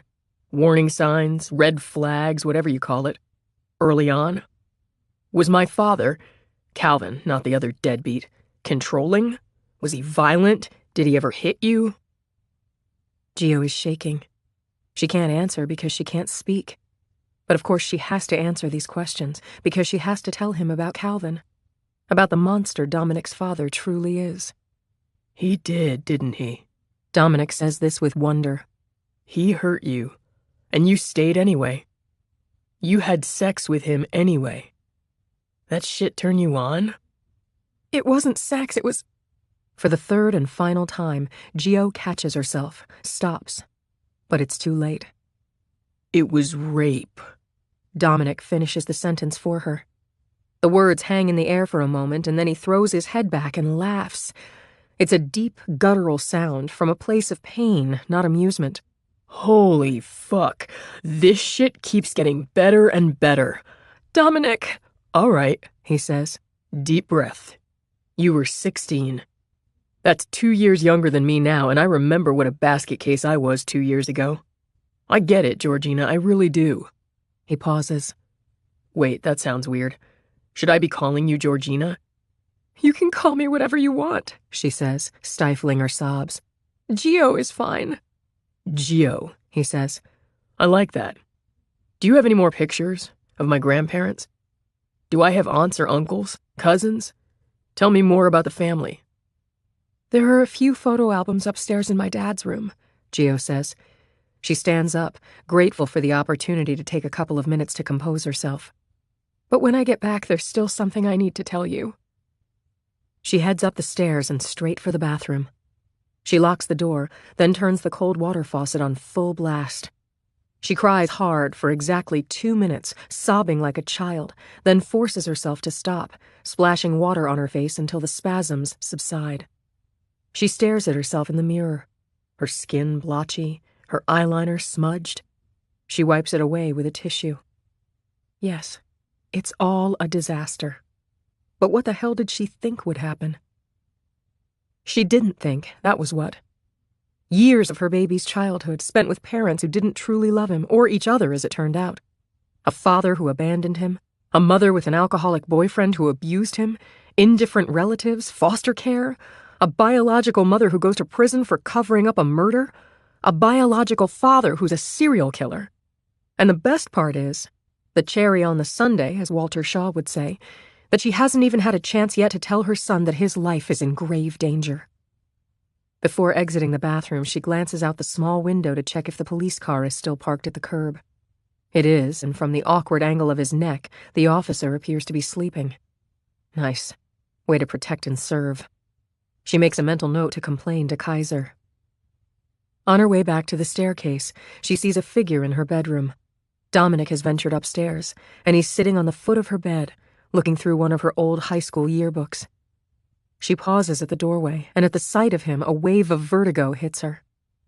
Sitting there casually, not a care in the world, when her father's not home. Just like Calvin. He glances up, smiles, and it's as if the horrible conversation they'd had downstairs 3 minutes earlier never happened. He pats the place beside him. Sit, He says, as if he's the parent and she's the child. This is cool. Your sophomore yearbook, I think? I couldn't find your junior yearbook, which I suppose makes sense because you would have been pregnant with me. She takes a seat beside him on the bed. Yes, I finished my year here at home. This was her? He says, pointing to a grainy black and white photo of Gio with Angela. It was taken after one of the Friday night football games, a candid shot of the two of them laughing, ponytails swinging, white pom-poms in hand, dressed in matching long-sleeved sweaters and tiny skirts with the Bulldogs emblem. This was Angela? Yes, Gio says. She hasn't seen that picture in decades, and it hurts to see it now. She was beautiful, he says, and again his voice contains no trace of judgment. But so were you.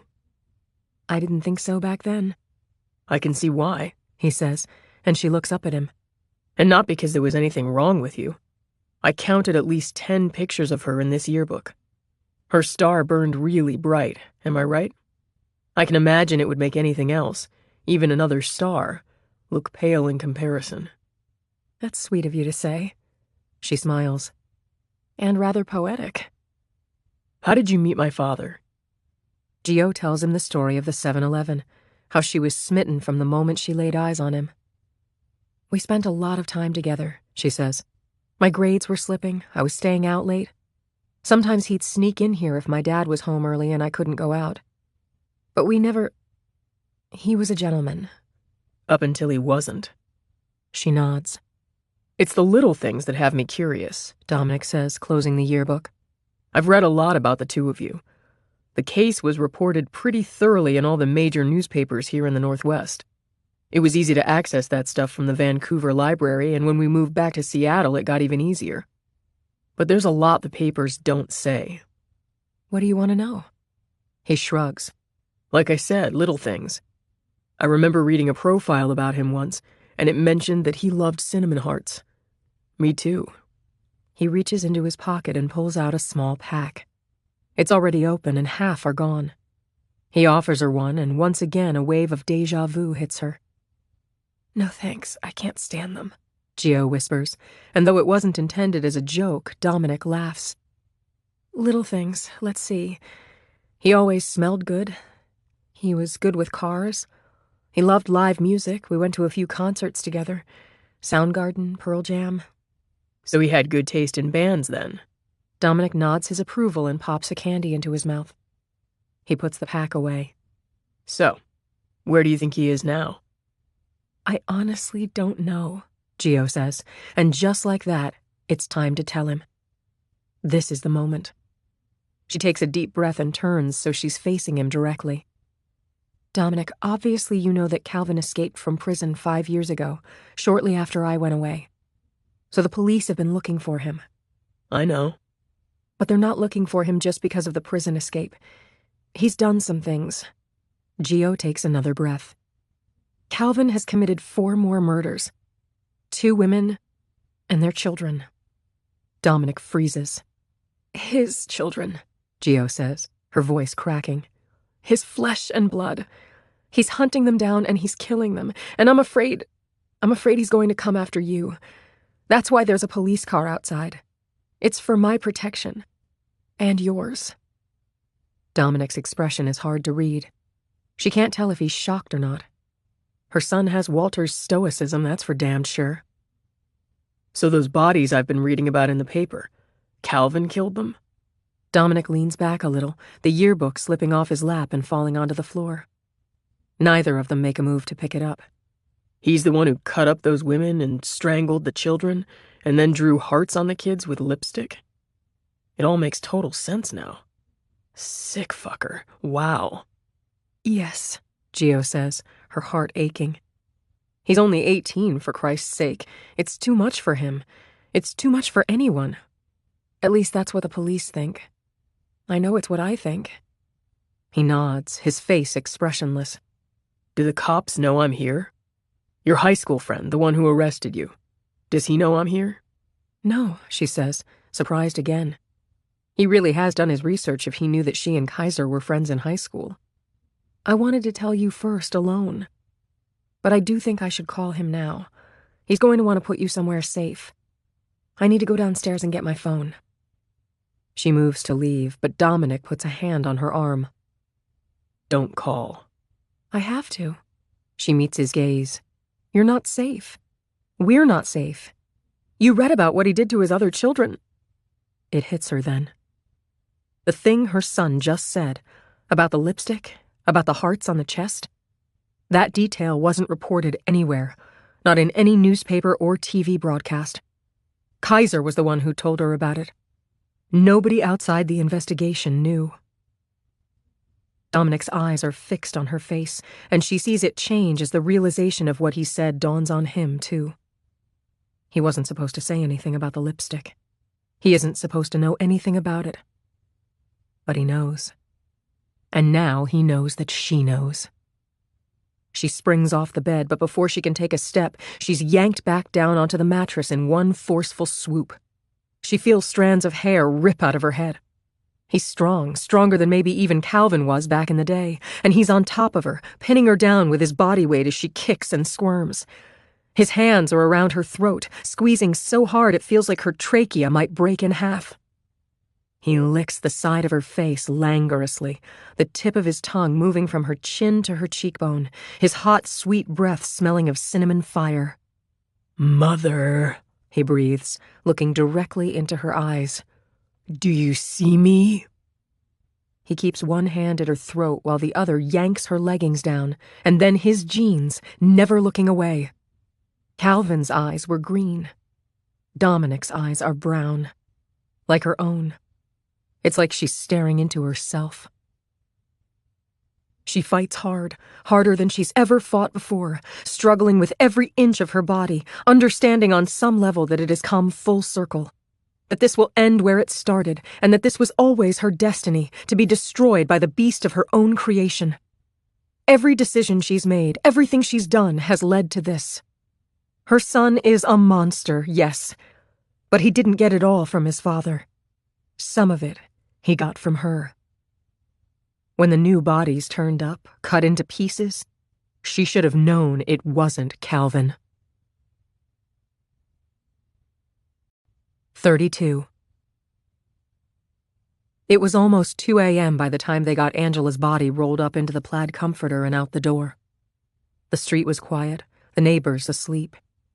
Calvin hoisted the body over his shoulder and made his way down the stairs of his studio to the driveway, the wood creaking beneath his feet. Gio followed behind him, wearing one of his sweatshirts over her thin cotton dress. When they got to the driveway, he handed her the keys. She opened the trunk, standing aside as he stuffed the most popular girl in school inside it. It took him a while to arrange Angela's body so that the trunk would close. Gio stood away from the car, closer to the curb, taking deep breaths. A heavy fog had descended, not unusual for this time of year, and it felt both protective and suffocating even with the light of the full moon. The street lamps were on, and hazy domes of light emanated from each one, dotting the sidewalk in either direction. Her house was a 20-minute walk away, about 16 blocks. She could start walking. She could go home, call 911, report a death, report a murder. It was easy to picture what would happen if she did. She'd seen enough movies to understand the basic timeline of how things would go. Cop cars with flashing lights would descend on her house, and then Calvin's, and then the whole neighborhood as the police officers drove around hunting him down. Arrests would be made. Hers, Calvin's, the interrogation. Questions and more questions all night long. Her father sitting beside her, still wearing his hospital scrubs, his face a mask of horror and disappointment, unable to understand or process what happened. The newspaper headlines shouting in black capital letters what Calvin and Gio had done, their grainy pictures printed beneath them, the two of them looking like fresh-faced criminals, Angela looking impossibly gorgeous. The gossip at school would flourish, everybody knowing what she did, the whispers, the rumors. Tess DeMarco insisting that Gio was always jealous of her supposed best friend and that she's not a bit surprised that Angela was dead. The sobbing faces of Mr. and Mrs. Wong, turning angry and accusing when they asked Gio why she didn't stop him, why their little girl was gone. A trial. More newspaper headlines. Jail time, certainly. She was 16, not 14, and surely she'd go to jail. Get in, Calvin said, his breath coming out in one long white stream. He was dressed in jeans and a t-shirt, but if he was cold, he didn't look it. His color was high, his cheeks flushed from the exertion of moving a dead body from the top floor of the house to his car. The trunk of the Trans Am was closed, and it was hard to picture that inside it was the body of a girl she'd loved almost her whole life. Hurry up. Gio took one last look down the street. It was so quiet, so still. Everybody was asleep, warm in their beds, oblivious to the horror that had already taken place, and unaware of the horror that was still to come. The fog, heavy and white in the soft light of the street lamps, obscured her long view. She couldn't see beyond the 5th or 6th house. She turned and looked in the other direction. Foggy there, too. Visibility greatly reduced. There was no clear path. She got into the car. Gio knew the area better than Calvin did. She grew up here. He didn't. She directed him to her street, and as he turned onto Briar Crescent, she said, "Cut the lights." He did, and they were cast into darkness. Briar Crescent had no street lamps. The fog surrounded them like a cocoon. I can't see anything, he said. She could smell the sweat coming off him, like ripe onions and salt. Keep driving straight. Go slow. He drove down the street until they reached the end of the cul-de-sac. Only then did he seem to realize where they were. This is your house, he said. You're going home? She glanced through the window in the direction of the house, the one she'd lived in since she was born. Nobody was home. The porch light was on, and through the fog she could see the faint blue of the front door. Not yet, she said. They got out of the car and Calvin popped the trunk. Every noise seemed loud in the stillness of the night. They took Angela's body out of the trunk, and Calvin once again hoisted it over his shoulder. He handed her the penlight on his keychain, but Gio didn't need it. She knew where the path was, and it was nothing formal, just worn-out grass leading deep into the woods she used to play in when she was a small child. The light of the moon was just enough. Gio knew that at any point, a neighbor coming home late from a party could have seen them pulling something long and heavy and wrapped in a blanket out of the trunk of Calvin's car. At any point, a neighbor with a full bladder could wake up to use the bathroom, glance out the window, notice the Trans Am parked at the edge of the cul-de-sac, and feel compelled to come outside to investigate. At any point, a neighbor who couldn't sleep might put her book down to go look out the window at the thick fog that had descended, to contemplate its secrets and wonder what it was hiding. At any point, any of the people living anywhere on Briar Crescent might catch a glimpse of shapes moving through the fog at the end of the street, near the mouth of the woods, and decide to call 911 just to be on the safe side. But nobody did. Nobody saw or did a goddamned thing. They stopped when they reached a small clearing about 100 yards deep into the woods, the length of a football field. Gio hadn't realized how much she was sweating until she swiped an errant hair out of her face, only to realize it was soaked with perspiration. She finally clicked on the penlight, the beam bright but small, using it to look around. This is the only place we can put her, she said. Everywhere else there's too many trees. He nodded his agreement. The shift was so subtle almost neither of them noticed it had happened. Gio was in control now. Though unspoken, it was clear. Go back to my house and go into the shed in the backyard. It's not locked. Get both shovels and grab 2 pairs of gloves. My father isn't home, but be quiet and be quick because the shed door rattles when you open and close it. Go. She handed him the penlight and stood with the body in the dark fog, feeling the cold air bounce off her hot sweat. She felt like she was steaming. The ground felt springy beneath her feet, and the smell was earthy, moist. The air tasted much the same, and she inhaled deeply. Somewhere beyond, there was a scuffle, a rustling of leaves, but the smallness of the sound told her it was a squirrel or a chipmunk. She didn't panic. She didn't move. It was almost like she was deep inside herself, away from the chaos, all the way into that place everyone has inside them but hardly ever taps into. The place where you feel nothing. Calvin was back with the shovels a few moments later, and they put the gloves on. They started digging. At first it was easy. The soil on the surface was dense, but soft. About a foot down, though, the earth felt hard, rocky. It wasn't long before Gio's arms and hands were aching from the exertion. She paused to rest, letting Calvin continue for another few minutes until finally he had to stop too. They had started digging 2 holes next to each other, separated by a foot of what felt like pure stone. There seemed to be no way to connect them to create the grave they were intending to dig. I'm 3 feet down, but I can't seem to go any deeper or wider, he said. There's too many rocks.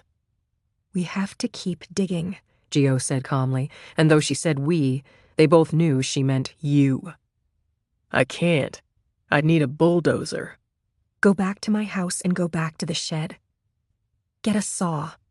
There are 3 hanging on the wall at the back. Bring back the big one. You'll know it when you see it.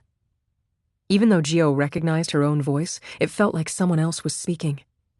With the detached but direct tone of her voice, she could have been reading the news. He was back again in a few moments, saw in hand, his t-shirt sticking to his skin.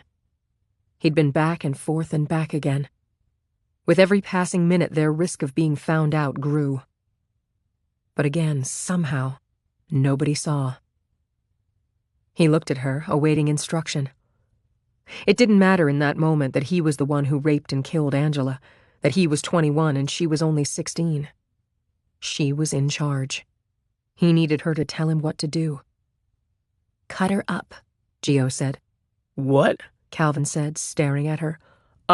I'll start digging another hole. If we can't dig one big hole, we'll have to dig a few. Cut her up. No. Fuck that. No fucking way. His face was a mask of disgust. Are you out of your fucking mind? There's no way I can do that. We've come this far, Gio said. Do you want to finish it or not? He unwrapped the body, rolling it out of the comforter, grunting with the effort. They were both startled when they saw Angela's skin. Though she hadn't been dead long, her color had paled, with a grayish cast that hadn't been there before.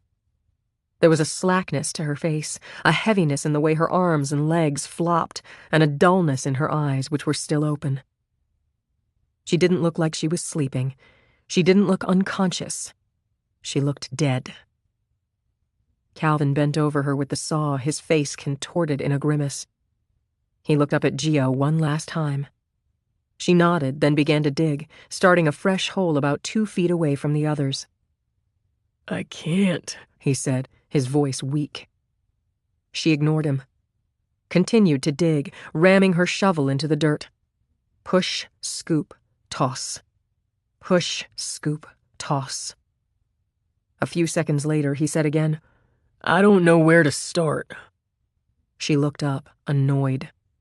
He was soaked in his own sweat, his damp hair plastered to his forehead, his face still knotted in disgust and revulsion.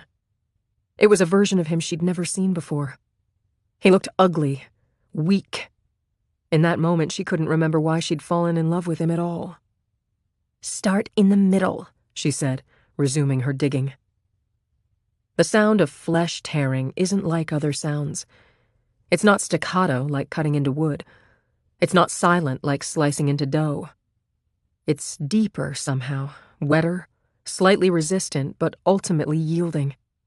Back and forth and back again, the saw tore her best friend open. She heard the moment when the saw hit bone. It made a scraping sound.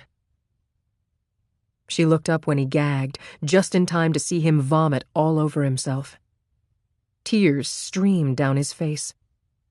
Angela lay in the dirt, her leg almost detached from her hip, but not all the way.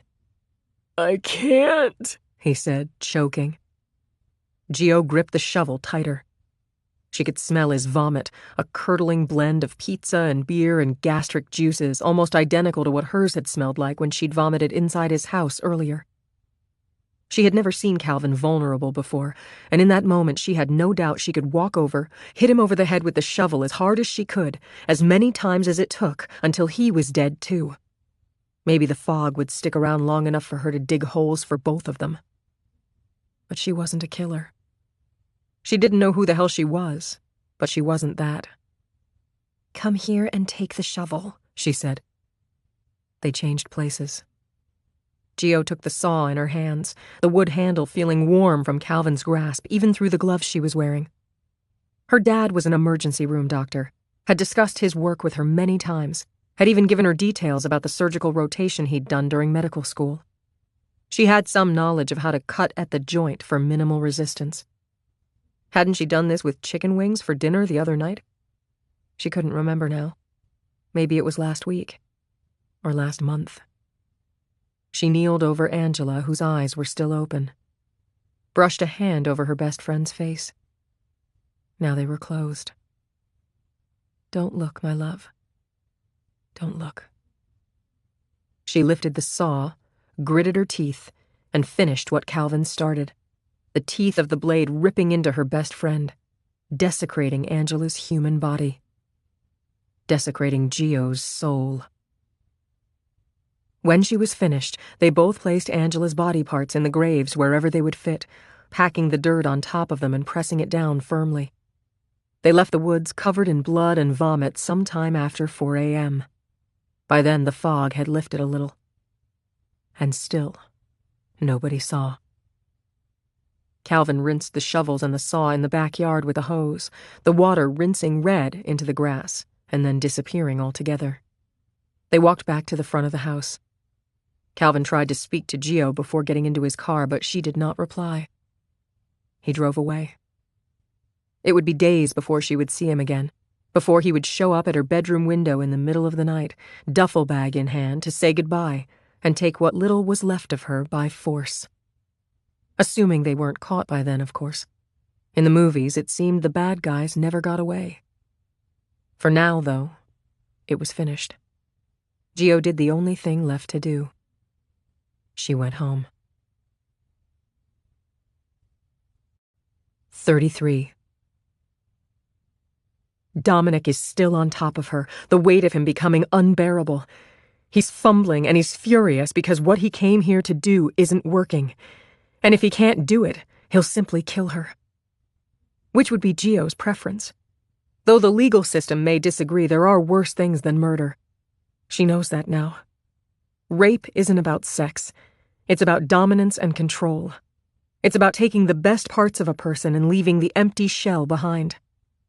Unconsciousness threatens to overtake her. Dominic's hand is still at her throat and he's impossibly strong. She can't scream, she can barely move, and little by little she feels the fight going out of her. Then a second later he's ripped away from her.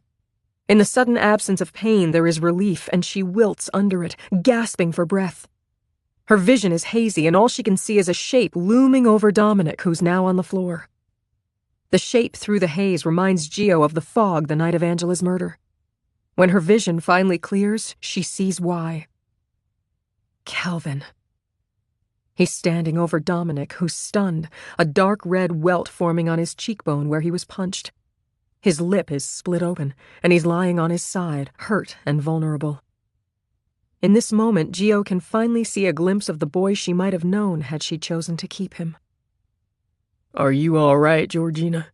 Calvin asks her. He doesn't look anything like the last time she saw him. His hair is longer, lighter, and a full beard specked with gray covers half his face. He's dressed in old clothes. She nods, sitting up on the bed, and his eyes move down to her stomach and her thighs, which are bare. She's aware suddenly that she's exposed, and hot tears fill her eyes as she frantically pulls her leggings and underwear back up. Because someone has seen. Someone has borne witness to what her son just tried to do to her. Even if that someone is Calvin, it's still the worst thing for anyone to know. On the floor, coming to, Dominic lets out a small laugh. Calvin looks down and kicks him in the head. "Wait," Gio gasps, struggling to speak. She's still on the bed, and she scooches as far back as she can until her back is resting against the headboard. "Calvin, wait. Just back away from him." She forces herself to focus. "How did you get in here? There's a police officer out front." "I took care of the cop," her old boyfriend says, his brow furrowing. His gaze moves from her to the young man on the floor, and then back to Gio. "I've been keeping an eye on you. These new murders, they're not me. I would never hurt a kid." "I know." She closes her eyes briefly. The police officer assigned to guard her couldn't have been more than 30. His poor family. His poor mother. Another laugh from Dominic. "Can I pull my pants up?" the younger man asks, and though his words are a little thick because his lips are beginning to swell, he sounds almost pleasant. "I'm feeling a little chilly down here." The gun she got from Ella Frank's brother is still where she hid it, and Gio's hand snakes under the pillow as the two men talk to each other. The small grip fits comfortably in her palm, and once it's firmly in her grasp, she clicks off the safety. The sound is muffled by the pillow.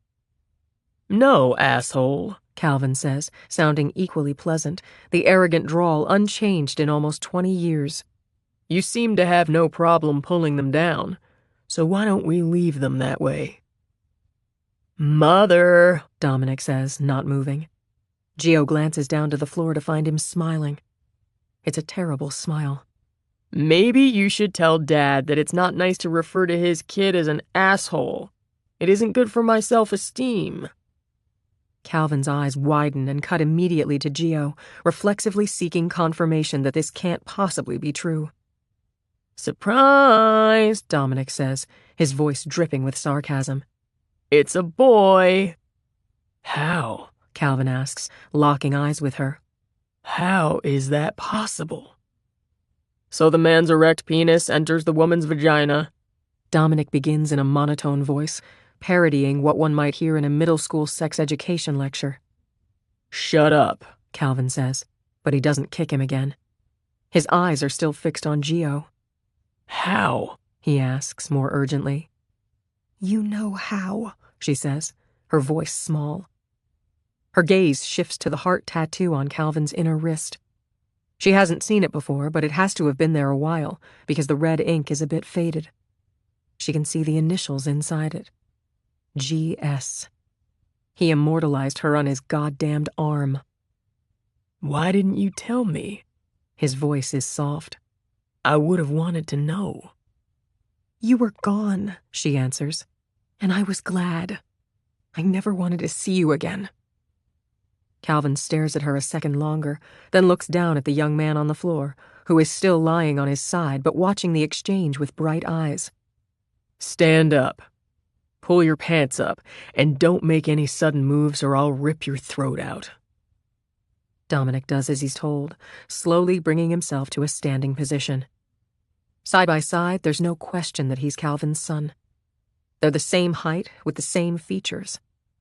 But where Calvin has confidence, his son has bravado, and they're not the same thing at all.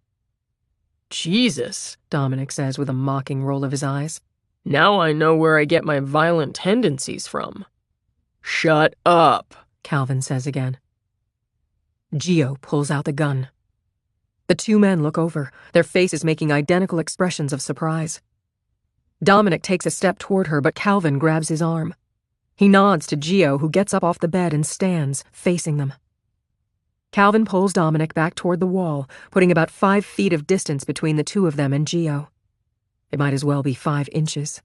The bedroom feels tiny and stiflingly hot. She focuses her gaze on her son. How do you want this to end, Dominic? Oh, so now I have a choice? He says with another terrible smile. You're letting me decide what happens to me? That's rich. You should have aborted me, by the way. Why didn't you? Because I loved you, she says, and it's true. He doesn't believe her, and she doesn't blame him.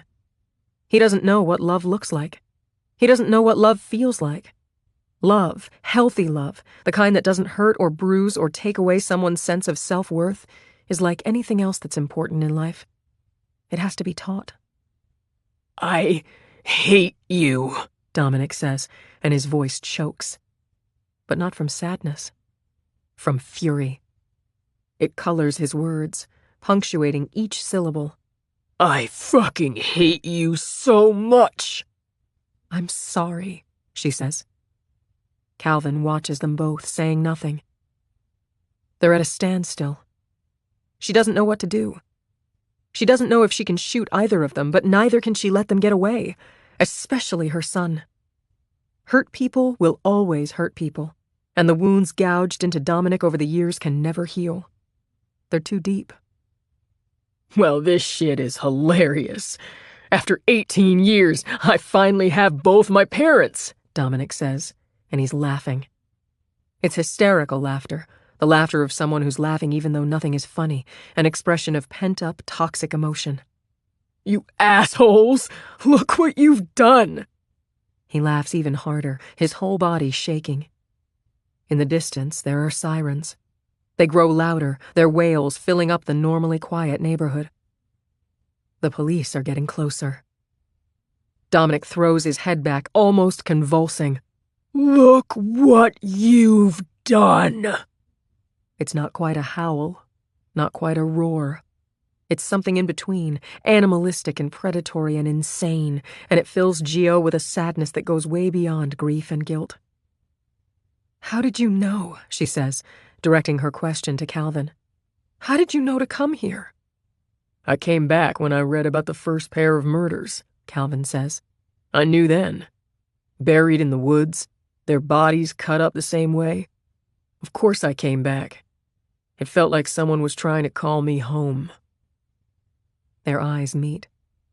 It's the one secret they still share after all these years. He never told the cops the whole story of that fateful night, about the saw, the vomit, how Gio took over and finished it. None of it ever came out at trial. And Calvin could have revealed it, could have told the whole truth, not only about himself but about her. But he never did. He never said a word. Instead, here he is, a silly heart tattoo on his wrist with her initials inside it, even though they will never, ever end up together. It was classic Calvin, just like the jar of hearts full of candy he'd given her that only he ended up eating. She stares at the two of them. Her first love and her last love. Was this what love was? Was this what it looked like, demented and malformed and diseased and monstrous? I understand it now, Calvin says, looking at Dominic. Why you killed the children, too. My children. You did it to hurt me. No, you fucking idiot. Dominic lets out a mirthless laugh. I did it to hurt her. Why did your other kids get to have good mothers? Why weren't they fucked with? Why me? I want to finish what I started, Father. Want to help? I'll let you go first. He laughs again, and the sound is as humorless as the first. Oh, wait, you already did. Georgina, go, Calvin says, not taking his eyes off his son. Leave right now. I won't let him hurt you. Go out the window. I can't leave it like this, she says. She's shaking now, the weight of 19 years of secrets and lies threatening to crush her from the inside out. He's our son. Yes, he is. And people like him, like me, shouldn't exist. He's right, of course. And if she leaves, Gio has no doubt they'll kill each other. The looks on their faces are identical. They're beyond reach, beyond hope.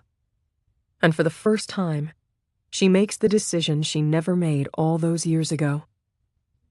"I love you," she says, the words choking in her throat. "And I'm sorry. I am so fucking sorry." She aims the gun and fires. Then aims it again and fires once more. Her fingers go numb. The gun falls to the floor, landing soundlessly on the bedroom carpet. She collapses beside it, sobbing so hard she feels her insides might break, crying even harder than she did the morning after she gave birth. She crawls toward Dominic, reaching for him, and cradles his head in her lap. Her chest heaving, she strokes his sweaty mat of hair, moving the loose strands away from his face. Caresses his cheeks, his chin, the bridge of his nose, the arch of his brow. Puts her nose to his forehead and breathes him in. His eyes are open. Through the blur of her tears, she can see her son looking up at her. They're her eyes. Her mother's eyes. Brown, soft, and dull now, from the absence of life behind them. Her son. Her beautiful boy. She opens her mouth and wails. The shriek is guttural, unlike any sound she's ever produced before, and at first she doesn't realize it's coming from her. Beside them on the floor, Calvin twitches. His leg moves, then his arm. He's down, but he's not dead, despite the hole the bullet punched in his chest. Continuing to stroke her son's hair with one hand, Gio reaches for the gun again and shoots Calvin in the head. Maybe this is how it's supposed to end after all. Epilogue. Angela Wong's grave sits in an open area at Rose Hill Cemetery, on the side that gets the most light. Her parents chose a rose quartz headstone for her, and the flecks of silver and gold sparkle brilliantly when the sun is out, as it is right now. Gio stands in front of it, her cardigan stuffed into her oversized purse, enjoying the soft spring breeze on her bare arms. She's brought roses this time, pink. But instead of placing the entire bouquet at the base of the tombstone like she has the last half-dozen times she's visited, she tears off the petals one by one, scattering them all around. The pink petals look pretty against the green grass, and she thinks Angela would have liked it. Leaning forward, she touches the headstone, tracing the engraved letters on the quartz that spell out her best friend's name, date of birth, and date of death. Angela Wong had lived 16 years, 2 months, and 24 days. A fraction of time in what should have been a long, full life. "I love you," Gio says out loud. There's a groundskeeper about 40 feet away, trimming the shrubs that border this section of the cemetery.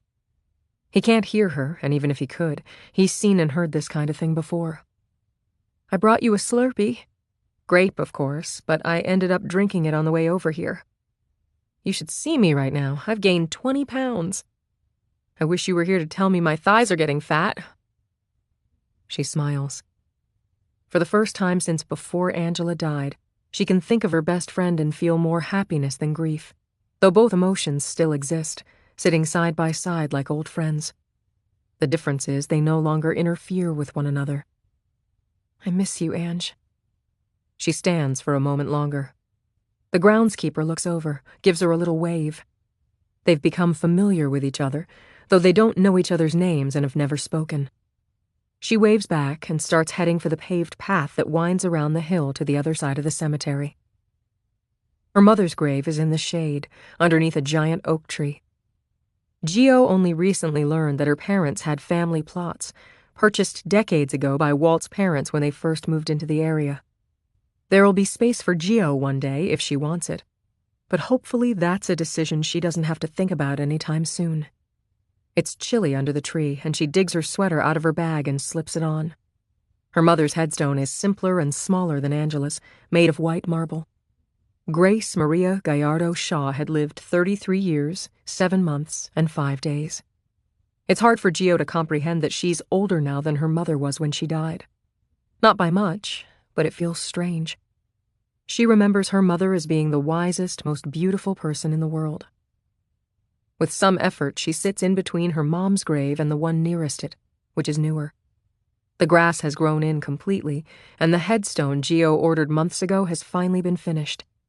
It's similar in shape to her mother's, but the marble is a deep gray. It causes her pain to look at it because, unlike the others, this loss is fresh. Her phone rings, and she pulls it out of her purse to check who it is. She smiles and answers the call. "Hey," she says. Hey, Kaiser says. The background noise tells her he's driving and she's on speakerphone. how are you feeling? Not too bad. I'm at Rose Hill visiting. The headstone is done finally. I came to see how it looks. There's a slight pause, and she knows Kaiser is trying to think of the right words. All he comes up with is, And? "It's beautiful. I'm glad we did it." Another pause. She can hear a horn honking in the background. "I'm okay," she finally offers, even though he hasn't asked. I know you are. She can hear Kaiser's smile over the phone.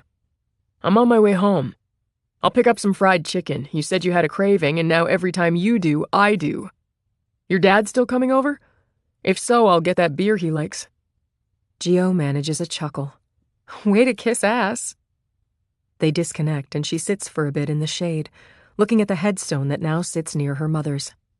Dominic Kent had lived 18 years, 6 months, and 2 days, until he was killed by his biological mother at his biological grandfather's house. Mark Kent had been notified by the police of his son's death, and they invited him to come and claim the body once the autopsy was completed. Mark had declined, and didn't object when Geo said she wanted him. It had taken some maneuvering to get Dominic's body moved from the morgue to the cemetery, but she was able to make it happen, bringing him here to Rose Hill to be laid to rest in the family plot. Yes, it had raised a lot of eyebrows, particularly among those in the neighborhood, but the ugly graffiti messages on her father's garage had finally stopped. They never did find out who was behind them, and people seemed to be moving on. In any case, Geo didn't expect anyone to understand. The best way she could explain it to herself is that she wanted to give her son the peace and safety in death that she should have given him in life. She never did ask Kaiser what the police had done with Calvin's body. Walter hadn't protested. Instead, her father had offered to pay for the burial, and later the headstone.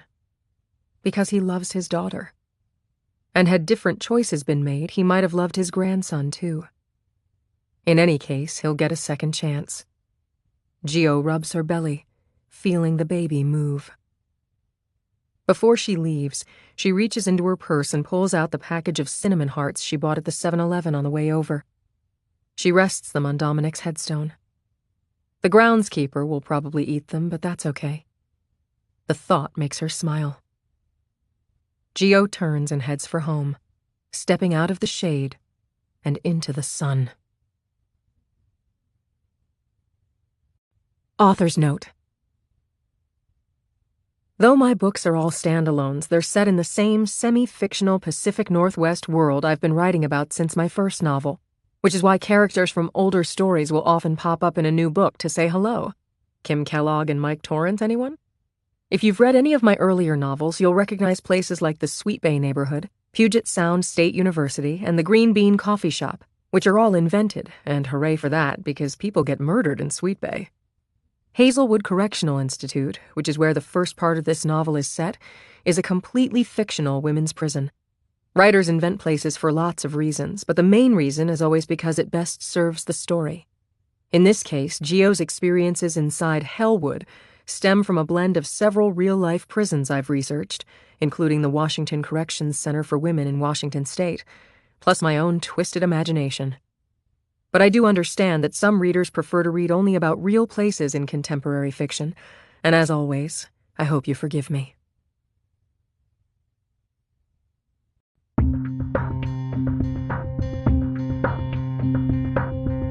This is January Lavoie. We hope you've enjoyed Jar of Hearts by Jennifer Hillier, a Macmillan audio production from Minotaur Books. This program was produced by Maddie Argyropoulos, executive producer Laura Wilson, recorded by Tyler Whitlatch. Text copyright 2018 by Jennifer Hillier. Production copyright 2018 by Macmillan Audio. All rights reserved.